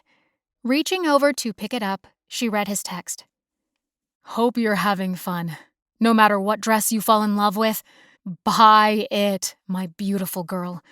Use the JP Morgan Palladium. That's why I gave it to you. And be assured that I can pay for your wedding dress with less than a single day's pay. Bring it home and show it off for me. I love you.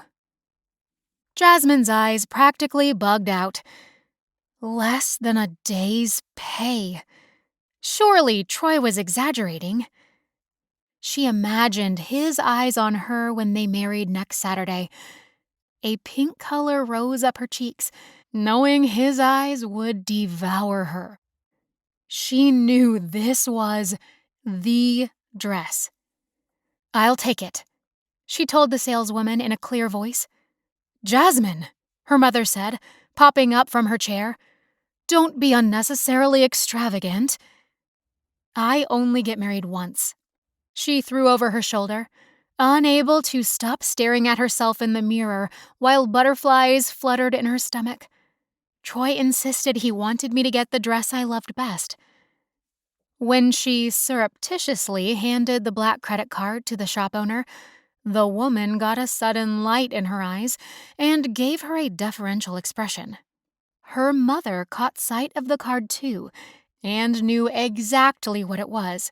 Sophia Cervantes cleared her throat and gave her daughter a meaningful gaze, one eyebrow rising as though impressed by Troy's company and wealth. Jasmine just shrugged and smiled mysteriously. Afterward, the women ate lunch at a cozy cafe with hanging baskets of flowers and the most delicious pasta salads and homemade breads. Following lunch, the women browsed the flower markets, discussing the bouquets. Jasmine decided on a bridal bouquet with all of her favorite blooms, including a giant orchid in the center with sprays of lavender ribbons. Then smaller bouquets for her sister and Mila, who would be her bridesmaids. Corsages for her mother and grandmother, a groom's boutonniere for Troy, and finally a boutonniere for her father and grandfather. Wandering the heady-scented flower stalls before placing the final order, Jasmine's mother linked her arm through hers. Your father and I are booking the wedding dinner at a restaurant that has a private room for us. We did some research before we got here and saw it this morning before we went shopping. It's quaint and old-fashioned with tons of charm and antiques. Their private dining rooms look like a room out of an old castle. It sounds fantastic, Mama. Thank you.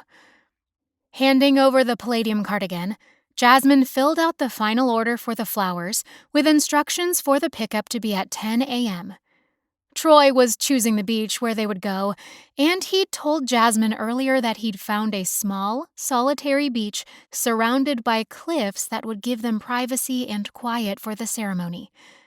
Everything was coming together. When she returned later that afternoon, Troy was pacing the floor of the hotel lobby. You're here, he said, a relieved expression on his face. Are you okay? Jasmine asked. Did something happen while we were gone? No, I just need to talk to you, remember? Oh, right. Now? Yeah. Troy suddenly looked miserable. Jasmine touched his hand. You look like the world is about to end. Is everything okay with your mother and grandfather? Yes, they're fine. Mom's still scheduled to get here on Friday night, before the wedding day on Saturday. Even though he spoke casually, Jasmine caught the undercurrent of stress in his voice and on the features of his face. Where should we talk? Troy blew out a long breath, his eyes not quite catching hers. Let's go down to the beach, at the far end, where there aren't as many people and boats around. She nodded, slipping her hand through his elbow. but he didn't take her hand in his. He didn't kiss her. What was going on? A light breeze rose on the water when they got there a few minutes later. It was late afternoon, and beachgoers were packing up to get ready for their evening activities. Troy led Jasmine down to where the cliffs formed a curve, shielding the beach from the worst of the wind, and they found a spot to sit. Actually, Jasmine sat while Troy paced the sand, wind rippling at his hair. His linen shirt, which was open at the throat, caught the breeze, causing it to flutter around his body. Jasmine wanted to kiss that bare spot on his neck. She wanted to take away whatever was troubling him. All she could do was wait patiently for him to be ready to share his concerns with her. Wrapping her arms around her knees, she studied him until he finally dropped to his knees on the sand, then sank into a sitting position in front of her, obviously agitated. "Troy, you're scaring me. Is everything okay?" "I'm sorry. I don't mean to burden you." "Your burdens are my burdens now, don't you know? We're going to be married in a few days. I love you more than ever. You can tell me anything." He nodded, but there was definitely pain in his eyes. "Jasmine, I need to tell you something. I should have told you already. I guess this is my one big weakness, being afraid of hurting you, and of not being enough. That's the reason I never asked you out in high school. I didn't want our relationship to end up as nothing more than teenage love, and then we'd go our separate ways. My feelings were so much deeper than that, but you were so out of my league. So much better than me and my friends. I didn't feel good enough for you, and now I feel even worse because of what I'm about to tell you." Jasmine swallowed hard, biting at her lips. "You're scaring me," she said quietly, reaching for his hand, but he pulled back with a small shake of his head. "Troy, listen to me. There's a reason that our relationship happened now and not then. It's all in God's plan. When the time was right, our love was meant to be, and the timing is perfect now, after we grew up, after we truly knew that we were meant to share our lives together." He rubbed at his face with both hands, sucking in air, emotion now filling his eyes. "I should have told you this right away, a month ago, but I was too afraid you'd run away. Things were too good right from the start. That very first night at the movie theater, it was so much fun to be with you, so easy, so perfect. I was afraid of ruining everything." "It was pretty perfect," she agreed softly. "But you're killing me now. What is tearing you up inside? I can see it in your eyes, your expression. You're unhappy about something."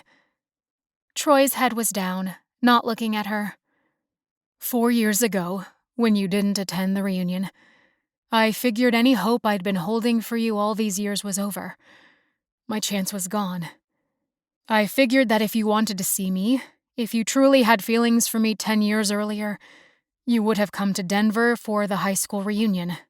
I assumed it meant you didn't care after all, that our feelings for each other so many years earlier had all been in my head."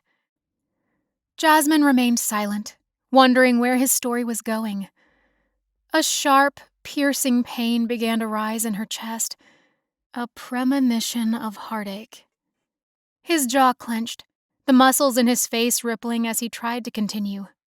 "About a year later, I met this woman, and I hate even telling you this because I'm embarrassed, and even more than that, I hate hurting you, Jasmine.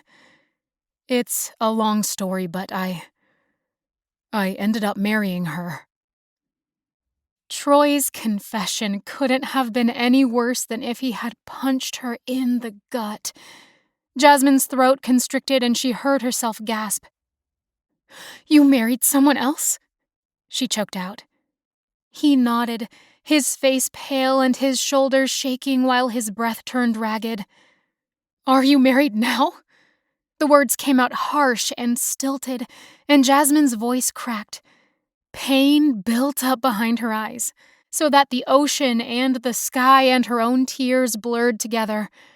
No, good grief, no, Jasmine. I would never have been seeing you or proposed to you if I was still married. Although I absolutely hate telling you this. I've wished 1,000 times that I had never met her, never. But I know that I have to be honest with you about everything. I don't understand, she whispered. The shock of his confession had hit her like a brick between the eyes. It seemed like Jasmine's world was crumbling all around her. Did he still want to be married to this other woman? This wife? Did he still love her? Was this goodbye? You have to tell me, she added, her voice still low as she tried not to burst into tears. Troy heaved a sigh, staring at the rocky ground below them. I was stupid and lonely, and I spent that year believing I'd never see you again. I was convinced you were probably married with 3 kids living in Texas or somewhere far, far away and out of my reach forever. I felt like a fool for hoping I'd ever have a chance with you, but I wanted to still believe in love. I wanted a family, kids, a house, ball games and picnics, a normal life. And my life wasn't very normal. Not when I was traveling tens of thousands of miles every year. Who was she? Jasmine asked, wanting to rip the woman's throat out, and at the same time wishing she could make this shadowy person disappear from Troy's past altogether. I met her when I was in England for work. I thought I knew her, but it didn't take long into our marriage to discover that she had married me for my money. She was a real charlatan and a good liar. Turned out she didn't want children like she had promised me. She thought a family would strap her down and interfere with her own goals. I caught her going through my wallet and bank accounts not long after we got married. It was late one night when she thought I was asleep. I woke up and went looking for her, and she had secretly logged into all of my accounts. It all exploded after that. She married me on dishonest terms from the very beginning. The flood of tears Jasmine tried to hold back slipped from her eyes, burning hot on her cheeks. The lump in her throat was growing hard and fast. Finally, she managed to say, How long were you married? 6 months. Although we separated after 3, once I knew she had been stealing from me and lying from the very beginning. It's like the movie we saw at the Cinepolis, Jasmine said hoarsely. Jane Eyre. Oh, dear Lord, please help me, she said, inwardly praying to heaven for strength. Every part of her was shaking, and she felt as though she were about to collapse. Oh, Jasmine, Troy groaned, running his fingers through his hair with jerky movements. I've cursed myself bitterly for the last 2 years. Jasmine's mind raced, her words coming out in spurts before she could stop them. You're my Edward Rochester with a secret crazy wife in the attic. You were married. I'm sorry, but I'm having a hard time wrapping my head around this. I thought our relationship was the first for both of us. I thought I was your one and only. You are. Jasmine, please believe me, you are. Troy shook his head, misery in his face. I was such a stupid fool. I was vulnerable. My personal life was aimless and going nowhere, and she took advantage of that. She knew I was desperate for stability and a family, but all I did was end up living in a hell of my own creation. But after the marriage was annulled, and I was coming to terms with my stupidity and her cruelty, thoughts of you kept returning. Knowing that you were somewhere out in the world gave me hope that I could get past that ugly time, that I could forgive myself because I never got over you. It was the worst decision of my life to get married while I was still in love with you. You should have told me, Troy. We've talked about everything the past 6 weeks. When we met again, it was as if no time had passed. Those long 14 years disappeared into the mists, as if we were never apart. I have felt exactly the same way, Jasmine. I still love you. I've always loved you, and I always will. I know it now more than ever. But I'm not sure you believe me. I was afraid that if I told you about my previous marriage, you wouldn't believe me. That my love and my heart was true to you, and always would be. The longer I put it off, the more afraid I was that you would doubt me and tell me to get lost. I'd hoped that by spending the last couple of months demonstrating my true feelings, showing you, that you would know my love was sincere. Jasmine swiped at the tears running hot across her cheeks, her throat raw and burning. I felt something was wrong this morning. You haven't been quite yourself the last 2 days, but I thought maybe it was just the nerves of meeting my family. They can be quite brutally honest and blunt. I never imagined you would tell me something like this. I'm so shocked. I just don't know what to think or feel. Rising to her feet, Jasmine stumbled across the sand. She moved toward the breakers and let the evening tide wash over her hot, bare feet. Troy's confession rolled over and over again, like a wave of agony in her heart and mind. Jasmine, Troy said quietly when he came up behind her. What can I do for you? She whirled on her heels, trying to stay upright even as she feared she might fall over. The sight of him always sent her heart soaring with love and lightness and goodness. Troy had come to mean so much to her over the last several weeks. Her world revolved around him, yet he'd kept something big and important from her. I'll do anything to take away the hurt I've caused you, Troy added quietly. Just tell me what I can do. I want to love you and protect you for the rest of my life. You are better, more incredible, more amazing and beautiful than even all my memories and hopes ever were. Jasmine broke off, unable to speak for a moment. We're supposed to get married soon, and I still want to marry you, Troy said, his voice rough and hoarse. He reached for her, but Jasmine stepped back, shaking her head slowly. I want to marry you more than ever, Jasmine Cervantes, he went on, with everything that I am, or ever hope to be. I'll do anything to make this right with you. Before she could gather herself, words began flying from Jasmine's lips. But it won't be the same. You've already had a honeymoon. You were married. I'm so in shock I can't think straight. I can't talk to you anymore right now. The wind stung at her burning eyes while Jasmine hurled herself across the beach toward the stone steps that led back up to the streets. She tried not to fall over while the soft sand flew in spurts under her feet and her blurry eyes swam. Her legs trembled as she climbed the steep steps, her bare toes banging into the stones because she'd forgotten her sandals at the water's edge behind her. After walking what felt like forever, the hotel was finally in sight. Her sides ached, her face was wind-burned, her eyes bloodshot. She couldn't face anyone in the elevators and prayed she wouldn't run into her family, so she turned towards the stairwell. Once she'd climbed the 3 levels, Jasmine pushed through the heavy stairwell door. After fumbling with the keycard, she hit the hotel room door with her fist to shove it open, causing it to bang against the wall. After locking the door, Jasmine flung herself on the bed, chest heaving from the physical exertion and the flood of tears she'd been holding back. This was what Mila had been referring to. The rumored girlfriend. Her own friend knew about the gossip, but had never said a word all this time. Did she know the full extent of Troy's relationship? Regardless, her lifelong friend had kept it from her, and the secret felt like a second betrayal.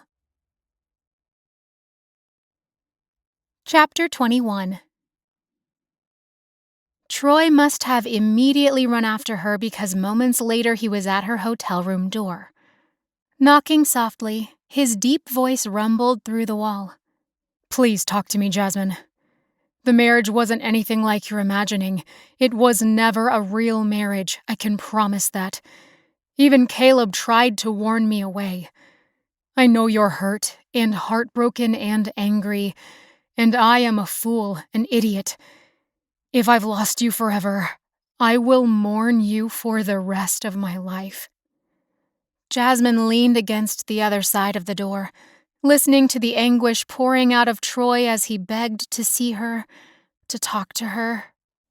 Every cell in her being wanted to open the door and let him hold her and wipe away her tears. She had 1,000 questions, but every question would just be a dagger in her heart. Right now, she didn't want to hear the answers. She didn't want all these terrible imagined pictures of him in her mind. Troy walking down the aisle to marry another woman, living with another woman, sleeping with another woman. "Please forgive me, Jasmine," Troy said softly, not leaving her hotel door. "May God forgive me, because I don't think I can ever forgive myself for hurting you." Jasmine finally lifted her head. "I need time, Troy," she said with a shaky breath. "I need to think. Give me 24 hours at least to process this. I'll talk to you later. Perhaps tomorrow sometime." She could imagine him nodding on the other side of the door. So close and yet so far. She wanted to cling to him, to be held in his strong arms that had brought so much comfort to her earlier. She wanted to be able to lay her head on his chest and hear the beat of his heart, knowing his love was only for her. To kiss his perfect, gentle lips that sent her soul into orbit. But she couldn't think about those things because she couldn't think straight any longer. Was his love truly only for her? Could she believe him and never doubt in the future? It was as if the entire axis of her life had exploded underneath her. When her family called for dinner, she ignored it. When Mila texted, and then her mother and father, and then Callie from Denver, she ignored it all. Let Troy deal with them. He should have told her this secret from the start. Falling back onto her bed once more, Jasmine stared at the ceiling, her throat and chest hurting.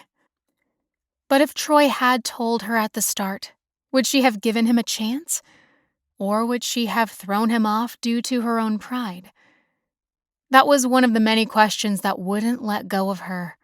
Questions that she had to ponder and figure out on her own without his powerful presence as a distraction. Her thoughts were such a confused jumble of hurt. She spent the rest of the evening curled up under a blanket, weeping off and on. Later, after a shower and going through a box of tissues, Jasmine slumped in a chair on the balcony, missing Troy desperately, she realized. After that, she mindlessly watched television until long after midnight. Finally, when she was beyond exhaustion, Jasmine crashed until late the next morning.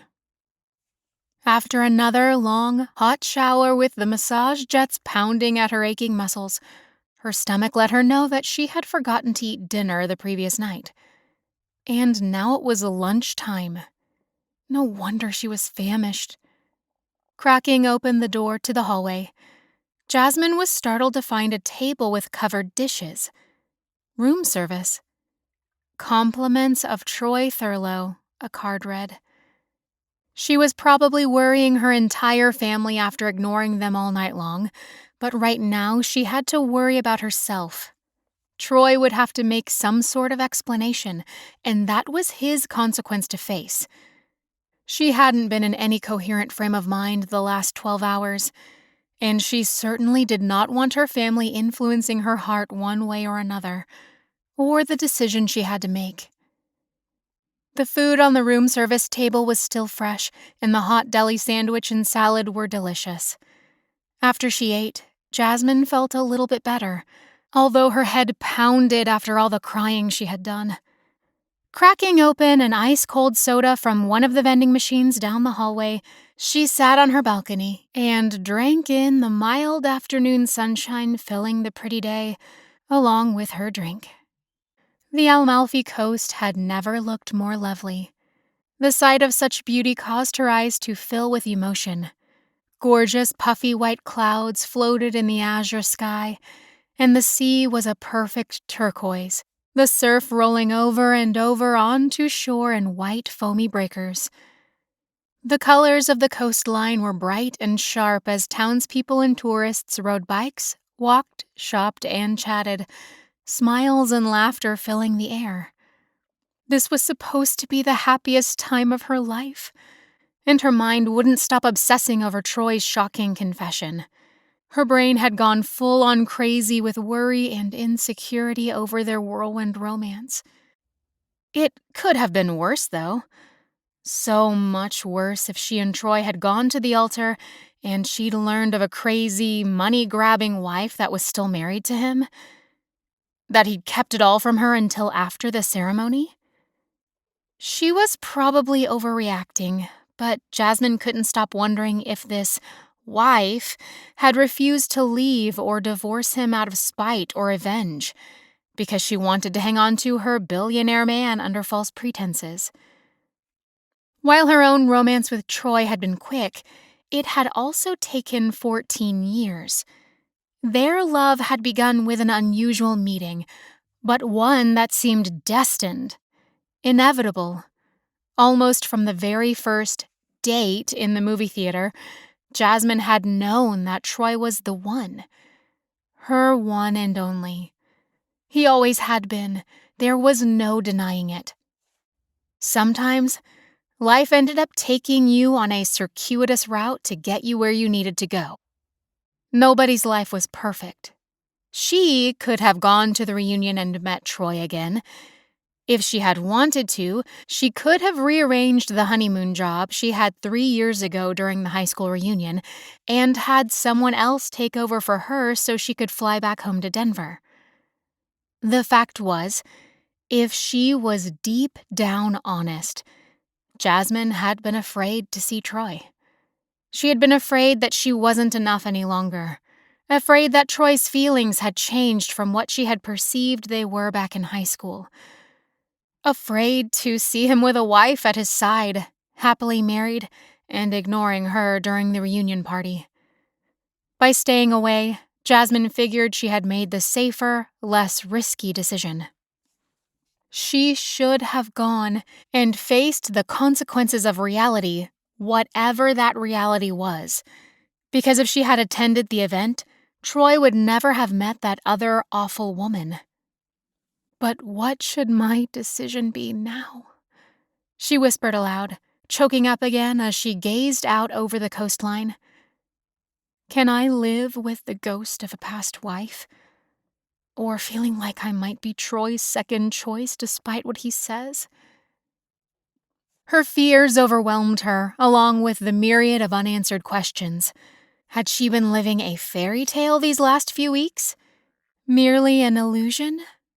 A dream? Troy Thurlow was everything she had wanted and hoped he would be. Better, actually, and more. Did she throw that away because she was hurt right now for a few days? Over someone who had lied to Troy to gain access to what he could offer? A horrible woman who had deceived him, stolen from him, and damaged his trust and dreams. Jasmine heard her phone blowing up from where it lay on the bed behind her in the hotel suite. She closed her eyes and sighed. She still didn't want to talk to anyone. She wasn't ready. But she also knew she couldn't put off the inevitable. When she rose from the lounge chair to go back into the room, Jasmine gave a sudden start, a gasp slipping from her lips. Her hands gripped the balcony railing so she didn't sink into a puddle of emotion again. Troy stood down below on the side street of the hotel, and he was looking up at her on the balcony, waiting for her to notice him. He didn't speak, just held her eyes with his. She didn't speak either, but those pesky, never-ending tears burned all over again. Swallowing hard, she tried not to let them spill down her face. "Jasmine," he finally said, his voice low and tender. Even though he was 3 floors down, she could hear the distinctive deep timbre, a sound that set her heart on fire. "Jasmine Cervantes," he said softly. "I will love you until I die, and I will wait for you as long as it takes." Her chest tightened with the emotion his words carried, and her heart slammed against her ribs in a frenzy of fear and love. But she couldn't deny his sincerity or the genuine pain in his face. Jasmine cleared her throat, gripping the railing to steady herself. "I'm coming down now," she called softly. "There's no reason to wait any longer to talk." She saw Troy's surprised intake of air and a light of hope flicker in his eyes. Jasmine closed and locked the balcony doors. Then she stuck the room key into the pocket of her skirt, slipped on her sandals, and stepped out the door. Her heart was in her throat as she took the back stairs and came out a side door to avoid the lobby and any potential converging family members. She found herself annoyed with Mila, too. Her longtime friend had been keeping secrets about Troy for years, and she didn't understand why. She was fairly certain that Mila had known about the secret horrible wife, and the knowledge of that infuriated Jasmine. Troy's hands were shoved into the pockets of his jeans as he stood on the grass, a worried frown creasing his brow. He wore a forest green pullover that complemented those gorgeous eyes of his. Darn him anyway for being everything she had ever wanted. He reached out to touch her arm. Nothing more than his warm fingers sliding along her elbow for a split second while Jasmine said, "Let's take a walk." They fell in step, moving through the colorful shops and crowds on a Friday afternoon late in May. Jasmine didn't have any sort of clear plan, but without speaking, they found themselves going to a grassy area down on a cliff overlooking the sea. It was quieter than the town, where shopping and eating were the main attractions at the lunch hour. Later, the beaches would get crowded. At first, Troy stared at the ground, then lifted his head with a ragged sigh, gazing off across the open sea. "I've ruined everything, haven't I? I'll never forgive myself for hurting you. I just never knew how to tell you. I didn't want to lose you, and I waited too long. Much too long. It wasn't fair to you, to propose to you and plan the wedding, and then drop a bombshell." She nodded, biting at her lips. "You did, but I'm not sure it would have been any better a week ago or 2 weeks ago." A groan sounded in his throat. "Is this goodbye, then? I feel even worse for bringing your family here. I mistakenly thought it might be better because you would have them here to help you. But I learned that you haven't spoken to any of them, not even Mila or your sister." I couldn't take the barrage of questions or recriminations from any of them. But it's an awful feeling to know that I might have been the only one in the dark. That might be the part that hurts the most, I think. Everybody knew, and I was the fool. Nobody knew. Nobody but Caleb. There was a catch in his throat. See, that's when it all began. I was the best man for Caleb when he married Kira after reuniting at the high school reunion. Then they started their family, and their joy was contagious. Yes, I was envious, brutally so. I wanted what they had, and I figured you were somewhere I'd never find you.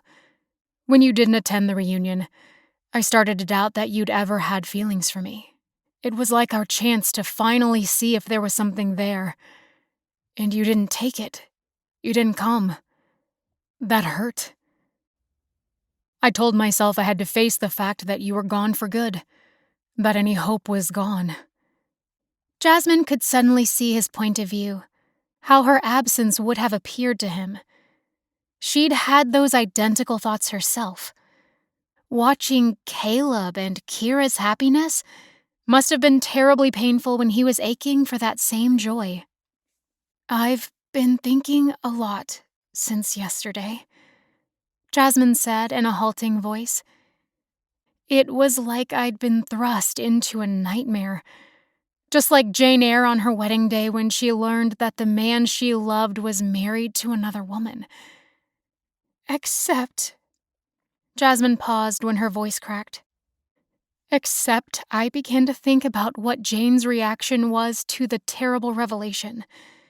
Even though Edward Rochester had kept this terrible, horrible secret from her about his wife, an insane wife living right under her nose in the attic, he was still married to the wife at the same time he tried to marry Jane. It was so much worse for her. Jasmine blinked to hide the tears filling her eyes. Troy's face was miserable and gray, like he hadn't slept all night, and instead paced the entire coastline all those hours she had locked herself away in the hotel room. He clasped and unclasped his hands, as if he wanted to reach out and hold her, but held back as if he didn't dare. "I was wrong," he said, his voice shaking. "I hope you don't think I came to Italy on false pretenses to marry you, because my love for you and being with you is the most perfect thing in my life. I've never loved you more, or wanted you by my side more than this very moment." "No, I don't think you followed me here on false pretenses," Jasmine finally told him, slowly reaching over to slip her hand into his. When she touched him, Troy groaned, bringing her hand to his lips, his head bowed. "You see, that's where you did things right," she went on. "You did tell me, and you're not still married like Mr. Rochester was for Jane. You haven't been for more than 2 years. You're not hiding a secret wife in the attic or trying to marry me under a lie of bigamy." His eyes were now locked onto her face, his expression sober while she spoke. "I've always admired Jane for her courage," Jasmine went on, stepping closer to Troy to stare at him full in the face. "She kept her values and integrity despite everything. And yet, she loved Edward more than even he knew. She never denied her love for him. And she never denied that, if given the chance, she would marry him. I guess what I'm trying to say is, Jane didn't let jealousy or a past relationship poison her love for the man she loved deeply and honestly in her heart and soul. Edward's secret about his insane wife didn't stop her love for him one little bit." Troy nodded, and yet Jasmine could see worry and trepidation torturing him. Jasmine blew out a long, slow breath. "So, I thought, why in the world would I let a 3-month sham marriage, when I hadn't been anywhere in sight for over a decade, stop me from loving the man I have secretly loved all these years?" Jasmine gazed into Troy's eyes to make sure he knew she was speaking the truth to him. "I would be the fool to run away again and lose out on the best thing that ever happened to me." "Oh, Jasmine," Troy said, gripping her hands in his and then kissing her palms as if he was afraid she'd slip away from him. "I'm so lucky, so blessed to have you. I've been crazy despondent over you for so long. Last night, though, that was definitely the worst night of my life." "Me too," she said, her voice going hoarse with emotion as she placed her palm against his face once more. "But I couldn't begin our marriage on a lie, a secret. So, what do we do now?" he asked. "It's all in your hands, my beautiful girl. I'll do whatever you ask of me." Jasmine gave him a small smile. "At the moment, I think I might be in a heap of trouble at work. I have a lot of ignored texts and emails I need to read. Negligence that will get me fired." Before she could take another breath, Troy knelt on the grassy knoll overlooking the ocean, an imploring look on his face. Jasmine, even after all this, will you still marry me? I give you everything I am, the good as well as all my flaws. But when I say that I will love you until death, that's not exactly true. I will love you now for all the years of our lives, but throughout eternity as well. For all of this life and the next. Hot tears rolled down Jasmine's face, and Troy reached up to brush them away. He was beautiful and sincere and truthful. It would be torture to try living any kind of life without him. Yes, Troy, of course I'll marry you. Now and forever. Chapter 22. When Jasmine said those words, Troy jumped to his feet, lifting her up into his arms and holding her tight while her toes brushed against the cool grass. Their lips met with a passion and fervency that swept over Jasmine like a tidal wave. The feelings inside her heart and soul were more powerful than ever. Forgiveness for one another washed over her like a wave of perfect goodness sent from God. Troy Thurlow was her one and only, and she was his. There was no mistake, and any regrets of the past decade had to be thrown out the window. Now was their time. A sweet feeling of peace and rightness filled Jasmine's heart, knowing that she and Troy could work through all the hardships that life would throw at them if they held on to each other and the love they had for one another. When the two of them finally returned to the hotel, Jasmine discovered that a new level of insanity had descended. Mrs. Henri Grimaldi, aka Princess Ava, as she had taken to calling herself, had been on the phone with the VPs of Standing Ovation honeymoons complaining about the last 2 weeks. Turns out she wasn't happy with the honeymoon pictures Mario had taken. On top of that, the world-class French chef had quit. The housekeeper had turned in her resignation, followed by the maids. Ava had texted Jasmine 30 times over the dresses that had never arrived for their dinner with the mayor and room full of dignitaries and their wives. She'd been humiliated, she declared. Her boss, Mr. Wilson, told Jasmine that Ava had demanded Jasmine's resignation. Or better yet, wanted her to be fired from Standing Ovation because resignation wasn't good enough. But it also turned out that Ava had given Jasmine the wrong date for the grand dinner party. It was actually the day after their official 2-week honeymoon was completed with Standing Ovation, so Jasmine never really did need to go shopping for the woman. There was no liability. Ava had only needed to hire a car and driver to take her to all the shops and pick out her own evening gown. "I'll give you my letter of resignation, Mr. Wilson," Jasmine told him wearily. "I'm so sorry our clients were so unhappy. I did my best, but I guess it just wasn't good enough." "You're absolutely right, Miss Cervantes. You did your best. In fact, when I see all the messages, texts, emails, and lists of demands Ava Bellamy put you through, you are a saint. You went above and beyond what even we expect of our employees here at the company. I apologize for what you've endured. And I hear congratulations on an engagement are in order, too. I'm very happy for you. Take the next month off and enjoy your wedding and honeymoon." Jasmine staggered backward, blown away by his words. "Thank you, Mr. Wilson, but you must not have heard me correctly. I'm sending you my letter of resignation and deepest apologies, although I hope you won't mind giving me letters of recommendation when I go look for a new job." "You'd better not look for a new job," Mr. Wilson's gruff voice said through the phone. "I guess I wasn't clear enough.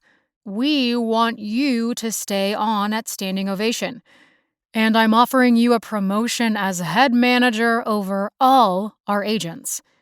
You'll be coordinating the various honeymoons, the calendars, and matching up clients with our agents.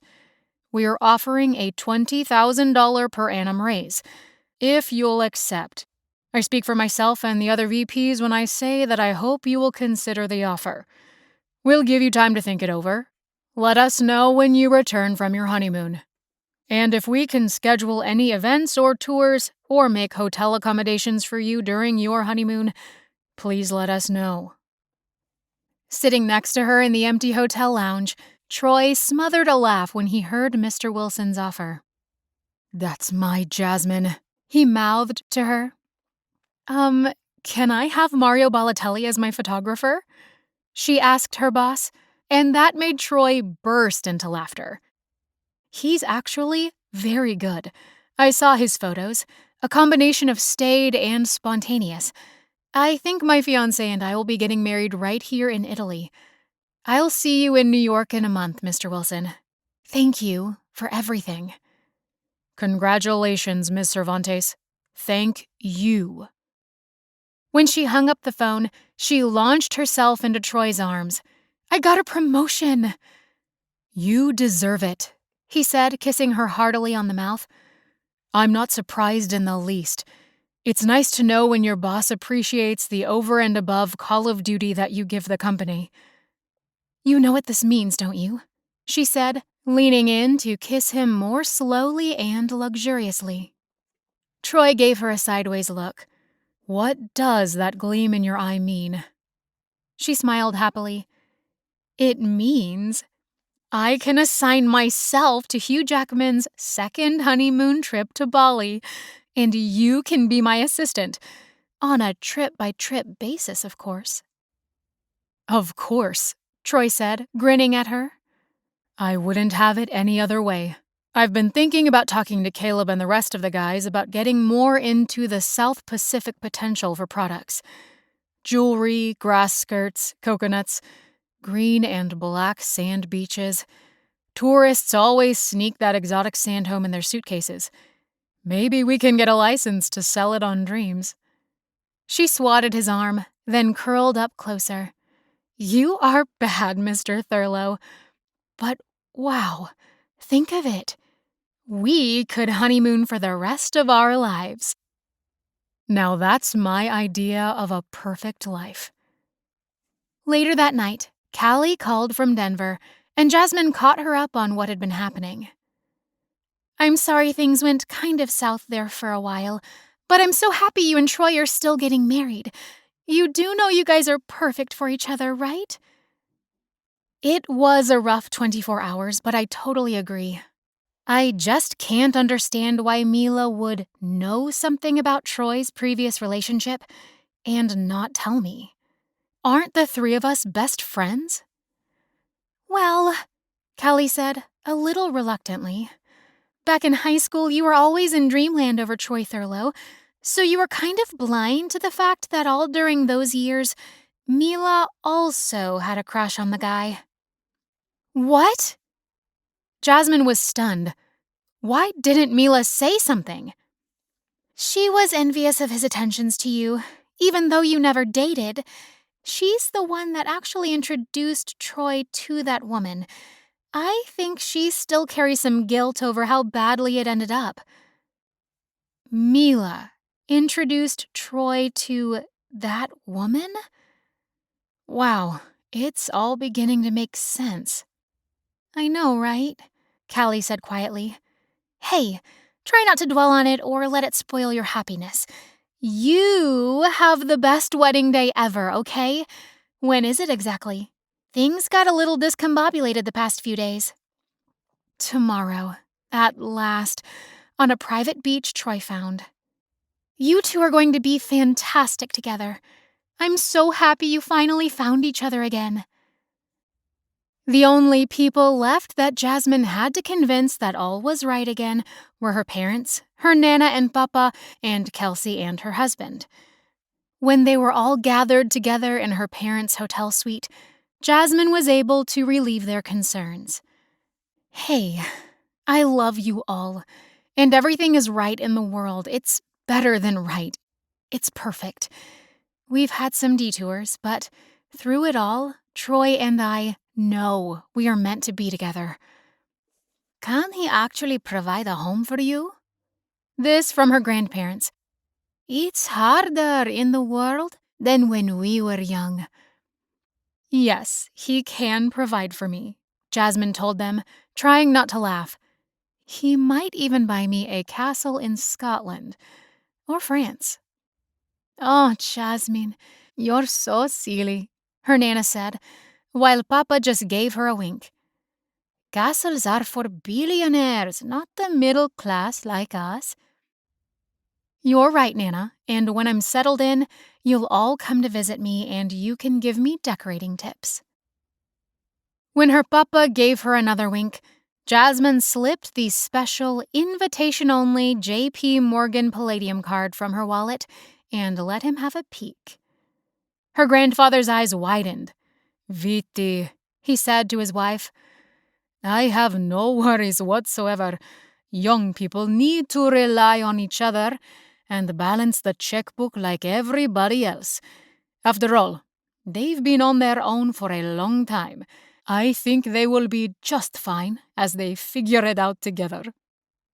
Nana lifted her eyebrows. If you say so. Papa leaned over and whispered to Jasmine, I'm not sure your grandmother would recognize the card even if she saw it. I think I know who paid for all the airline tickets now. At first, I thought it was frequent flyer miles, but that's a lot of miles for first class on your basic salary. You always were too smart for your own good, Papa. Too smart for everyone's good, he quipped in return. What will you do working in New York while he's traveling for his job? Jasmine's father asked next. Her mother added, It can be difficult to be separated for long periods of time. Jasmine relayed the great news about her promotion. I discussed this problem with my boss, and he's going to let me work remote when it's feasible so that I can travel with Troy. He's not actually gone more than 2 weeks a month, so it will work out well. And I can work remote from Denver, which is even better. That perked everyone up when they realized she'd be closer to home for part of the time. Very nice, said her mother, especially after the children come. Let me be their pediatrician, sweetheart. Jasmine shook her head. Okay, Mom. I'd never consider anyone else. Later that evening, Troy retrieved his mother from the airport and brought her to meet everyone. They had their pre-wedding dinner at one of the nicest seafood restaurants on the Amalfi coast. At first, there were a few comments and questions about the quick relationship and sudden marriage, but Jasmine glanced at Troy with a quick shake of her head, knowing the subject would move on if they just smiled and didn't respond. Do we need to justify how we feel about each other? Troy said in a low voice, holding her hand under the table. Only to our curiously nosy families if we want. Never to each other, she said with a grin. Epilogue. Saturday morning dawned without a single cloud to mar the pristine blue. The Amalfi coast waters sparkled sapphire under the sun, and foamy waves rolled gently along the shoreline. Troy had found a quiet and pristine beach further south and rented 2 limousines to carry everyone. They needed the second one because Caleb and Kira Davenport flew in the previous night. In fact, Britt Mandeville and his new bride Melody were also in attendance. They had been on an antiques trip in Great Britain for dreams, and being in the vicinity, they decided to fly over and join the celebration. The biggest surprise was the sudden appearance of Callie and her husband. Troy had sent airline tickets to them, knowing it wouldn't be the same without their longtime friends. Oh, Troy, Jasmine said when their car pulled up along the side of the winding road. I've never seen a prettier beach. I rented it out for the day so there would be no sunbathers or picnickers. The sand was warm and soft, and rocky cliffs protected it from any wind. Callie had brought a portable speaker system and music for Jasmine to walk down the aisle to, after her bridesmaids, Kelsey and Mila, who were attired in deep red dresses. Jasmine found a private area to change into her wedding dress, not wanting Troy to see her dress before the ceremony. Picturing Troy's reaction made her heart beat faster in anticipation.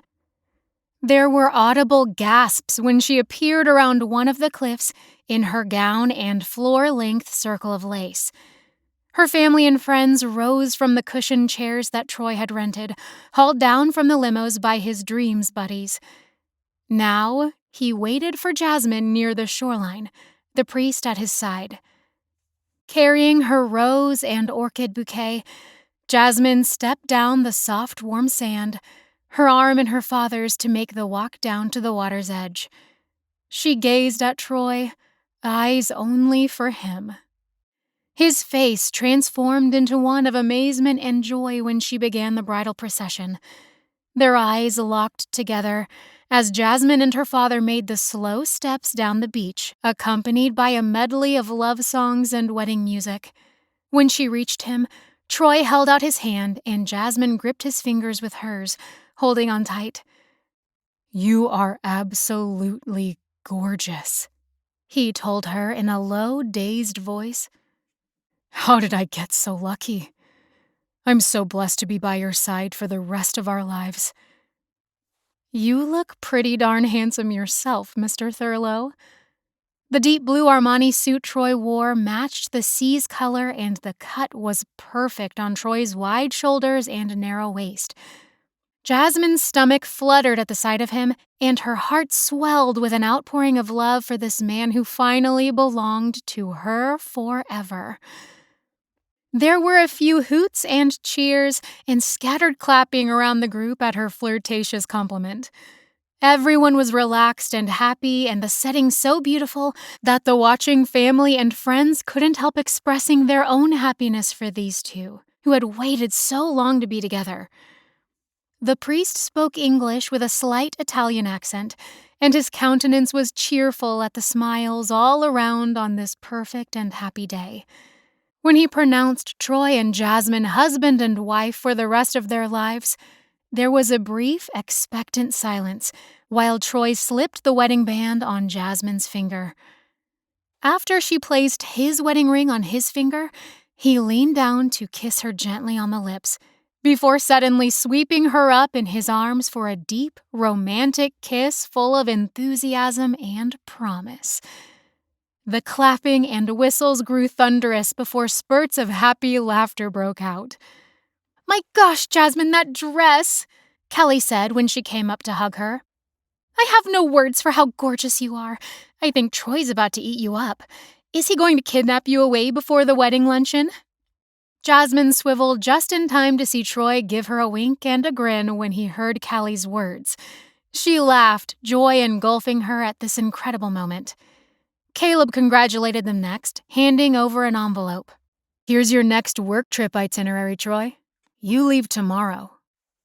Jasmine's eyes widened. "What?" Caleb laughed at her indignant glare, but then Troy opened up the envelope, his eyes scanning the work order and schedule. "We're finally putting together that trip to Greece with some new vendors we want to meet. But I'm ordering you now," he added with a quick wag of his finger. "You two are staying for an entire month.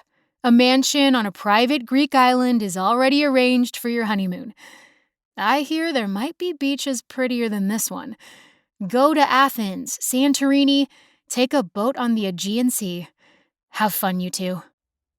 Jasmine stuck her hands on her hips, tisking her tongue at Caleb. "When you shoved that work order at Troy, I was about to deck you," she threatened.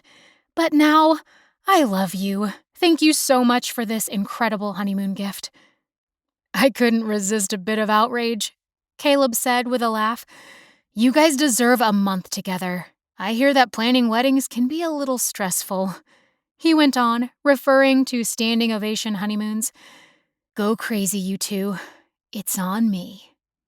A few minutes later, Jasmine's mother and Nana were herding everyone back to the limos to get to the restaurant for the wedding luncheon. "Food and gift opening, everyone," she called out as the men folded up the chairs and trudged up the sandy slope to the parking lot. Lingering for a moment near the water as the trickling waves rushed into shore, Troy wrapped his arms around Jasmine, holding her close. She slipped her arms around his waist, laying her cheek against his chest while joy surged in her heart. "We're married," she whispered. "We're actually married. And it's the most perfect wedding day ever." "I completely concur, Mrs. Thurlow," Troy answered, his voice low and sensuous. Standing there for several long moments, they breathed in the stunning setting and the binding words they had just promised to each other. "Okay, you lovebirds," Kelsey shouted down the beach. "We're going to leave without you. Everybody's hungry." The sounds of chatter and laughter wafted through the air, while the wedding group stood around the open limousine doors, waiting for the bride and groom to walk up the sandy slope. A magical feeling swept through Jasmine, lighting her heart and soul on fire. She shivered with the power of love and family and the exhilarating future that awaited her and Troy. "I can't hear what your sister is saying," Troy murmured, bending down to kiss Jasmine slowly and tenderly, his hands cupping her face. "Can you?" "No," Jasmine whispered back, lifting her face to his to deepen the kiss, a fresh burst of fireworks shooting through her body. "Is someone talking?" They kissed for a moment longer, and then Jasmine tried to hold in the laughter that threatened to spill out of her. Finally, Jasmine burst into giggles against Troy's lips while their friends and family shouted down the slope to distract them.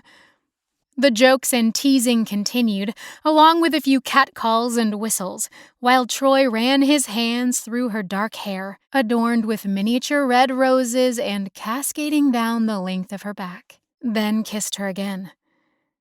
"I suppose we must put on our best behavior and go celebrate with everyone," he finally said. "They did come a long way across the Atlantic just for us." "They get today, and we'll be a good bride and groom visiting and eating and sharing conversation. But tonight is just for us," Jasmine told him with a wink. "And every night after that, my beautiful wife, the girl of my dreams." "I like the sound of that. We might have had a few bumps in our search to find each other, but I'm so grateful that fate kept giving us a chance." Troy's smile was one of pure joy. "Took us a while, but man, you are definitely worth the wait." "I've been creating romantic honeymoons for dozens of couples. Now it's our turn." "I have a feeling this will be the best standing ovation honeymoon of all." Happiness bubbled up in Jasmine's throat, her eyes smarting with sudden tears. "You're so smart, Mr. Thurlow." "No, I'm lucky. Very, very lucky." Troy rested his forehead against hers while he tenderly said, "I plan to take care of you every day for the rest of our lives. I want you to know how much I cherish you. You were once the girl who got away, but now you will always be my Jasmine, the woman who holds my heart." He wrapped his arms around her waist and kissed Jasmine with a passion that left them both breathless. When they finally broke apart, Troy took her hand in his and twirled her under his arm on the sand. "May I have this dance, my beautiful bride?" "This dance and every dance." Picking up her swirly lace skirt in the other hand, Jasmine turned to face all the people she loved, waving at them where they stood at the top of the beach. "Ready?" Troy asked. "More than ready," she replied softly. Gripping hands, Troy and Jasmine ran up the slope of warm sand, waves crashing behind them while they raced toward their future. This has been The Fiancé's Secret, a secret billionaire romance written by Kimberly Montpetit, narrated by Cassie Rowland. Copyright 2023 by Kimberly Montpetit. Production copyright by Kimberly Montpetit.